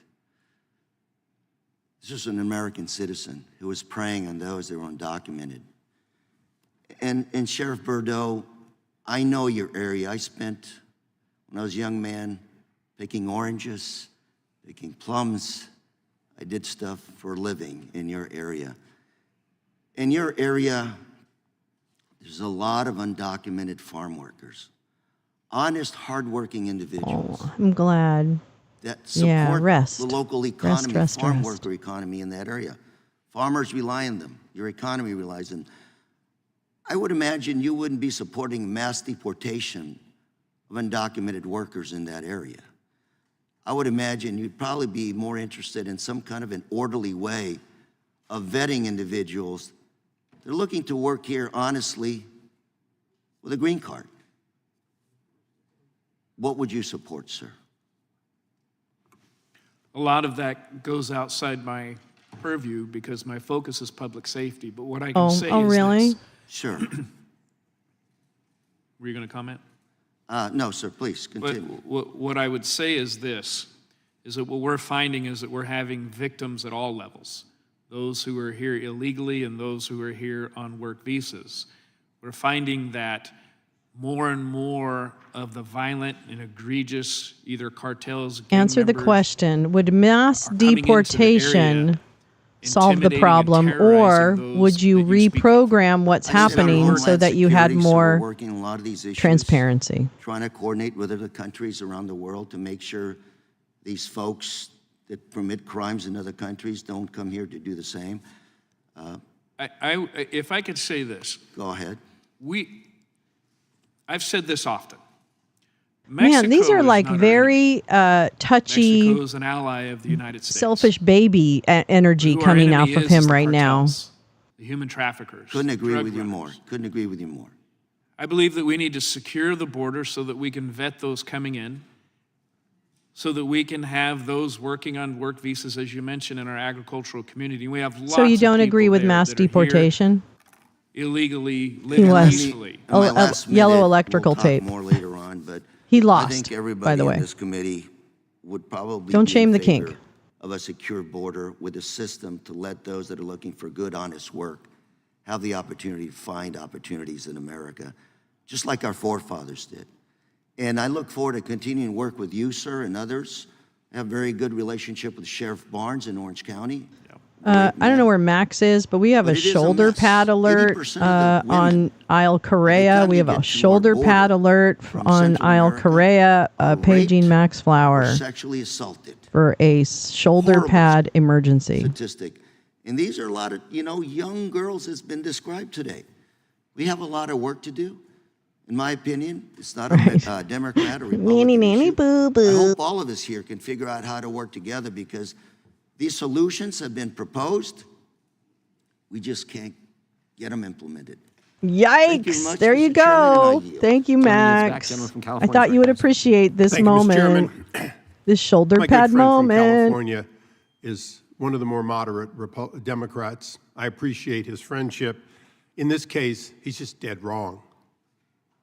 We had 10, take it from 12, Daryl 14 Issa, million illegals in this country. the Dorian before Gray this of California president came in, and we hadn't been able to congressman. clear them out in years, and we hadn't been able to get them vetted into the jobs, including the 2 million jobs in agriculture that my farmers say they want.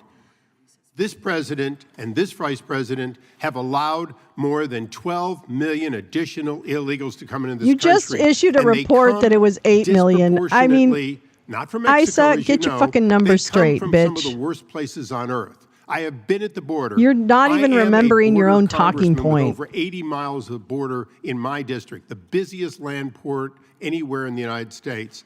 And you know what? Well, why aren't you down there Every fixing time I it? go there and lead a trip to the border, what I see are Venezuelans, Afghans, Syrians, Russians, and the list goes on, Chinese.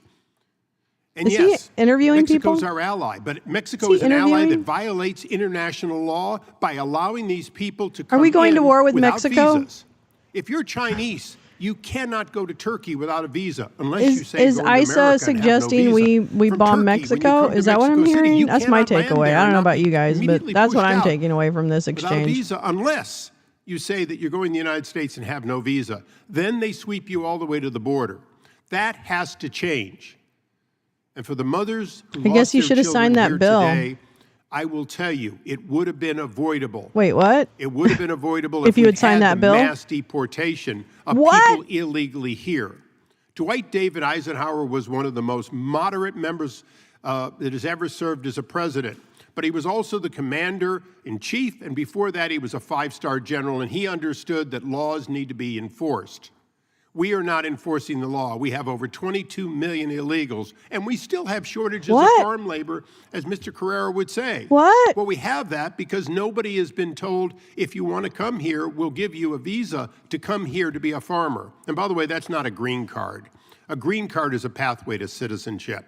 My colleagues on the other side of the aisle, Whoa, for hey. my 24, Hey, this is my 24th hey, Mr. year I've Potter, served here. calm down. For 24 years, they've talked about wanting reform. Every time they want to reform, it's like that cockamamie thing that was going to come out of the Senate, where you could do 5,000 people a day, and then if the president objected, you could slow things down.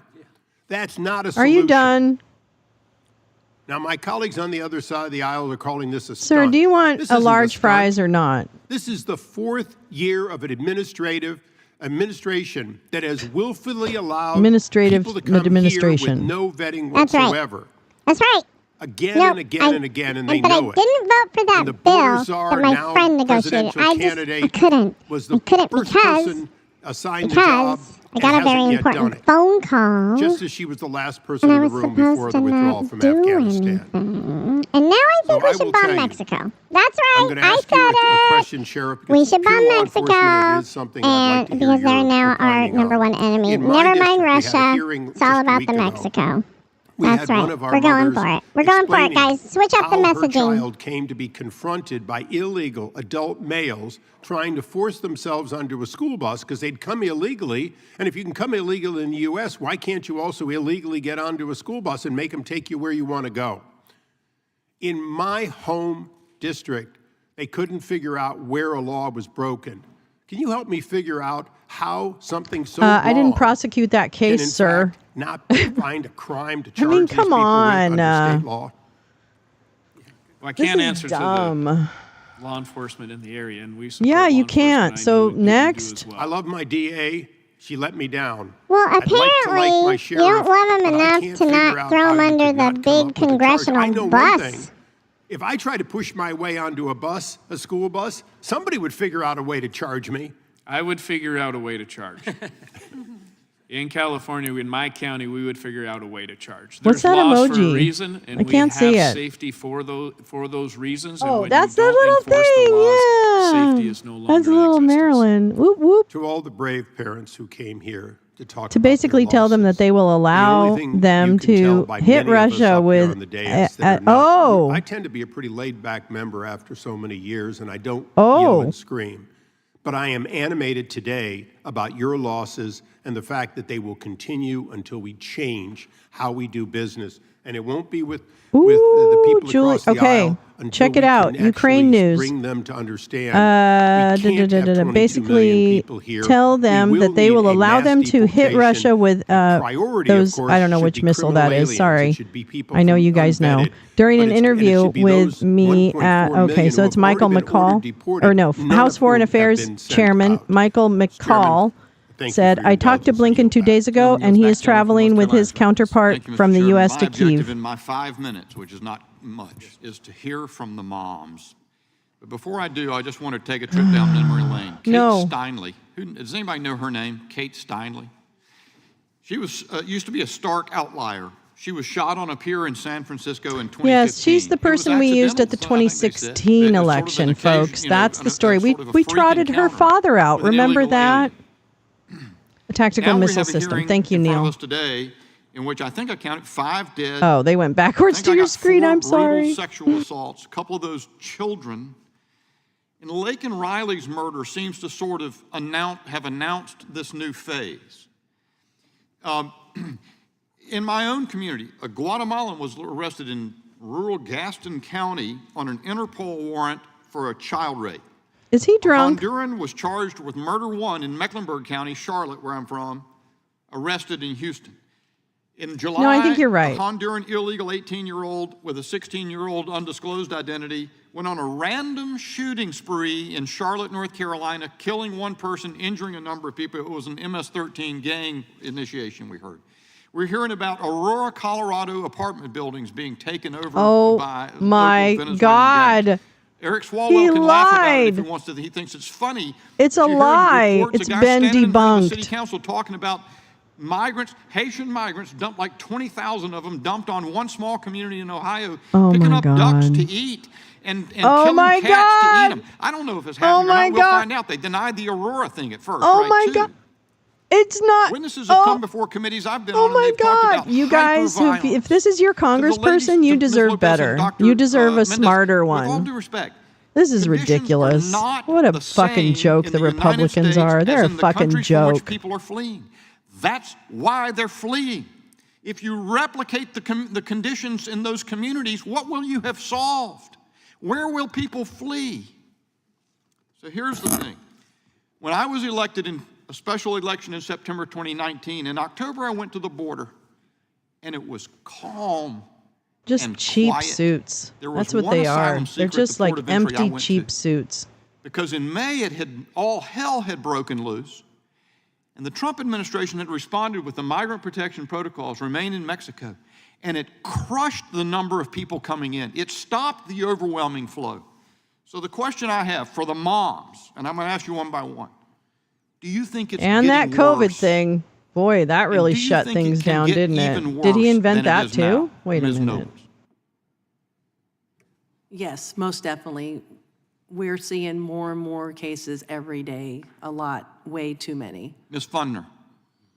How many? Yes, absolutely. Fentanyl is just, every year it gets larger and larger, the deaths. I mean, this is on American soil. We have 300,000 people dead since 2021 under the Biden-Harris administration, and it's just growing, and we expect it to be much bigger. How is this it year. growing? And we have reports that they're underreporting How is it growing? right now, and I'm not surprised because it's embarrassing.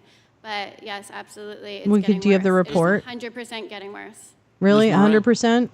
Yes, I think that if things continue, we're going to have a war on our soil. I Oh, think so you're that, predicting this is a war? security risk for our country. Really? You're a national And the security reason why I expert think now? That is because people are turning a blind eye to what's actually going on. Oh, really? You think that's and what's that actually allows happening? These unvetted criminals to come into our country, set up camp in all different states. I was just telling one of the gentlemen here that I was at the border. I met some folks at the border. I saw who lives at the border. I was also up in New England. I saw a week who ago, lived at the border. And I was surprised by the amount of immigrants from the Congo and from Sudan and from South America. Oh, I know this in lady. northern She's New not England. unfamiliar That's character in unheard my of. life. In Massachusetts, they've spent over $1.5 billion in order to. I want to save about Since 30 when? seconds for Ms. Nungaray, so give me finish Okay, that. all right, but yes. I didn't mean to cut you off, Ms. Marin. That's quite the contrary. Ms. Nungaray, how about you? Is it getting worse, and do you think it can get worse than it is? I can't believe it. It will continue to get worse if we do not use every detention center facility bed to detain them until their Can somebody immigration court please hearings debunk confirm and that? make sure for us I US get it, citizens but that we my will be God, these safe people are letting not new experts on the individuals in this border. I'm country sorry, you're not. they're taking And I feel our sorry for your future, our story, children, and I will taking fight for people who are justice for supposed your to be loved ones. making a But you are difference in this not, you're world. being used in a It'll get very, worse if we very don't make a evil little difference. game, and that's Mr. sad. Gure, I'm going to fire off one more question. They told us that there are about 2,500 children who were separated from their parents when we heard all the uproar about that. Yeah, they're talking Now I points. understand that there are 300,000 She even has to children think who about are it. disconnected, gone missing. What about that? To me, it clearly sees that there is more, there's more worry about immigrants' well-being than Americans' They are well-being. grieving that's parents troubling and loved because ones. they'd rather comfort And I migrants by totally not understand getting them that. through the process of getting them vetted, and that means This staying in a detention woman center while runs that an vetting organization. process is She taking also was place in an connected asylum to hearing, a right? girl who So we're willing died. to jeopardize I American don't lives think in the as family, process. but nonetheless, So it almost she's like they have driven these to backdoor, stop migrant arrangements crime. where they're like, okay, well, we might lose some American lives. Some of them might be criminals, and we're willing to gamble with Do you think the that's really Americans' what people public said? safety. Come on now. And that's where we're at right now. Come on because now. people need to understand that I personally am not against migration. I am against unvetted migration because, Well, but as then you said, need to push these for the migrants are pass fleeing of from a bill something, that would and here we are supposedly creating the address same it. environment here in United States soil that they're fleeing from. I think I'm finding you It's astonishing to disingenuous me because how of many that, of these victims ma'am. are actually also asylum seekers that are victims of Ma'am. their own migrants that are there with them in these groups that are Okay, being housed bye. together. I'm done. I'm And it's sorry. very I've troubling to me I because suffer it's not no good for fools anybody. today. I think we've seen that. I think it's getting worse, and it can get I worse. think it's Mr. getting Chairman, I worse. yield. Gentleman I yields think it's back. getting worse. I apologize. What We're do gonna you have to take think? another Do you think recess it's for getting 2 votes worse? on the floor. I will try to get back ASAP. Really, will you? Okay, wait. Actually, we're behind, We'll be so back as we quick as might we be can. okay. Committee stands in recess. Oh no, they're still in recess. Okay. She also has an inappropriate top on. I agree. I'm sorry. I'm all about the boobies, let me tell you. But if you are going to Congress, you might want to not be distracting with, or actually, I shouldn't say that because I don't think that clothes are really, anybody's business. But there's a little bit of the flair for the dramatic in her style that I am not a fan of. And she seems very angry at the women sitting next to her left. And frankly, I think she has no decorum in that regard. And so, tits out, great. Go for it, honey. Do whatever you want. I don't care. But know that your entire persona is not necessarily winning me over, shall we say. So, yeah, I don't know. I just, again, I hate policing clothes. I'm not really into that. I'll criticize your fashion 100%. But I'd never want women to feel like they can't wear something anywhere because I don't really care about but I think you're right. For this type of hearing, the gravitas, I don't know. When I went to Congress and went to hearings, because I used to do that when I worked in anti-slavery, we were really mindful about how we dressed. And, I don't know, you were mindful about it. It wasn't an overthought. But I don't know. Whatevs. Hey, man. But she also lost me when her mouth opened. And the sewage came out. So I think she's angry and hateful and bitter and probably a little bit of an actress. I'm going to be honest. She seems a little bit acty. And it's hard to take her seriously in that regard. So I can appreciate the stories that she's sharing and that she's advocating for that, but she seems to have missed part of the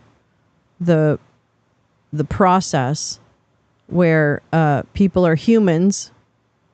Yeah, provocatory. She is very. I hate that style, by the way. I really fucking hate that style.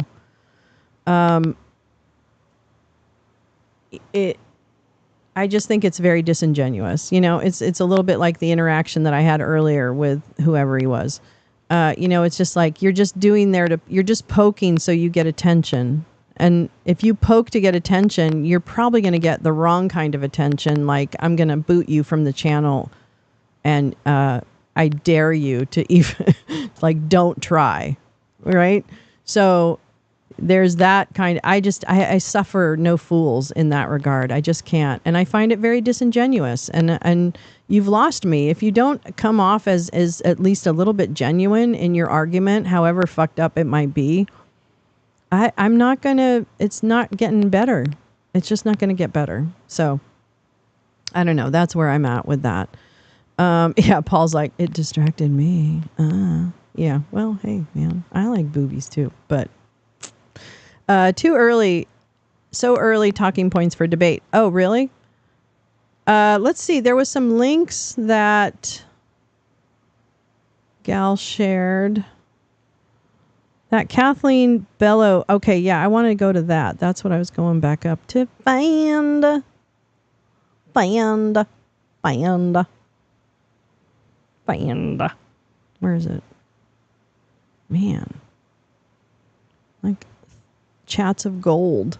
The chats of gold. Yeah.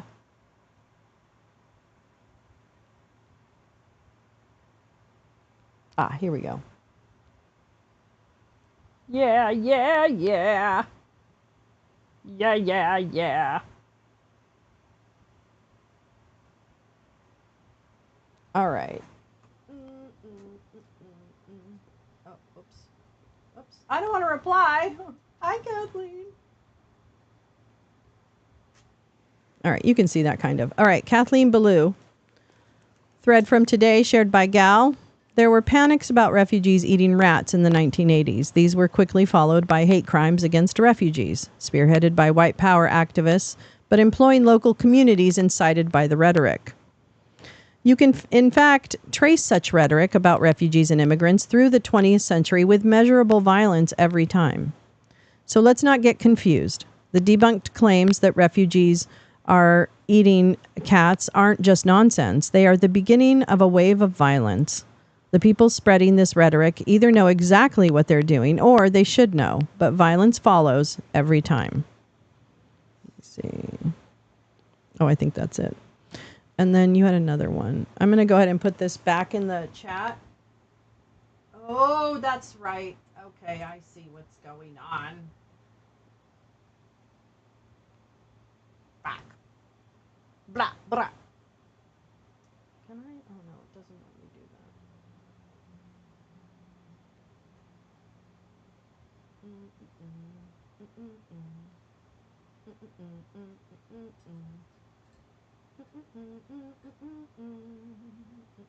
Hey, wait, what?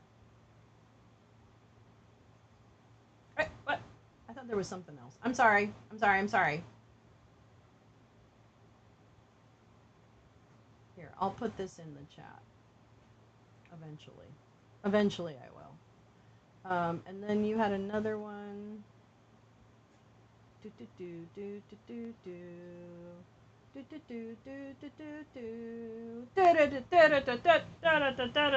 Oh, this one. Oh, interesting. So let's not get confused. The debunked claims that refugees are eating cats aren't just nonsense. They're the beginning of a wave of violence. Okay. I can't help but think. Oh, actually, that's the cat lady. Sorry, cat lady. Sorry. Okay. Hold on. Let me put that link in the chat.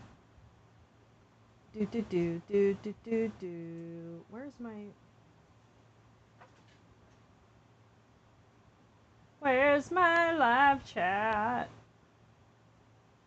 Oh, there it is. There it is. Never mind. Yes.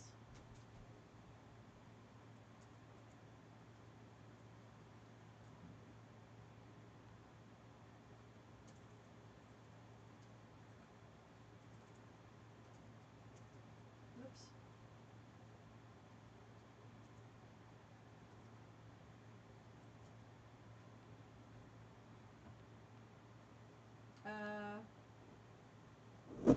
I think that's the thread. Now I'm scared that it's not the thread. Hold on. Let me just see what it does. Oh, yeah. It's the threader. It's the unraveled. It's the threader app of that. So that's what I put in the chat. Thank you, Gal, for making us smarter. We love you for making us smarter. Yeah. Whoops. Yeah. I think I don't want to make that big. I think I don't want to make it that big. I think I want to make it this big. There we go. Ah, a win. Let me just get this a little. Yeah. All right. And then, let me go back. Bada-bada-boo. Bada-bada-boo. Dogs in the 70s. Yep. Now cats. You're right, easily.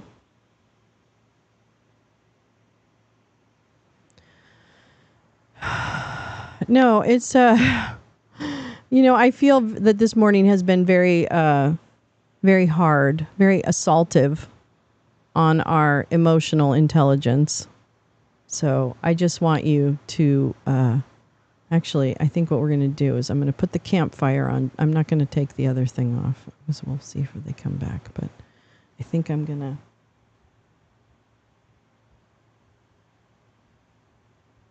just show you a campfire for a minute.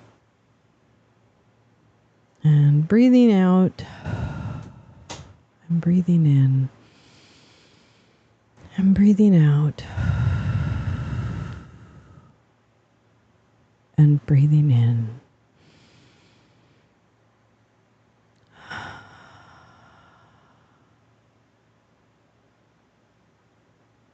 Yes. Just keep telling yourself information is power, but filter it. Filter it wisely. Well, they are delicious. I know. Babies, you know. Democrats have been accused of eating babies or drinking their blood. I don't know. What is it? Does one have to eat the baby in order to get the adrenochrome, which, by the way, apparently you can make in your blender. So I don't know why you even need a baby. Seems like a lot of trouble to go to for something you could make in your Ninja Bullet. You know, just saying. I mean, if I were of the baby eating type or the adrenochrome whatever type, I don't know if you eat it or drink it, then I might just go ahead and make it on my own because, frankly, who wants to wait? Nobody wants to wait. So yeah, the baby eating nonsense needs to stop. Nobody eats babies. Nobody kills babies in the 9th month. Nobody does that. You obviously, the people who believe that obviously don't understand how life works or how still deaths and other things can impact the lives of mothers. In the judicial system, clearly you don't know how that is, and that you don't know that actually people make laws around that so that mothers who have had accidental deaths, etc., can have some preservation of their rights. That's what it is. Oh, it's a metabolite? Oh, well, can I get it at the CVS? Oh, no, that's Pedialyte. Damn it. Okay, wrong one. I forgot. Baby in a blender jokes. I know there was. Drank baby blood. Another weird story. No, you didn't. Stop it easily. Stop it. Stop it. No. Stop. Everything stop. Stop. I want to get off. I'm just kidding. I guess it's not in Pedialyte. Damn it. See, that would also be something I mean, although I don't really enjoy like Gatorade or any of those things, so I'm probably not the target audience. With vodka, yeah. Well, you know, that's why vodka's such a great mixer. I'm sorry. I'm opting for irreverence at this point in the evening, so just, you know, enter at your own risk, I guess, is what I might say. I will say, programming note while we're sitting here with nothing to do. I will say, wait, 90s was about infidelity, which was weird considering they're Trump, right? Easily you crack me up.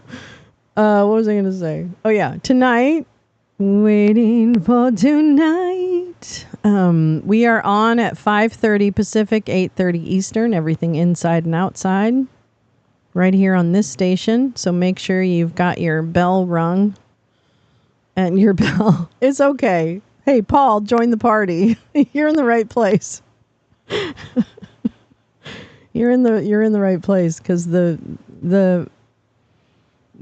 hostess of this bar is also in weird humor today, it seems. When I was working in Poland, they had the stuff called bison vodka. It had one really long blade of grass that was psychedelic. Wow. Well, that sounds kind of fun. Although I don't drink anymore. But that sounds kind of fun. Next year is my 20th anniversary of not drinking alcohol. I'm so happy. I'm so happy I gave that up. I've never looked back and regretted 1 ounce of my decision to let it go. So, for those of you struggling, thinking, doing, I stand with you.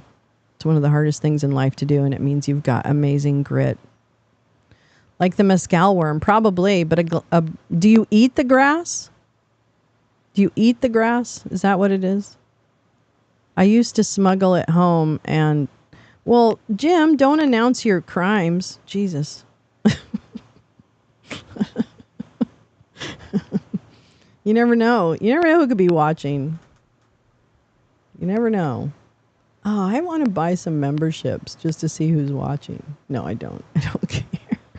Although I do always find it funny. I don't know why. It's stuff streamers do. Yeah, so today, let's get back to business. It's business time. I am going to go live at 5:30 tonight for the debate, the debate debacle.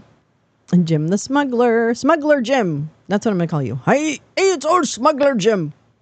I'm here with my one eye patch, and I'm a smuggler.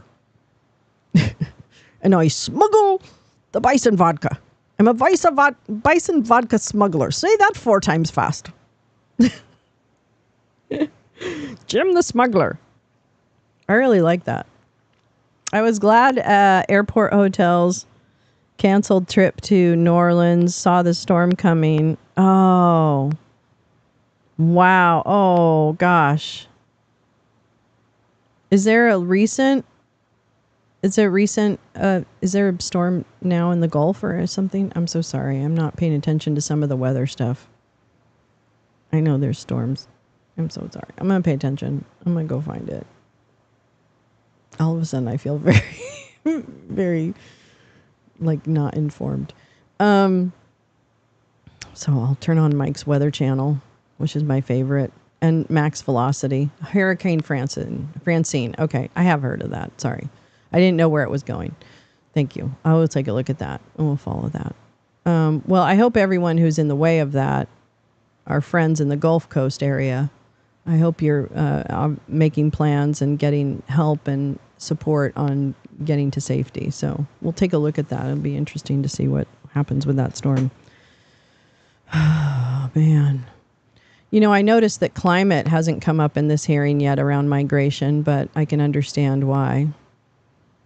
I've had a couple of beers a few times. We'll never go back to daily 6-packs. There you go. That's right, man. Yeah, I wish I had stopped at a 6-pack. I never did.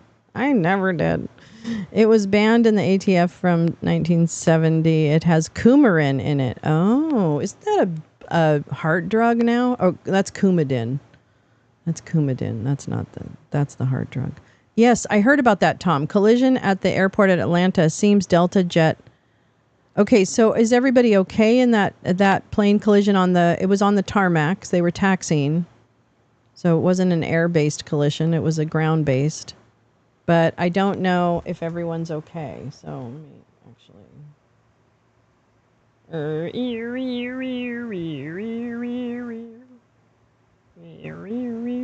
You're looking now. Okay, I'm gonna look too. Oh, you know what they're also having is they're having a subcommittee on the. I mean, I unfortunately I'm gonna have to take a little bit of a nap and eat some food before tonight, but they're also having a subcommittee with Governor Andrew Cuomo on the coronavirus pandemic. I don't know. I'm mad at him, so I can't watch him. I can't do it. Da da da da da da da da da da da da dun dun dun dun.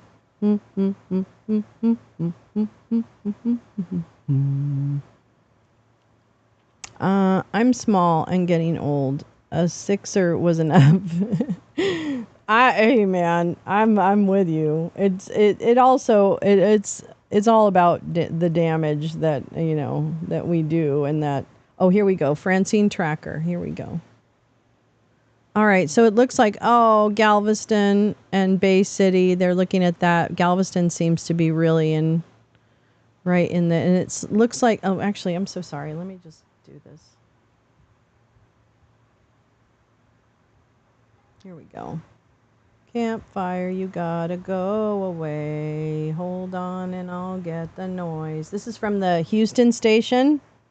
Oh, I guess we don't have any. These are just pictures. Sorry. There you go. We'll keep this on until the other thing comes back on. I usually remember going to bed these days. I know, right? Isn't that a nice feeling? It's a nice one. Remember the DC-10 exploding during takeoff in the 70s? I think I do remember that. I think I do. That's crazy. Oh, wow. It really is headed. Oh, 85 miles an hour. Okay, so hopefully it doesn't look like it's becoming a hurricane per se at this point. But I don't know how warm. I would imagine that water is pretty warm, though, right? It's kind of surprising that it wouldn't pick up more speed. But maybe that part of the Gulf, it's hard to pick up speed in a small enclosed bay, if you will, or whatever. Gulf, I guess. I don't know. Maybe. Because like that, like dips in after Brownsville. I don't know. Should be interesting.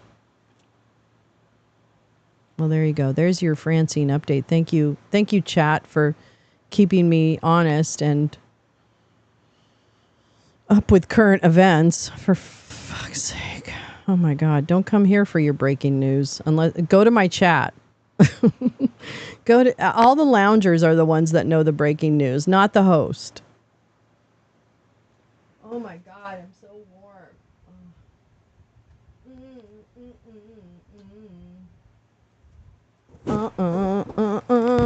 I'm starving. I can't wait to eat. I don't know what I'm going to have for lunch.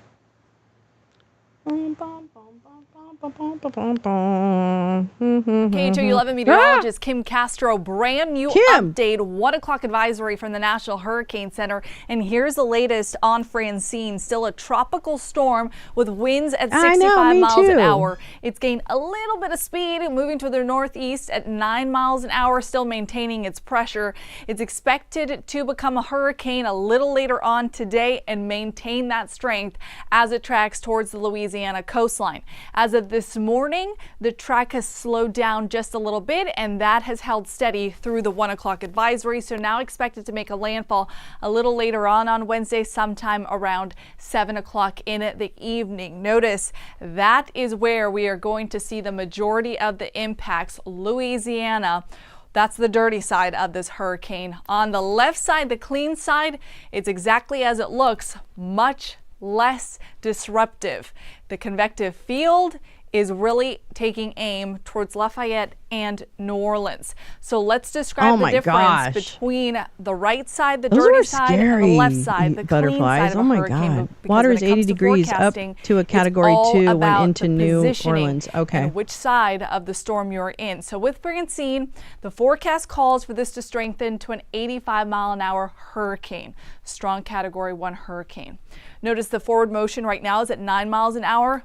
Let's say at its peak, it gets up to 15 miles an hour. With the right side of a hurricane, a lot of red on that because screen. It turns counterclockwise and it gains momentum on the right side. Try to think of this like a baseball player. When it starts to wind to hit the ball, there's a lot of momentum, a lot of force going in to hitting the ball. That's the right side of a hurricane. The left side is after the player has hit the ball and it starts to ricochet that bat backwards. It's a lot less forceful. So the right side, the left side.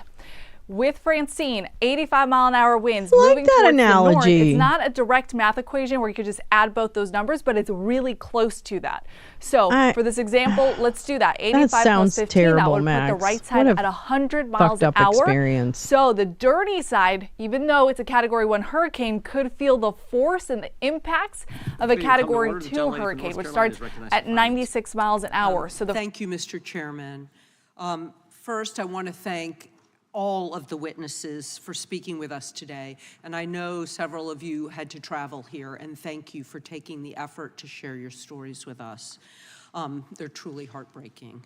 I want to extend my condolences to the witnesses who have lost family members to criminal activity.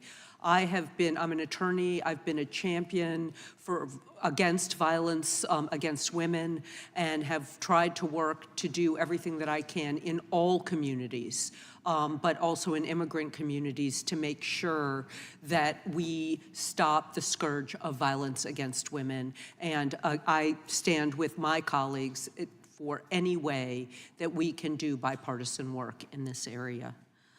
I also want to point out, I'm from North Carolina, so we're not a border state. And we've had incidences of illegal immigrants who have killed not just innocent victims, but also members of law enforcement. We're celebrating the anniversary of that, in that tragedy in my district right now.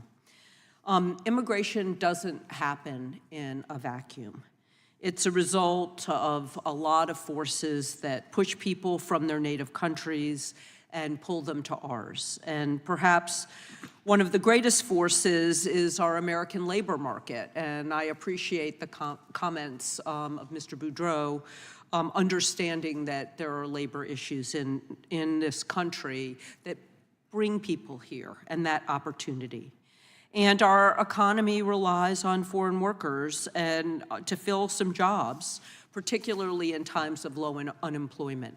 And that is one of the times that we're having right now. And migrants, the ones who don't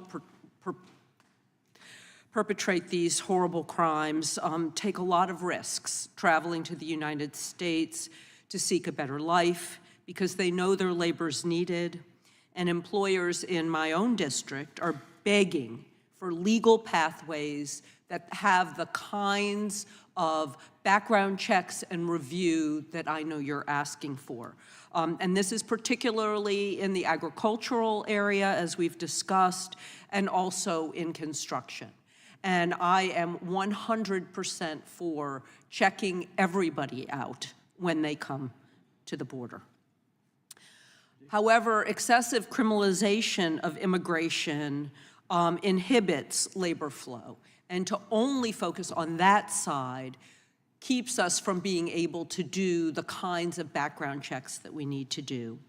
And what's happened that we've seen, particularly in the agriculture community, is that seasonal workers in decades past who could come temporarily now feel like they have to stay the entire time in order to do the work that they want to do because they don't have that free flow back and forth.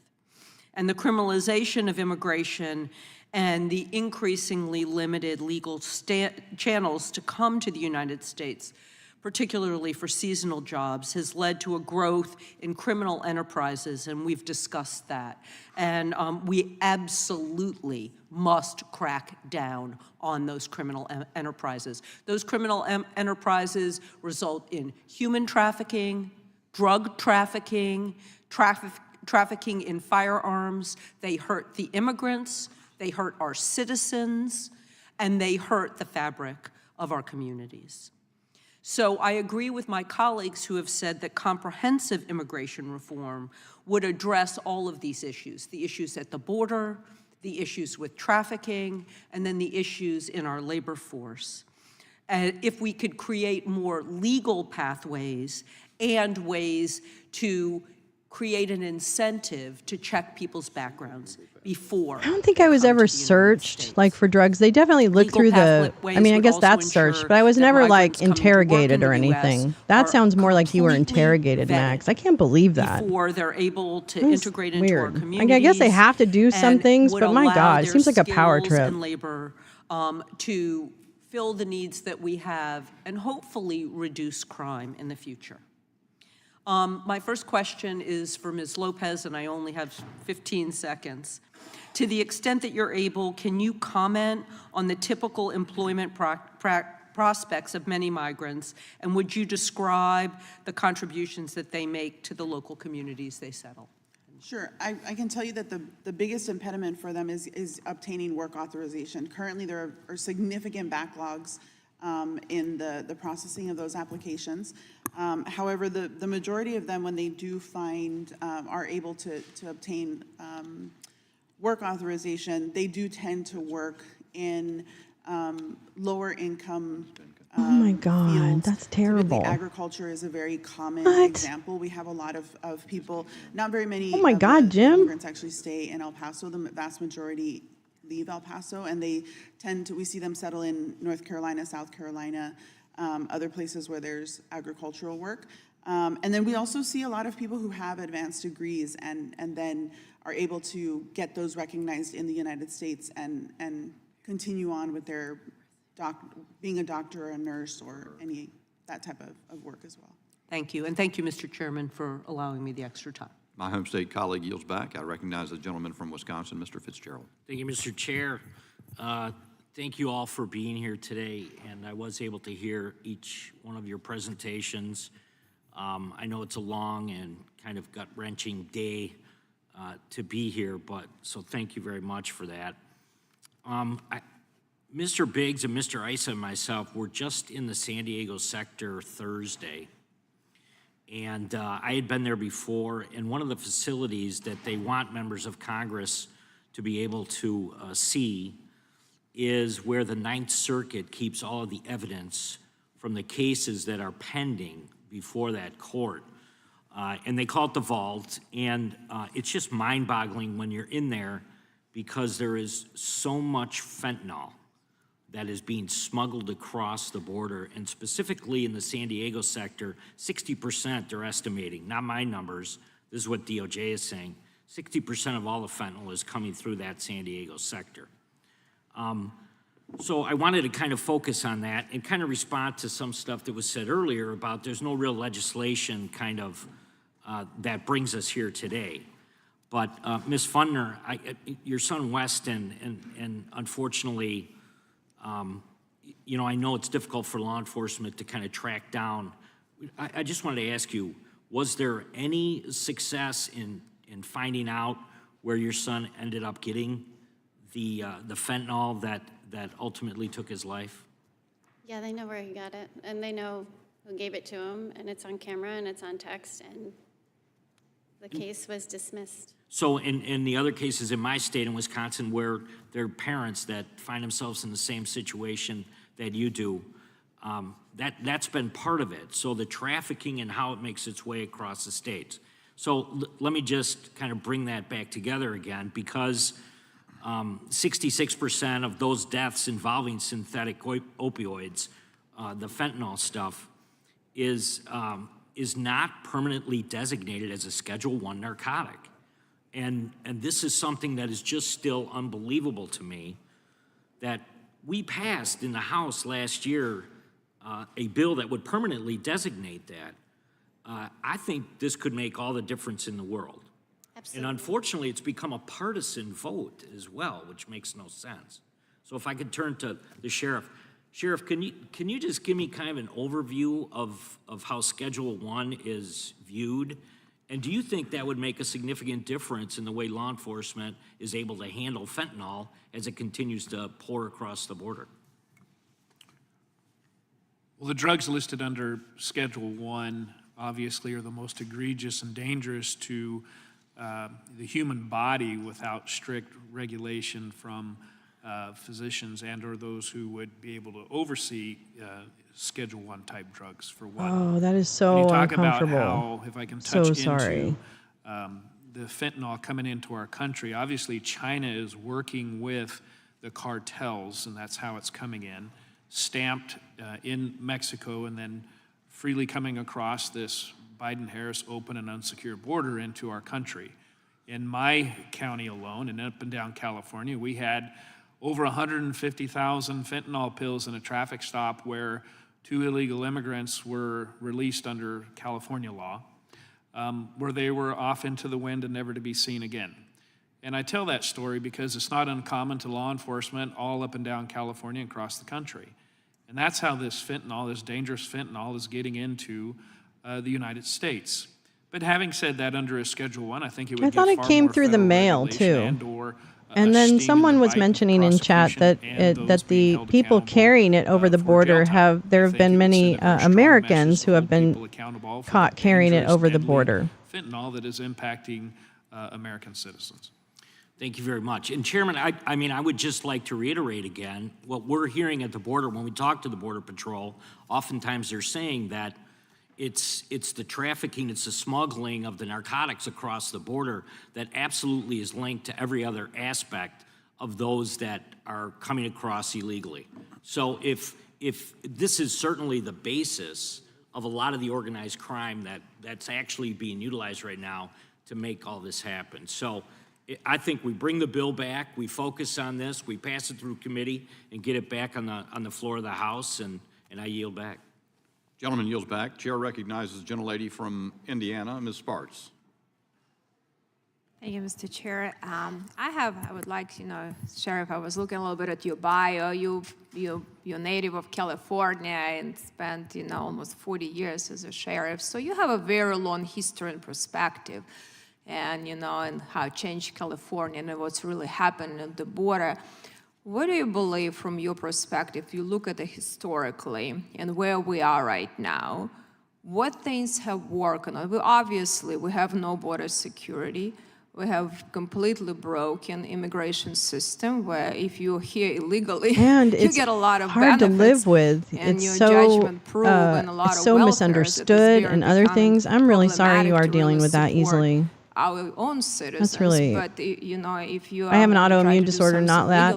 But I know people that have lupus, so I can imagine what you might be going through. I'm really sorry about that. Unreasonable and I would say very stupid immigration policy. But from the border security perspective, what have you seen work, what haven't worked? You've worked thank you, Jim. on the variety of administrations, Republicans, Democrats. What could you share with us? See, that's the thing, Tom. Yeah, it seems very. And where we are right now, and what you think. I know it's such a less safe time in street drug culture and quite now. frankly, I don't feel that it's all that complicated. I feel that it's pretty reasonable. That we have a strong and secure border, that we're able to vet those who are coming and going, that we provide the opportunity for people to come into this country through the legal system in which we have had for years. There's laws in place that just need to be adhered to and obeyed. We find that the drug activity and transportation and trafficking of drugs, guns, human beings across the border is less. Will it completely eliminate it? No. That's just part of crime and criminal activity. But we will have a controllable handle on it if we enforce the laws that are currently in place, and that we get rid of the most egregious and felonious people causing harm to American citizens, holding them accountable. Isn't anybody's time If you're up? bringing fentanyl into this country and people die, you need to be held accountable. If you're bringing human beings into this country and you are using them for a sex trade or gaining criminal making money through criminal means by trafficking humans, you must be held accountable. I believe there should be federal laws that if you are trafficking young children for the purposes of sex trafficking or any other means, or any other human being for that matter, that there should be a federal law that you are held in federal prison for whatever determinate amount of time that is, so that a message is sent very clearly to those who are doing that. If you hold people accountable, if you enforce the laws that are in place, you will see a drastic reduction in the amount of people killed by fentanyl, the amount of cartels that are involved in coming and across the border into our country, and you will actually have immigrants that are here, living peacefully, working in this country with the idea of chasing the American dream. I do not think it's complicated. Thank you. I agree with you. And unfortunately, we haven't seen it, and especially in the recent years. But if you would look at some things, what Congress is doing or doing, because really the most important power we have is power of the purse, right? We set up policies, we give direction, executive branch should, follow these directions, and funding is the way for us to, to actually hold the other branch accountable. And we haven't been doing our job very well, not just very well, it's terrible. I always say the only good thing that makes me optimistic that Congress has about 12% approval rating, so American people can see it. There is some hope. But from some of the things, what do you think are the most important things if we look at the fund? And maybe someday Congress will have a funding discussion. We haven't had it for a while. We just do CRs and presentations. What do you think, the most important things? Because we've heard some very tragic stories, the real consequences, real life affected, because of negligence and disregard of duty by executive branch. And what do you think things that Congress should maybe take a looking at the funding and other things that we try to force the other branch actually enforcing the laws?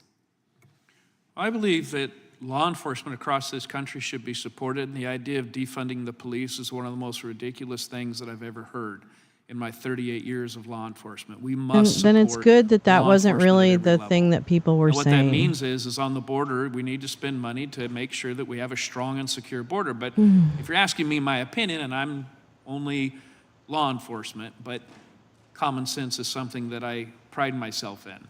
And I would argue that if infrastructure was put in place, that you had Yep. enough You're right, people Max. along the border and The energy industries would not be profitable if the market was flooded with cheap fossil fuels. So stupid. Incarceration facility to So hold true. people in custody if they're coming across the Tom, border. the USA is now outside the producing means of the more legal oil than system. any other But you have country enough resources in at the border that history. you can actually Seems like we keep are it from drilling, baby, becoming this drilling. funnel that everyone is so worried about and not being able to get into this country.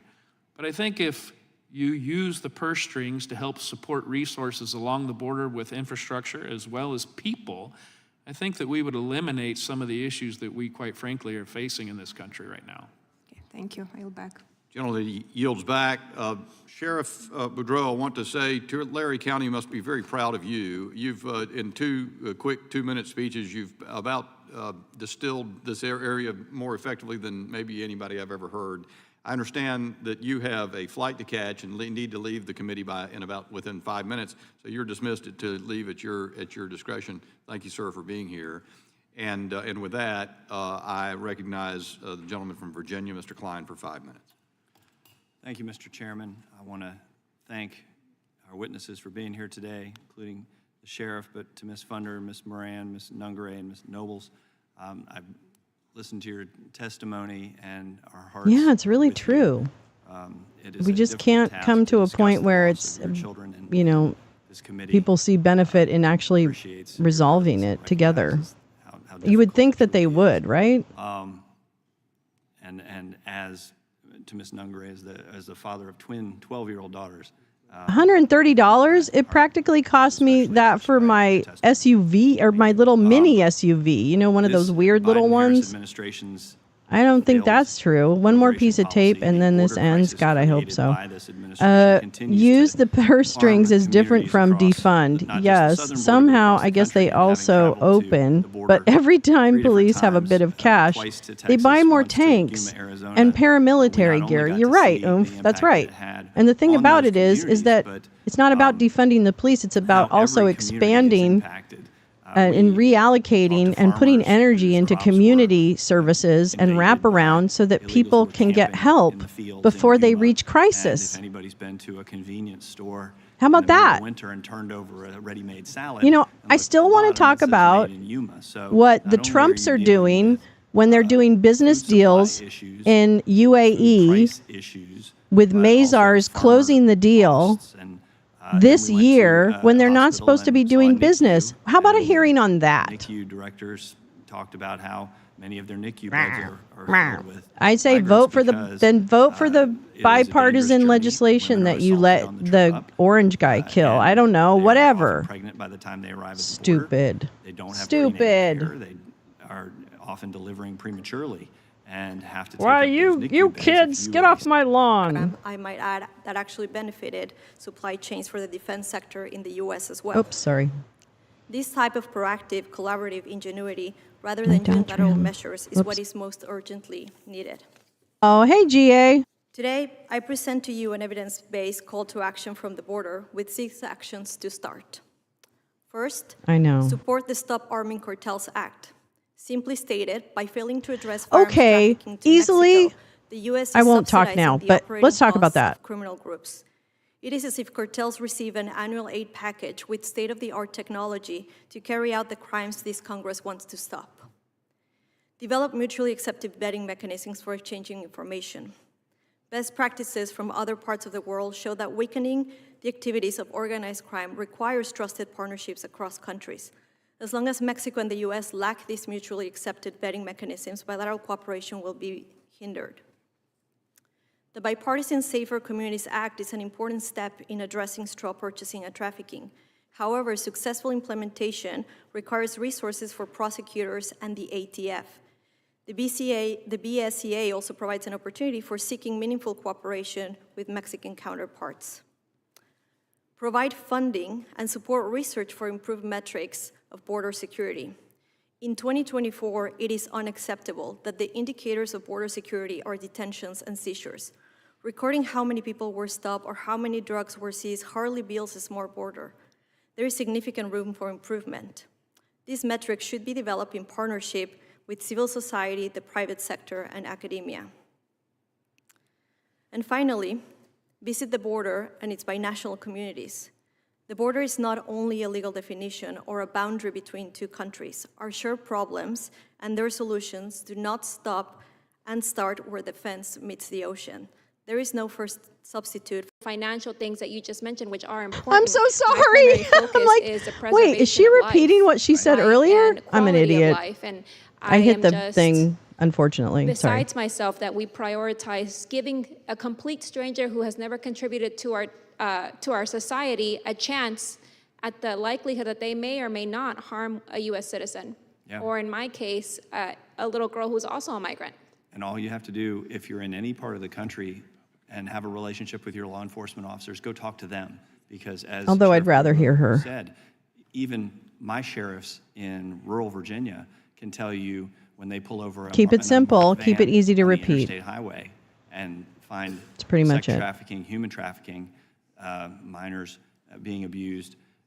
That is happening right in our backyard, and so we have a responsibility to protect the citizens of our districts, just as we do to ensure that you can be protected in your homes as well. So with that, Mr. Chairman, I thank you. I thank the witnesses again. I yield back. Gentleman yields back. Chair recognizes the gentlelady from Wyoming, Ms. Hagan. Thank you. There's a couple of statements that I'd like to make, and then I would like to give you an opportunity to make a statement about why you're here and give voice to the victims that you are representing here so beautifully. First of all, the Senate bill is not a border hardening bill, as you have pointed out. In fact, it would allow a minimum of 5,000 illegals to cross the border every single day without any enforcement whatsoever. I come from the state of Wyoming, and under the bill that has been proposed by the Senate, every 2 weeks we would have a minimum of 70,000 people crossing the border. That's more than the entire population of the largest city in the state of Wyoming. So I agree with you, that is not a border security bill. There's also been a comment made that we're not here talking about any particular bill, but that's not actually true. In fact, this week I am leading a bipartisan coalition of House members to introduce what's called the Fight Illicit Pill Presses Act. A bill which requires serial numbers for pill presses and prescribes penalties for tampering with pill presses. These pill presses are one of the methods by which traffickers are disguising lethal doses of fentanyl to look like other pills, and this bill will help law enforcement better track and punish those responsible for distributing these pills into the country. Okay, So that sounds good. But that's not really, oh, Jesus Christ. Lady, come on now. Today. I have watched your body language. I have watched as you have engaged with various members of this committee. And I think what I'd really like to do is give you the opportunity with each one of you who have suffered these terrible tragedies because of the crimes of illegal aliens. I'd like to give you just a few minutes to describe your family member and what is the message that you would give to the Biden, Harris, and Mayorkas administration. Ms. Nungary, I'm going to start with you.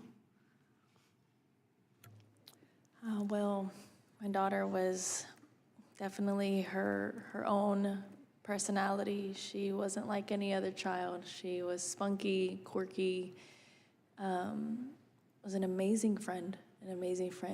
I've had the pleasure of hugging so many of them because they just miss her so much. She had a love for animals. Her dream was to save every stray animal and take care of them. She didn't want any animals to be left out in the streets without a home.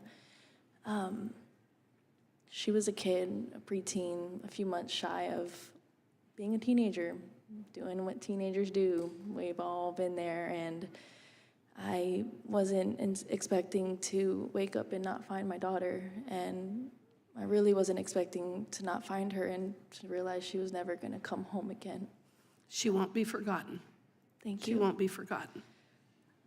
We need better security We need to make sure we are looking into who we're letting in. They were both reprehended and released the same exact days for both of them. And the last one was not even 3 weeks, and it took my daughter's life. They took my daughter's life, and because of these policies we have in place, it's the pain and the trauma is irreversible. So now I'm here to advocate for her, and as much as I am not a public speaker, I am standing strong and facing my fears for Jocelyn. Thank you. Thank you. Ms. Moran. Thank you. Rachel was tiny little girl. She was probably 5 feet. She always said 5'2", but we knew she was 5 feet. She was feisty. She was like a little spitfire. She was actually born with orange hair, very red, but she didn't like her red hair too much, so she always bleached it blonde. She was very active. She loved her children. She had a very bad stammering problem, and as a child, she was bullied a lot because of her speech. And so I told her a story when she was a little girl, and I said, you know that there was another person that was very famous, and he had a stammering problem. And I told her the story of Moses, and I told her that God gives special people special gifts because it makes them stronger. So she looked at it not as an impediment or pediment, as a handicap. She looked at it as that was her strength. And so she went out of her way to be outgoing and to choose jobs like a hostess at a restaurant where she put herself in the public way to speak. She ended up making so many friends. I think when we had the walk, there was over 2,000 people that came out for the Hydrogen. walk Don't they the put that first in time. bombs? She also was very compassionate and kind towards others because she knew what it was like to be bullied. And so she accepted people for the way they were. And I'm here today to speak about her, but also to speak about all the women that are attacked. Yeah, I don't know my Old Testament that because well, I've but done some I didn't think speaking. that was I have a lot of Moses. ladies that come up to me in the areas that I've traveled, and they'll tell I me thought she was that going to say Joe where Biden. they've been I'm not attacked, going to lie. And someone will come up from behind them and try to put them in a chokehold, and they will fight to get away. And one person in particular said that she was able to get away from this particular man, went to the police to report it, and it turned out that the man had attacked 7 other women. Oh, my.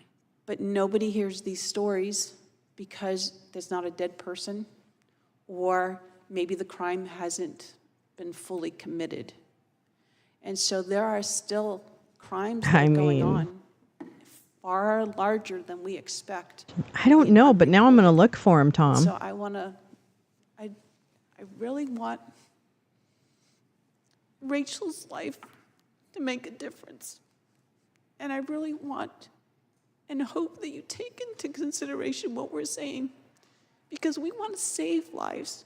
It's not about politics. It's not about if you're a Republican or if you're a Democrat. It's about being American, protecting our families. And the only way we're going to do that and have this really be a land of opportunity So there's for some both the foundation American for citizen that. and for the immigrant that wants to come in is to do it legally and to have people vetted. I think the only part that I disagree with her on is the fact that they immediately blame the Democrats for an incredible tragedy when it doesn't take into account. And this is 2 different hearings, right?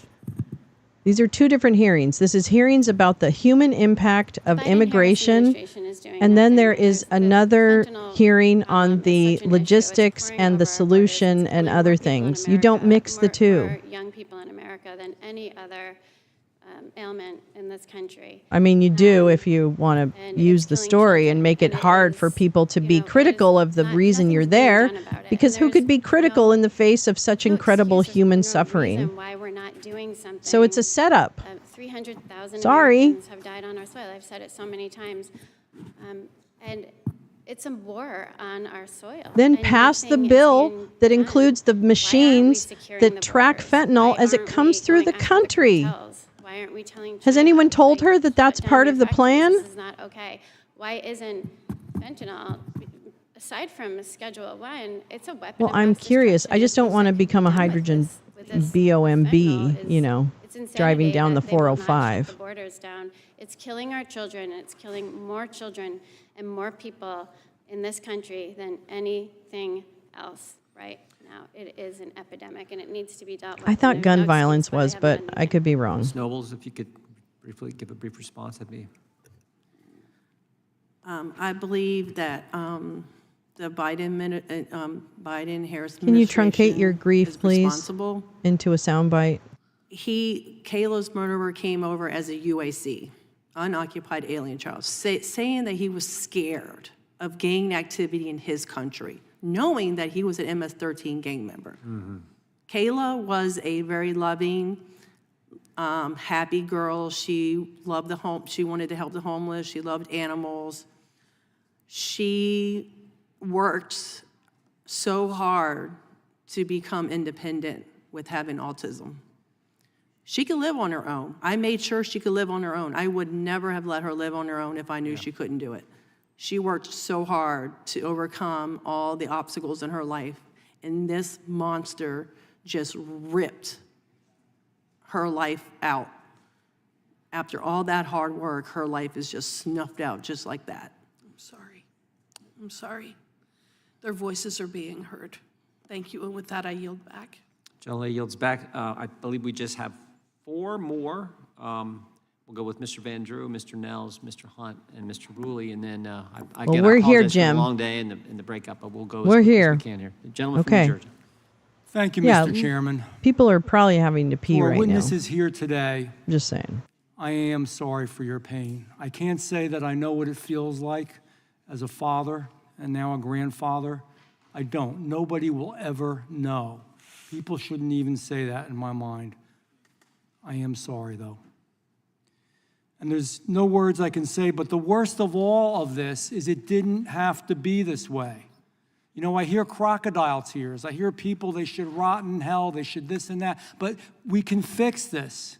And it should have been fixed. And it wasn't this way. Names like Lakin, Weston, Rachel, Kayla.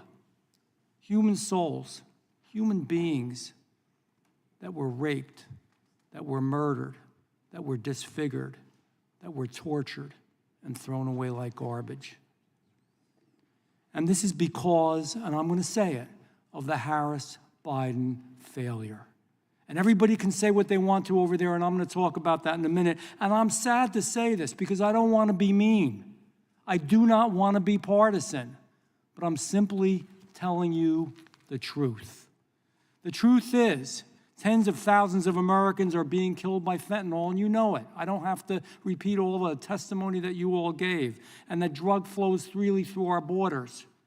The truth is, in Aurora, Colorado, gangs of Venezuelans are taking over apartment buildings and extorting rent from people. Think how scared those people are. They're having to pay them money so that they can live safely in their own home. The truth is, in Ohio, Haitian migrants are beheading the ducks in public parks. And yes, it's weird. It is weird. But we didn't bring that weirdness here. We didn't bring that distorted behavior here. But it's forced on a small town in Ohio when 30,000 illegals have been pushed upon them by the federal government. The truth is that Kamala Harris and Joe Biden let these people in. You all remember when the administration changed and they had T-shirts on at the other side of the border, Kamala Harris T-shirts and Joe Biden T-shirts. There was a reason for that. It is tell the truth time for a change. Who rescinded the executive orders? The executive orders that Donald Trump had put in that were there to protect us. Who wouldn't finish the wall? Who wouldn't keep the Remain in Mexico policy? Who instituted catch and release into our country? Who let Title 42 lapse with no replacement at all? Kamala Harris and Joe Biden. When you do wrong, you have to own up to it and be blamed. And when our party, and I hope you look at old videos from the past, because this is not the only hearing we've had. We've had these hearings all across the country. When we brought these concerns up, the left laughed at us. And they said they were fabricating stories and that we were being political. This is the end result of what they did. I pray to God, and I mean this, I pray every single day, and I'm not giving you a political speech. I pray to God that Americans see and know this truth. They trusted our government. They trusted them to protect us from foreign threats. Their trust was shattered and it was destroyed by that administration. Our witnesses today, your stories, that's the truth. It's the ugly, horrible, sinful truth. The truth is this administration knowingly, purposefully, methodically destroyed our protection at the southern border. That is the truth. They may not like it now. It's an election year. I know So now we care about nonconformity. the border. It is hard to It's a lot of watch. bull. I'm telling you It's the a truth. lot of baloney, but Month it's after month, it's we good to hear watched them say year after things year as directly millions of because it illegal kind of drives the immigrants point poured home. into this country. We watched as tens of thousands of pounds of fentanyl poured into this country, killing our youth, killing our most vulnerable, good kids that made sometimes just one mistake. And we watched as terrorists come into our country. We've got hundreds of terrorists in our country. We don't know where the hell they are, what they're doing, and what they're gonna do. And you know what we watched? Yeah, remember on Kamala 9/11? and Wait Joe a Biden minute. do absolutely nothing and welcome it. Wait a minute. Worse than all, they encouraged it. They've created this evil, and it is evil in our country. Not all undocumented are evil, but the process is evil and wrong, and it allows evil to come in. And you know what? When they asked her, and we all remember it's on video, it's not hard to find. They asked her about it. What did she do? Do you remember? She laughed. She laughed. She said she hadn't been in Europe. She hadn't been at the border. She didn't give a damn. It was a joke. It was funny. It isn't funny. Your lives will never be the same. That's not funny. And over here, we know that we're really better and safer in the country because of illegals. And we're even told that they are better and safer than our own Americans, that our own Americans commit more crimes. Wow, that's really a stupid way to put They've that. even said it today in this hearing room. Dumb shit. Fuck you, So I'm Van going to bring you Drew. real quick questions. Ms. Funder, is that fentanyl-laced pill hadn't been smuggled across our border, would your son still be here today, yes or no? Yes. Ms. Moran, if the man who murdered your daughter had been stopped at the border, would your daughter still be here today, yes or no? Yes. Ms. Nobles, would your daughter be here today if an MS-13 gang member with a history of murder was stopped at our border and sent back to where he came from, yes or no? Yes. God help us. We must be strong. We can't save these shattered lives. Hey, But all if right, you're we want done, to do Van something Drew. Shut in up. their name, You'll be that on next Fox bill that we tonight. Don't finally get worry. You'll through be and on pass Rumble. when It's we have all a new right. president should be named for all of Yikes. you.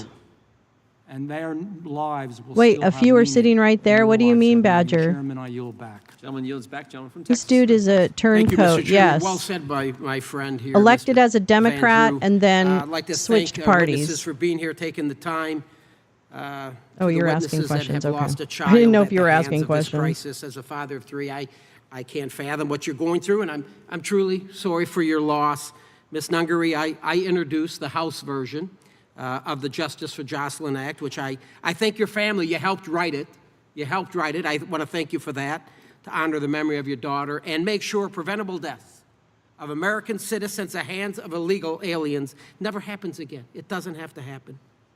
And thank you again for your family's help and on that. And again, my apologies.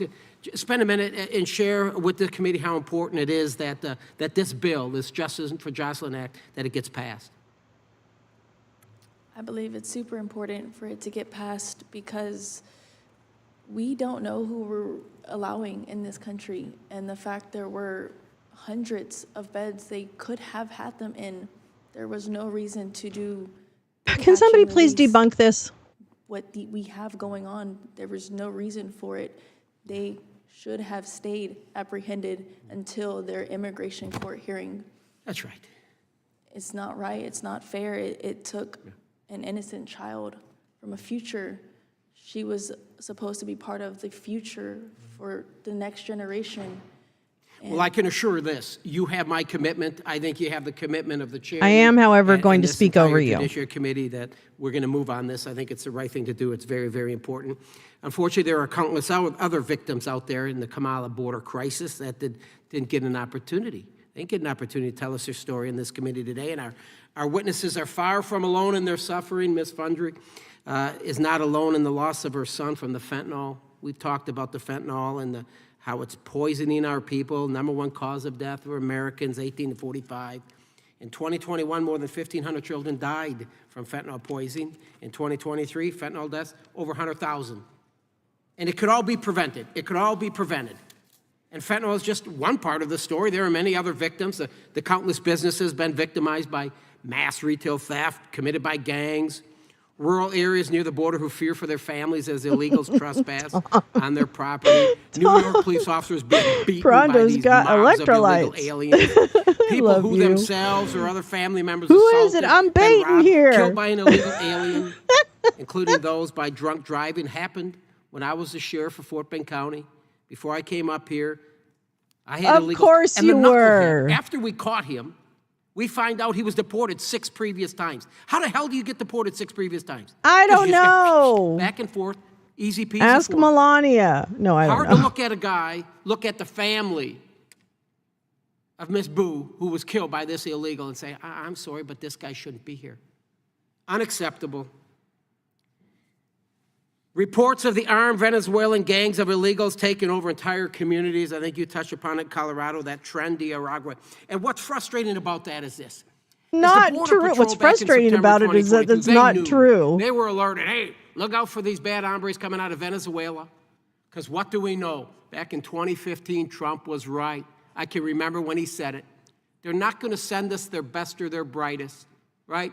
And then Trump is all of a sudden labeled as this racist because he said such. He goes to send murderers, rapists. He's right. He's right. He's right all the time. That's right. Quite honestly. I picked up my friend He's certainly Donald right here. Trump, and they So I called sent a him a letter to racist. Mayorkas And I in don't September like it. 2022, And it made expressing me my mad, concerns and I about what we're hearing from the Border Patrol. didn't like What it. kind of And I response you think think I that got maybe from them? somehow Nothing. I that hear someone should nothing. do something Then we go into like February elect 24 my with friend Lincoln president Riley, again so that that he wonderful, can come beautiful and nursing clean up the student, border and murdered close by, it again, down another Venezuelan, and, right? stuff like that. Sent a letter Yeah. to Mayorkas, and what do you That's think I right. get? What That's do I what I get think. back? Nothing.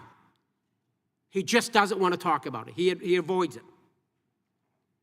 What's going on with that tie? Then we go to June of 2024. Is there like a vomiting? Did someone eat a flag and then vomit Again, it up two on his tie and then they made it a tie? Nicolas Maduro's not a dummy. Because it He's looks not. like it's a He vomited. sends all the Oh my worst God. people up here because he knows it's going to Oh cause my chaos for our God. country. So he embeds them. He sends them into our country, and this is what we Wait. get. Wait, can I zoom in? Venezuela's, their inflation's over 222%. Their poverty rate is Yeah. at 50%. Why wouldn't he want them back? Shit. We can't find out what kind of people Can I these zoom are in? when they enter our southern border. We don't have a relationship with Venezuela That's to find Trump out what kind on of his people these are. tie. That's But I'll Trump guarantee you, hugging the Kamala flag. Harris, you're responsible for this. Do you know what her position was in That's the border? Trump hugging the flag. Campaign positions. Pledge to He really end wanted to my hear from, immigrant hey, are you going to be detention. mad at I'm him, gonna ladies, taxpayer for not fund letting gender you care. tell your I'm stories? gonna decrease the funding of ICE. Are you and I'm going to end ICE yell at to save him like you did the detainers. American Democrats people are because smarter they than use this. their And time? if we're going to save our country, Is that what? Are you let's going to bring do Donald that, Trump back. ladies? The Come on, American let's people hear are it. smart enough Let's that hear We're it. going to save our country and secure a border This is on crazy. November 5th. Donald Trump will do it for all of us because he Oh puts my America God. first. Fuck he puts you. first. He does not, you fucking asshole. You fucking Gentleman yields back. Gentleman from windbag. Texas is recognized. Oh, Mr. No, Chair? I'm sorry. I'm sorry. No. Joined by the Get out. lady from Vermont. You're recognized for 5 minutes. Thank you, Mr. Chair. I come here as a new member of Congress. Was a teacher prior to that. I have 2 teenagers myself. And I know that there is nothing that matters more to us as moms, as our kids. Nothing. And so I want to start there because I know there is absolutely nothing that any of us can say to alleviate the suffering that you have been through and continue to endure with the loss of a child.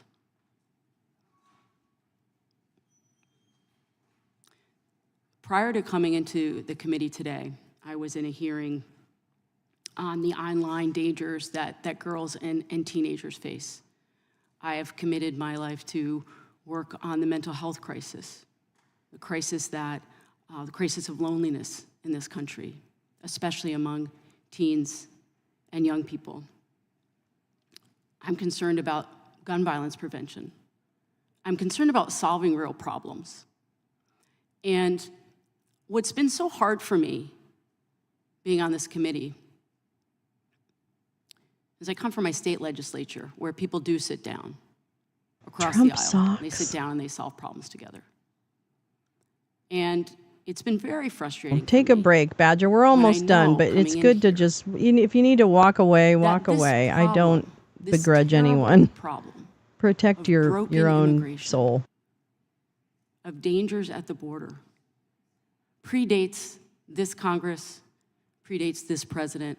We can go back decades. This is a can that has been kicked over and over again. Now, again, there's no comfort in that for any of you.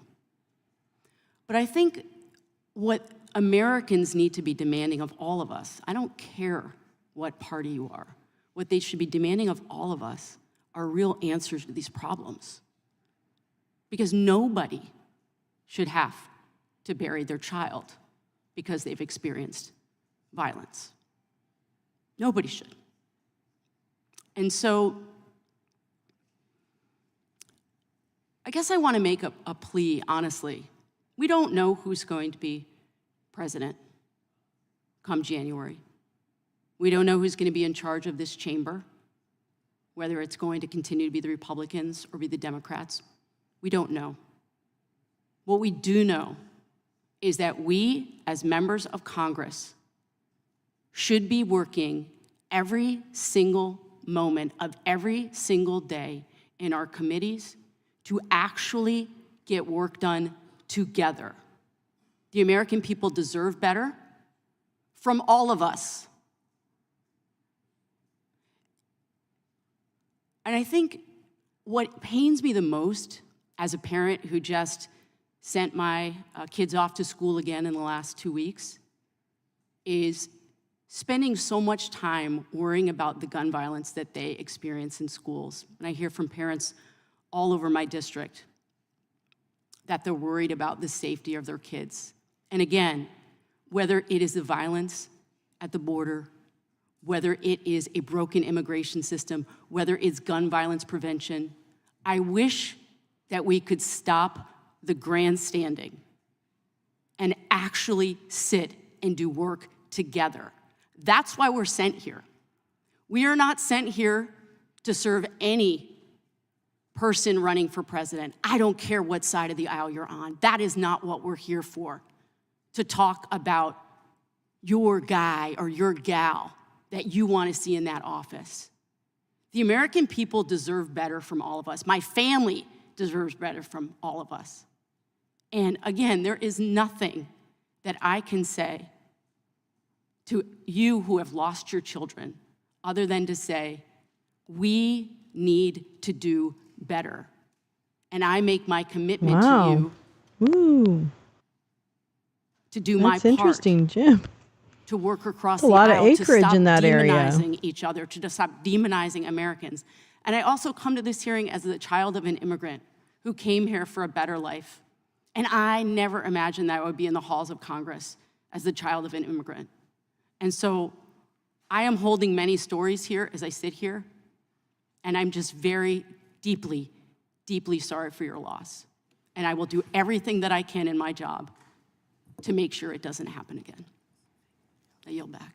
Gentlelady yields back. That was beautifully Chair said. recognizes Mr. Hunt of Texas. Thank you, Mr. Chairman. Today Jim we had have to family poop. members of victims who were murdered by illegal aliens who should not have been in this country in the first place. I want to start by saying to the victims' mothers, Ms. Nungare, Ms. Morin, Ms. Nobles, and Ms. Funder, how sad I am for your loss, and I genuinely mean that from the bottom of my heart. It takes so much courage for you to stand before us today, sit before us today. It's been a very long day, and for us to hear your testimony and for us to hear your stories, it really warms my heart, and I know that there's bravery left in this country, and you represent that, you embody that. Ms. Nungary, I am a fellow Houstonian, and I want to especially thank you for being here. Your tragedy hit very close home to me. Your testimony is heartbreaking, and 2 illegal aliens walked across the border thanks to the Biden-Harris administration's open border policies within months of being in this country that took the life of your young daughter, Jocelyn, which is ridiculous. And I'm a co-sponsor, and I'm also strongly supportive of the swift passage of the Justice for Jocelyn Act so that no child or parent will ever have to experience this tragedy again and sit before us in this hearing room again. Thank you for being here. Question for you as well, ma'am, if you're open to it. I would like to give you the opportunity to tell us anything that you have not mentioned in your testimony about your beautiful daughter, Jocelyn.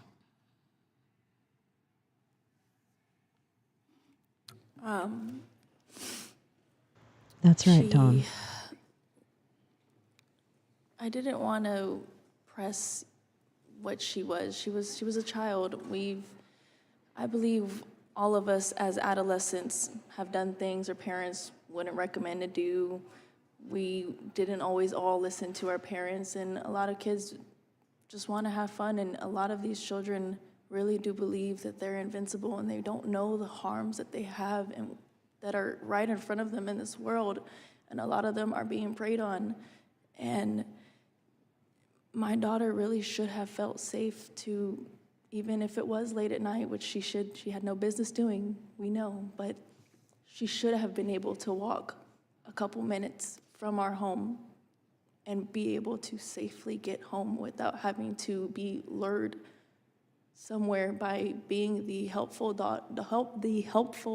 little girl she was just trying to help them get to wherever it was they were going, and they took advantage of her. Thank you. Again, this touches home to me because I have 2 daughters, Olivia and Victoria. If some of this happened to them, I actually don't know what I would do. Actually, I have an idea, and I probably wouldn't be in Congress anymore. So I understand your frustration, and you're right. Our children should be able to walk these streets safely, no matter what hour, no matter what decisions that they make. The left keeps saying that statistically Americans commit more crimes than non-Americans in this country.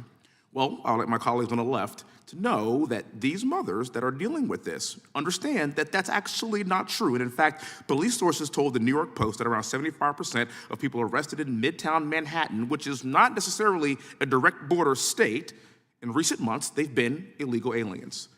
The federal government must do everything it can to protect American citizens. That's actually our sole purpose. That's our #1 job. And we can do that. It's simple. We need to reestablish the immigration and border policies that worked under President Trump. This is not difficult. My colleagues on the left want to say this is not political and it doesn't matter who your guy or gal is. Yes, it does. It really does, actually. And because if President Trump were in office right now, we wouldn't be sitting here. And I don't care what political affiliation that you have. Those are facts. I don't know. I think you actually do care what political affiliation people have. Trump's border policies. Seems like that is exactly what you care about. On the border. But we know that's not true. I used to work on Tiburon, in Tiburon, had a gathering client out there, a gardening client out there, rode the ferry. I know, I love Tiburon. It's beautiful. It's right near Sausalito, for those of you who may know the Bay Area. It's a little waterfront town. Very wealthy, very wealthy enclave, especially now. Wasn't as much when I was growing up in the 70s and 80s, but now it is.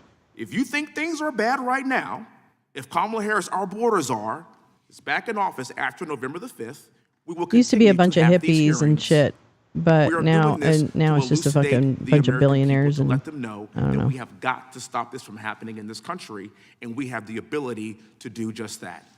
I'll end with this. I have 18 seconds left, and I want to tell you, I could see your faces right now. Ma'am, this picture in front of me has really touched my heart. I took a picture of it, and I will show it to my children, and I will show it to those people in Houston, Look for it in the next campaign email he sends. As a father, I understand exactly how you feel. As a combat veteran, and tomorrow is 9/11, as a combat veteran that went to war after 9/11, I fought for this country to keep these animals from killing our young children. That's pretty cool, Max. I will continue to fight tirelessly to do just that. Thank you so much. Thank you for your bravery. God bless you all. And we mass are trying our best sterilization, remember to prevent that? these tragedies from ever happening. I don't know. Did we? I mean, that seemed like stop the presses moment to me. Recognizes the gentleman But from South apparently it Carolina, Mr. wasn't. Fry. Thank you, Mr. Chairman. Thank you for this hearing today, and thank you, ladies, for being here. When I was in the South Carolina legislature, chaired an opioid task force that was our state's response to the opioid epidemic. And at the beginning of every hearing we did, you get into the policy, right? You get into the weeds of where you are and how do you get out of this. But we always started and ended every hearing with the faces and voices of those who are going through this themselves. And so it's incredibly brave for you to be here. Really appreciate you sharing these stories. I know it's not Dehumanization. easy to do so, but thank you. Not good. Ms. Nungary, your daughter Jocelyn was murdered by Venezuelan nationals who entered the country illegally, and they were released into the country with notices to appear in front of an immigration court. Is that correct? Yes, that's correct. And one of them had an ICE ankle monitor when he murdered your daughter. This to me is just like incredibly unfathomable that we're allowing these individuals into this country. What does it say about the policies of the Biden-Harris administration? Are there border policies or lack thereof working for the American people? There's a huge lack for public safety. For Oh, I us know. as citizens. That's We terrible, should be Jim. able to Yeah, the for Bay sure Area throughout isn't what I all grew up in place anymore. of the United States, and it is a very, very broken, failed system. Used to be much more And I'm accessible very and diverse appalled and to be in this country because of how Yeah. failed it is, especially after losing my daughter. We should be safe, and that shouldn't be a question. That shouldn't be a privilege. That should be a requirement. As a U.S. citizen, we should be safe at all times. That's a good point, Badger. And animals don't do the cruel things that men Unfortunately, do. there are so many Tech Bros that are ruined similarly it. situated Oh, to you and fuck all of yeah. you I was that are there. going through this. I Ms. remember. Nobles, I want to turn to you. The illegal alien who murdered your daughter was an unaccompanied minor when he entered the United States. Once he committed murder, local police were able to determine that he was actually in a gang, MS-13, and had a criminal record in El Salvador. Can you tell us what happened when Martinez became custody of Child Protective Services after he murdered your daughter? The Aberdeen Police Department asked CPS to put him in a secure location because of the crimes that he was, being what he did. And they agreed to put him in a secure location. When they went to go arrest him, they found out that it was a group home, and he was in a group home with other children. And the local police said, "Oh, this is secure."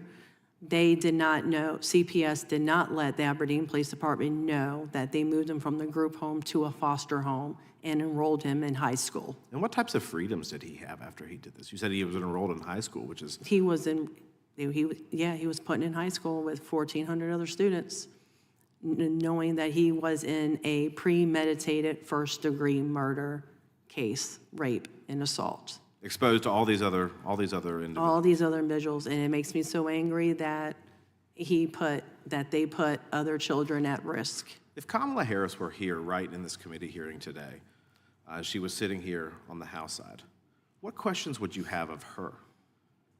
Well, actually, I would say, well, you can have Walter come live with you, because Kayla was murdered in her own bed.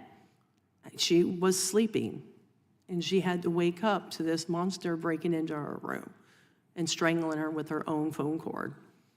She can have him. But she won't. Of course she don't want them in her house, but she's all for him, and it's not a joke. I would tell her, this is not a joke. You're laughing. These are real people, real children who had lives and was taken from them in the worst way. Thank you for that. Ms. Moore, I want to turn to you. In your That was one of the testimony, most disgusting moments I've ever heard. An open Interpol I get her warrant, pain, but Jesus for fucking murder in our Christ. country. It's so inappropriate. I'm sorry. Under the broader policies Hate of the Biden-Harris Republicans. administration. Mr. Fry, Ms. Morton stepped away. Stepped away. Well, any of you, do you feel safe Oh, under the okay. Biden-Harris No, policies? they chose No, to yeah. give people that have never contributed to our country the possibility of a better life while making the lives of the It's called citizens immigrants, worse, while you know. risking public safety. They gambled because it's not their lives to gamble with. They have their private security. They have bulletproof car vehicles. They live in gated communities. What about everybody else that has to live with these individuals in their communities? And going back to the case of Maria Gonzalez, Her neighbor was one of those individuals that was brought here. He was an unaccompanied minor, and ironically, since he left his town in Guatemala, the murders of little girls stopped. Stopped? You know, it's Prove it. remarkable to me. Why don't you prove that? I hear. I can't. I was hearing. This is listening in my office, I was ridiculous. listening to the This is commentary on the other absurd. side. I'm happy to work on security. Theater But absurd. every time that we have come forward with a bill or a policy initiative to do that you actually secure the border, that you stop. Well, the yeah, flow don't of count the people who orcas don't tipping know why they're yachts. in the country, that Leave we 'em stop alone. the criminals from coming into the country. That's right, they Val. don't engage. They shut down. Leave the debate. poor They say we're damn engaged in conspiracy theories. In fact, you know what's orcas so alone. strange? They One of the first they hearings just figured that I out was they could do ever that. in this room. How did her daughter ranking member end said up that we were living? imagining a border crisis. I don't know. That is insanity. I don't know. Y'all are living this every single day, I and don't there are know. millions of people who are in your shoes. Thank you for your bravery. There's a today. lot Thank of you for being context here. missing. I mean, not that that will be matters praying because no one should be murdered. Obviously, that's not what I meant. But there's just a push lot of this and make sure that we can I don't know all the stories of every one of these Gentleman yields victims back. Chair except now for the young recognizes girl, the gentleman from Nungare, Ohio, Ms. Mr. Nungare's Ruiz. daughter, and Rachel Morin. So I spent Those 6 were years pretty in the highly House Senate, and I'm publicized. only in my third month in Congress. So I've seen a lot of testimony over the last 6.5 years. I don't. Yeah, This is CPS the first placed. time I was don't nervous know. There's a lot of being questions in I front have of about all the that, but mothers. And I don't begrudge any of their my pain days or are anger. long. I have a lot of different things, hats I wear in my life. I came home a couple months ago and I watched a lot of news and I saw Jocelyn's picture. Just completely broke down. Anyone that has a daughter, there's no way you could get around that. And I started thinking about what kind of questions I could ask the moms. And like I'm drawing a blank and so like my cousin died young, my best friend got killed. So I got like a lot of their moms together so they could help each other and have it's like a coffee group and they get together and then they talk. Then I was thinking about the ultimate mom, Mary, and how her son was sacrificed and she had to watch that and she had to carry on. And you guys are going to carry on. Who is this? And you're here and you are empowering yourself. You have to say this story over and over and over again. And I can't imagine how you wake up in the morning and you don't have her or your kids, you don't have them with you, and how you go on. All my grandparents were born overseas, and then we celebrated going through Ellis Island. My one grandma, Giannetti, she got stuck in Ellis Island for like a year because there was medical things, and we vetted everybody, and then we assimilated. We're a country of immigrants. We're not anti-immigrant. I think he is. But we don't know who's here. And you guys are the biggest stories of them all. You know, in Ohio, I know handfuls of people that have been killed in drunk driving that are from illegal aliens that are driving these vehicles and shouldn't be there. I really encourage all of you to continue this 100%, Tom. and don't stop. I mean, and it's easy for me to say, but no matter how bad it hurts, you have to keep telling the story because people in everyday life, I don't think this is landing the way he thinks it your is. stories, and it's coming to a theater near them. In Springfield right now, you've heard in Ohio, there's tens of thousands And it's of starting Haitians that are with the there. There's a ducks little boy, and the 11 years old, kittens. killed by one of them. I'm not going into all this stories about all the other different cultural things. I'm just talking about bare bones here, and this is Ohio. But So I please just wanna, do. take a second, Please and I know a couple share of the moms are from cultural Maryland. things. And so when I Pray heard tell. that, like Maryland, No, being in list them Ohio out. and like living our lives, when you hear the border crisis, you think it's Texas or you think it's Arizona. You don't think Maryland. You don't think Ohio. You don't think Vermont. You don't think Massachusetts. You don't think Minnesota. You think Texas. But Maryland is like as far away from the border as you can get. And so, Well, not just with the really. I moment, mean, for the moms that are from Maryland, I'm so there's no way sorry. you could have I know ever nothing thought about this that in is your funny, neck of the but this woods guy that is your kids wouldn't fucking have been looped. safe. And here we are. This word salad We have is to vet these people. So Trump level if the word moms from salad. Maryland could just say a word or two. His finger ringing says, I'm on a lot of drugs right now. I didn't think I would be living the journey that I am. I thought Kayla would be safe in her own home. And it's just, it could happen to anyone. It could happen to anyone, anywhere. And you don't have to be close to the border to have this affect you. we picked out a pretty white dress for Kayla for her viewing. She couldn't even wear it. She had to wear a granny dress to be covered from her chin down because of the bruise, because she was covered in bruises and her neck and all that was messed up from the cord. So this could happen to anyone.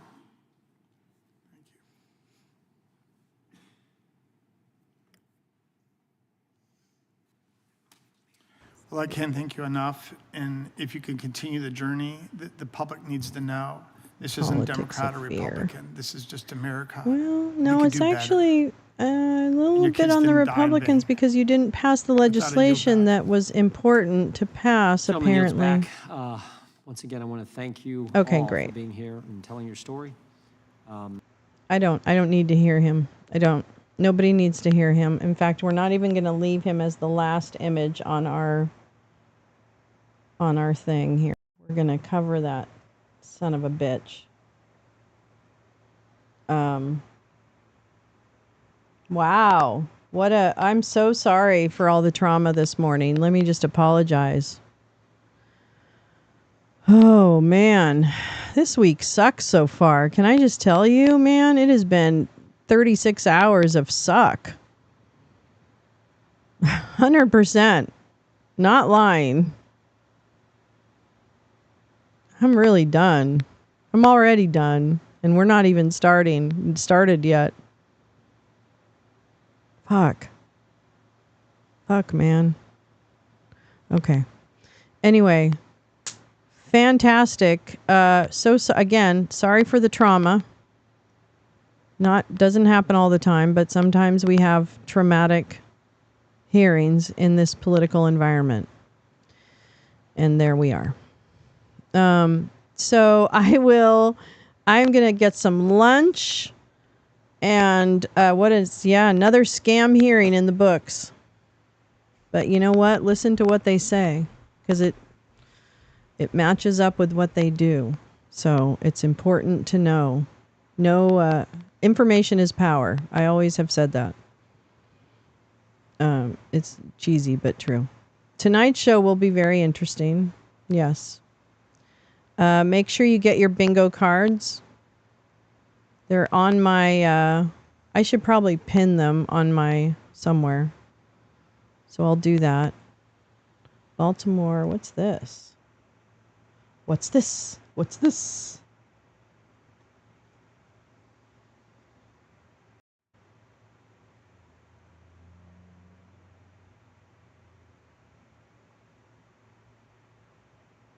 Oh, it's the Fox News story on one of the individuals killed. Put on the community page. That's what I'll do. I don't even know why I didn't do that before. Oh, I think it's because the preview of it comes out really wonky on YouTube. But nonetheless, I will do that so that it's a little easier to find. So tonight, 5:30 Pacific, 8:30 Eastern, everything inside and out. It's fine. Just reading about that. Oh, yeah. Yeah. No, that's a link to a Fox News story on one of the individuals whose story was told today. So if you want to go ahead, or I can, definitely, I can email them to you, Tom. So come back this afternoon or evening, early evening, and we'll watch the debate together. And I think it'll be really interesting. I was not being coy when I said earlier that I don't think debates matter. I just never have thought that. That's just me. I'm sure for some voters, they may matter. This time in particular, I really don't get why it would even matter. Like that would sway you to go, oh, well, okay, maybe Kamala. You know what I mean? Like I don't get that. Doesn't make any sense to me. And maybe it's just because I know what I know, but I can't believe that I don't know what everybody else knows. You know what I mean? So I call bullshit. And that's why I don't have time for that nonsense. We have work to do. And you know what? It is very privileged of us. It's very privileged of us to think that somehow a debate is going to change the minds of voters, you fucking moron, Tommy Temper, you fucking bigot. That's what I mean. Listen, open your goddamn fat ears and listen. Yeah, whatever, dude. Who gives a shit?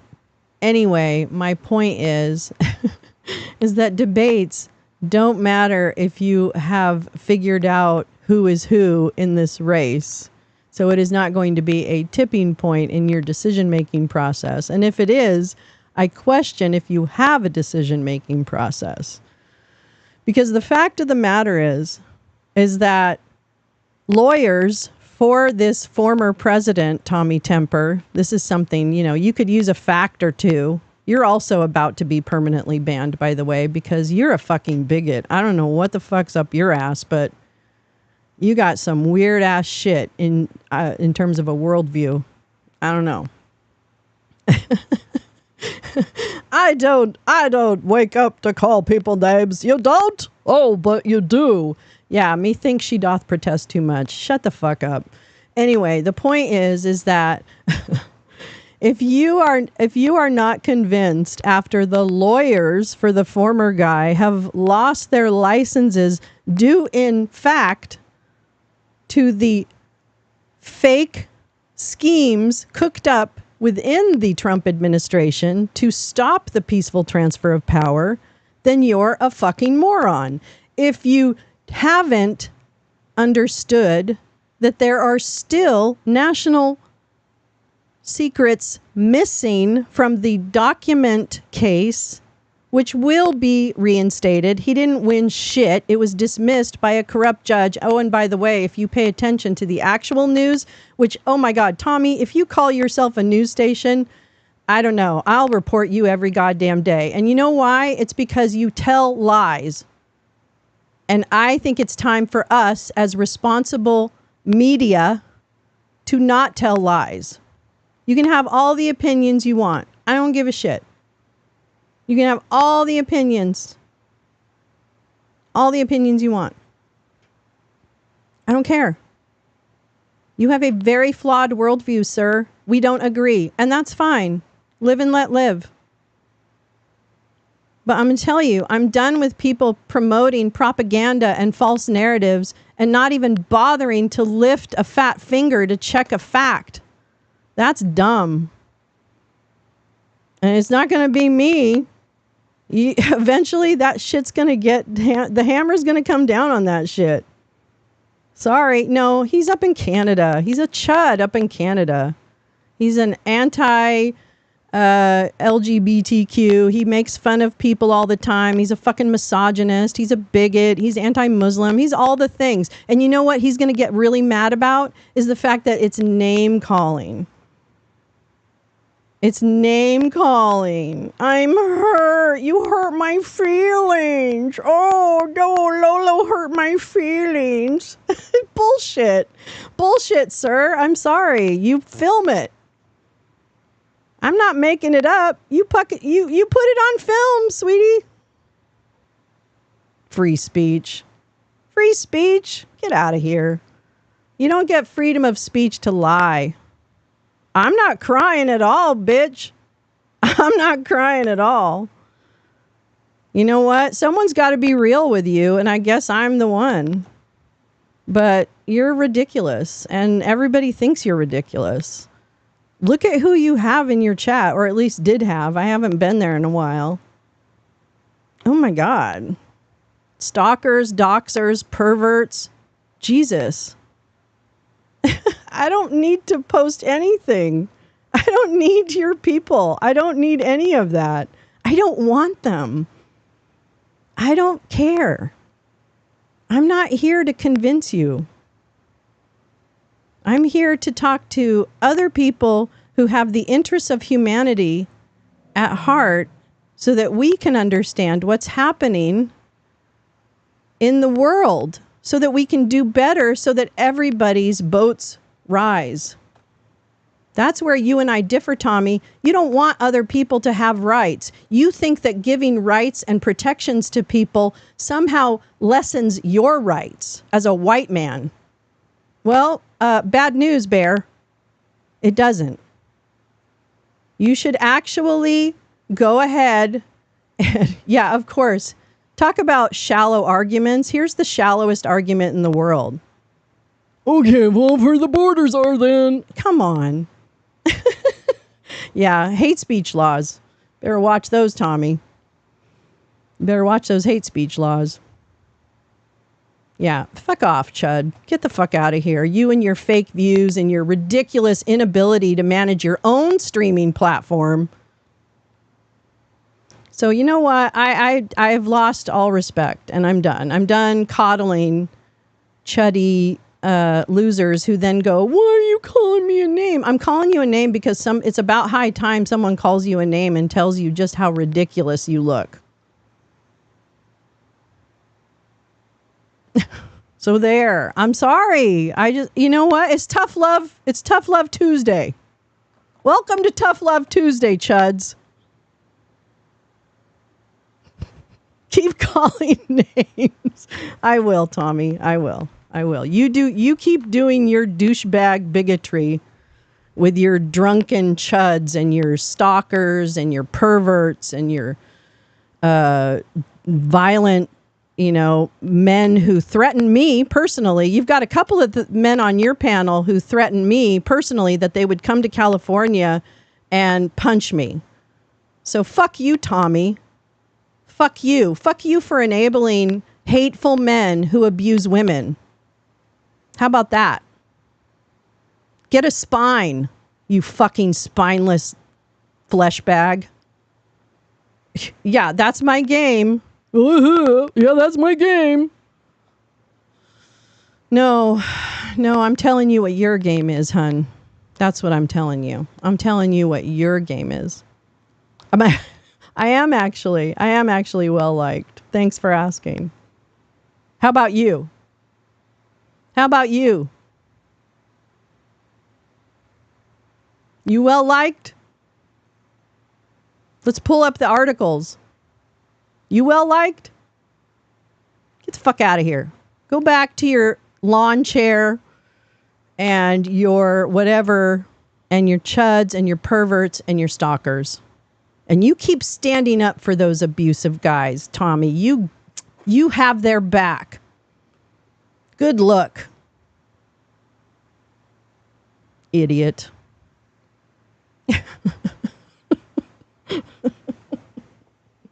I'm better like than you, baby.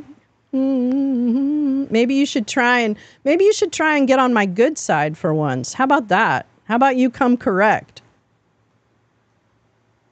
No, Tommy doesn't live in a ditch. He actually has quite a bit of resources. And so he just does what he does. But he sits there and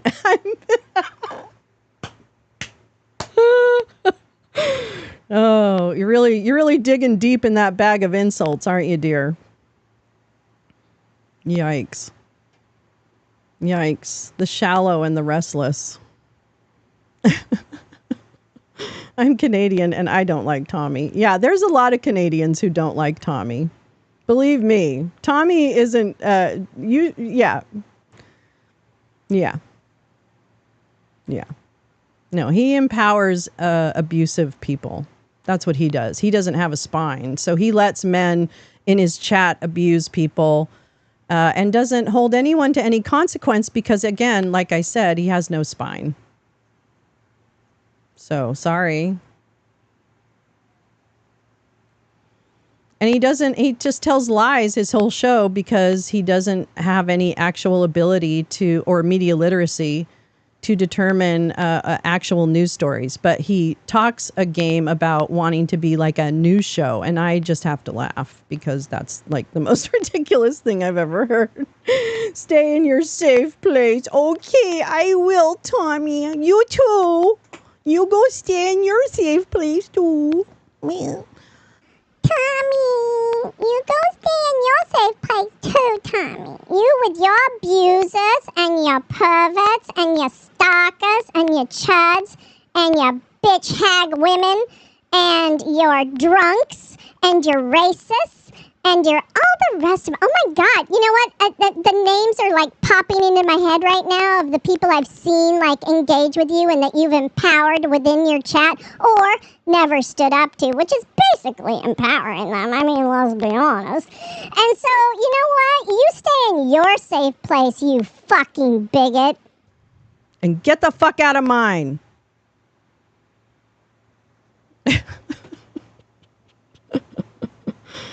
Oh my God. Why don't you start by ejecting abusers? Dumb shit. Oh, I forgot. You don't have a spine. Yes, I know. I'm making friends all over the place. Listen, I have held my tongue a long time and watched these assholes expound on the sewage that comes out of their mouth through all of the right-wing media that they consume. And I get to say what I get to say sometimes. So you got to be honest, Tommy. I haven't been this honest with you. So it's a one and done. So don't worry. It's not a pattern. It's not a beef. I don't give a shit what you do over there. You go ahead and you do you and you spout lies and all the bullshit you want. It'll catch up with you. And that's fine. But it's not my job. So I don't care what you do. You're creating your own dystopia over there. And I wouldn't want a single person that goes into your chat to come into mine.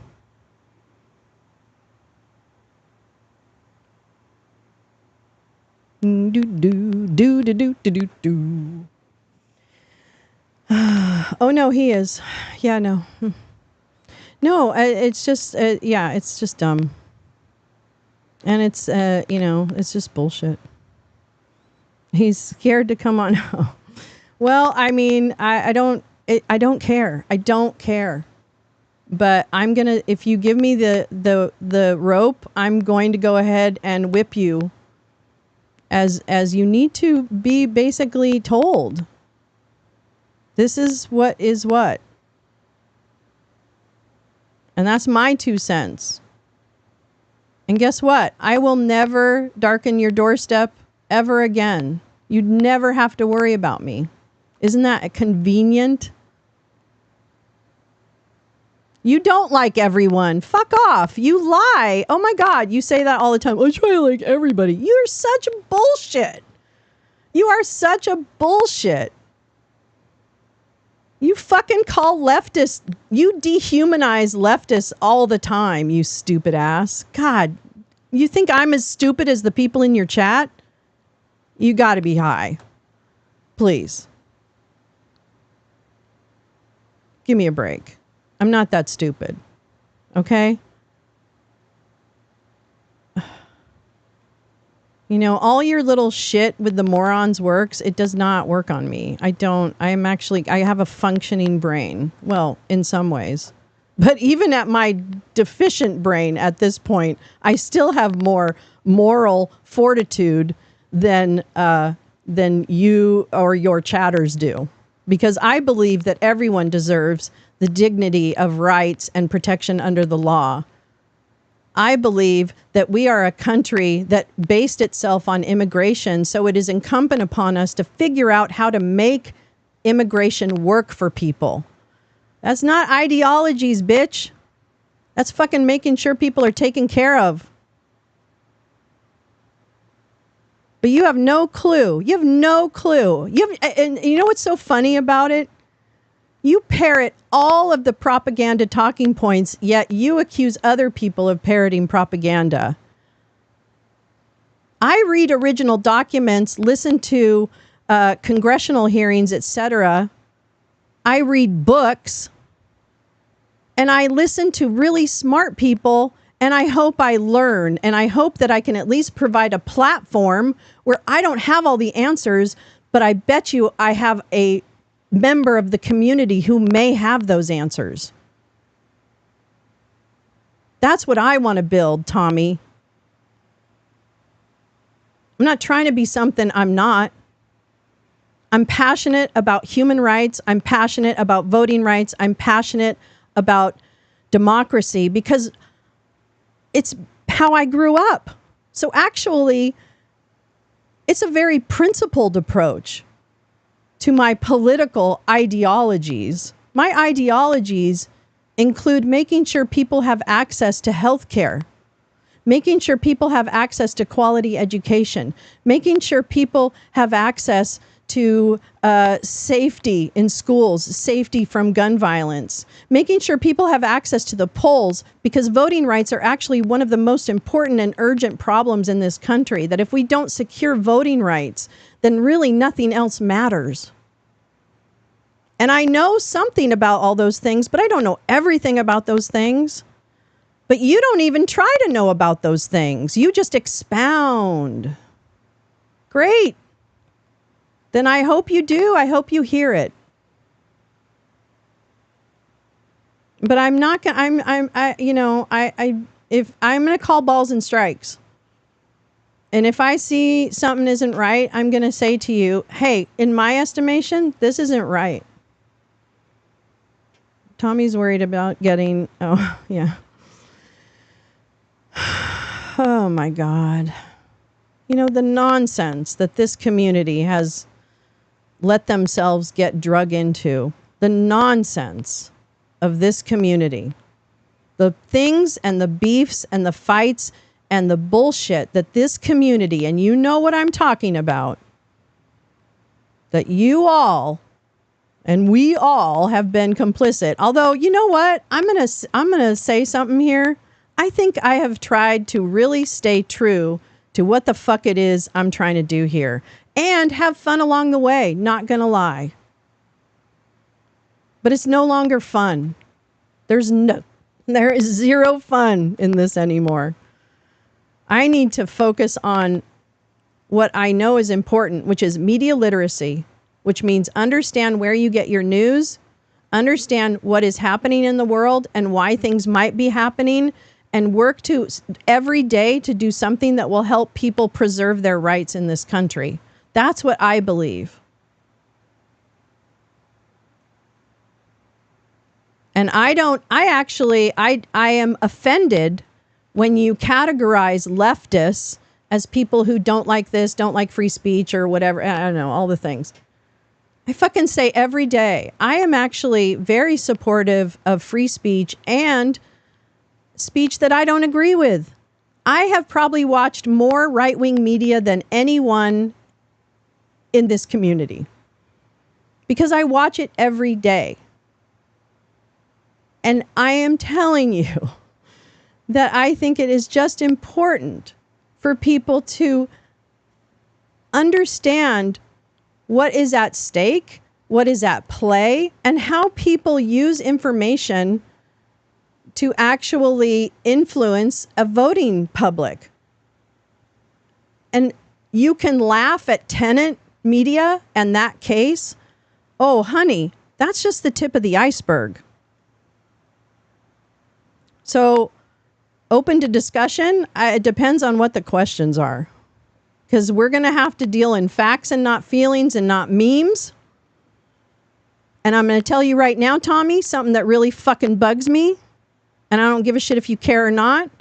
Your misogynistic bullshit when it comes to Kamala Harris needs to stop.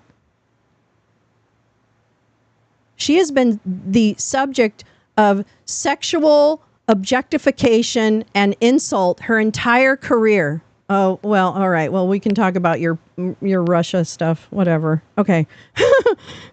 Well, then maybe you don't pass forward stories that actually come from the Russian GRU. Anyway, okay, it's too much. We can't have this conversation right now. I got to get ready for tonight. Yeah, hey, Tommy, I'm not trying to convince anybody of anything, okay? I'm not trying to convince a person of anything. But I will, because I am my father's daughter, I will fight tooth and nail to understand how people are manipulated by information and what we can do to be a more informed public so that when we go to the polls, regardless of who we vote for, we're making an informed choice. But your categorizations of Trump as some innocent, whatever, victim are woefully mistaken, and it's facts and evidence. It's not my feelings, and I don't give a shit about the guy. He could live or die. I do care about what he does policy-wise because I seem to, I guess, understand the policies more than some of the folks on your show. I better take a nap, right? Tonight's going to be wild. I've never killed a person, just saying. That's right. I haven't either. The thing about not being pro-Russia, and I'll just end with this, is that when you parrot Russian talking points without vetting them. Great example, Aurora, Colorado. I don't know if you did, but if you promoted the gangs in Aurora, Colorado story as something that might be true, but hadn't checked out if it was or was not true, that's irresponsible. Because that story was debunked, and debunked very well. Another one, the capital gains tax. Oh my God, they're coming after your capital gains. They're coming after your capital gains. I don't know if you parroted that one either. Well, the capital gains tax for unrealized gains is around people who have a base net worth of 100 million US dollars. So I don't know if any of your friends have 100 million US dollars lying around. They should be nervous about that. But then again, they shouldn't, because that's, it's about, lifting all boats. Trickle down doesn't work. We already proved that. Pick it back. So yeah, I mean, you can go out there and be, fun Tommy who wants to be everybody's friends and, gets all the chuds up there and stuff like that. But it doesn't come without ramifications. And the ramifications, which don't matter, frankly, to you, are people like me are not going to come to your show. That's it. And that's not a loss for you. I think you can have just as much fun without a Lolo as you could with, maybe, I don't know. But your chat is abusive, and you need to do something about it, and you won't. And so for those reasons, as Mark Cuban would say, I'm out. Anyway, thanks for stopping by, Tommy. I'm so sorry you entered Tough Love Tuesday, but you know what? That's how it goes. Here at the 6-hour, 20-minute mark of my streaming, which actually included a fair amount of intellectualism. Go figure. I didn't just play a bunch of memes or TikToks. Or objectify women. I don't know. Maybe you don't have daughters. Every American is just a temporarily embarrassed wolf. Yes. So true. I know. I'm going to go take a nap. I'm going to go take a nap and maybe, I don't know, eat a taco or something. It's Taco Tuesday. No, it's Tough Love Tuesday. Here it is. It does not take daughters. Well, it shouldn't. It shouldn't. But here we are. I'm glad you appreciate them. I'm glad we got through the name calling reaction. Don't worry about it. It's sticks and stones. Come on, honey, sticks and stones. No, it doesn't matter. You're right. It doesn't. You shouldn't do it. You just shouldn't do it. Makes people uncomfortable. And they won't say anything because we've been taught not to say anything, Tommy. I know. Feminists. God damn it. Well, I'm just telling you from my experience. Being a chick. Okay. Appreciate you too, Tommy. Thanks for sticking it out. Strikingly, I didn't ban you from the channel yet. All right. I'm going to take Al Munson's advice and go take a nap. Thanks for coming today. I really appreciate you all for being here. And it was a long morning. It was a little bit traumatic with the stories. And I'm really, my heart is breaking for all the families who experienced that loss. I can't even imagine what it would have been like to lose my daughter, and especially under circumstances of violence. It is just, I can't even put that in my brain. So it is unfathomable grief that they experienced.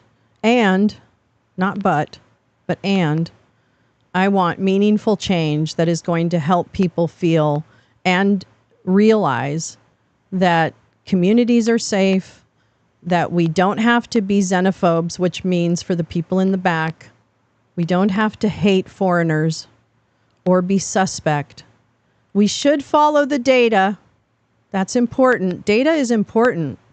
I know it's boring and it doesn't necessarily pull at the heartstrings, but it's a very important balance to the heartstrings. And you need that in order to make a meaningful change. So you need the people like the women sitting in the middle of that table who deal with this every day and are working on solutions. And you need the stories of the victims and their families. But it needs to be a balance. And it also doesn't need to be weaponized against each other. And that's the problem I have with this Republican Congress, who is hell-bent on derailing, and that's by action, not by my opinion. That is through action. They skewered the Lankford bill that would have addressed some of the gaps in the border policy. Period.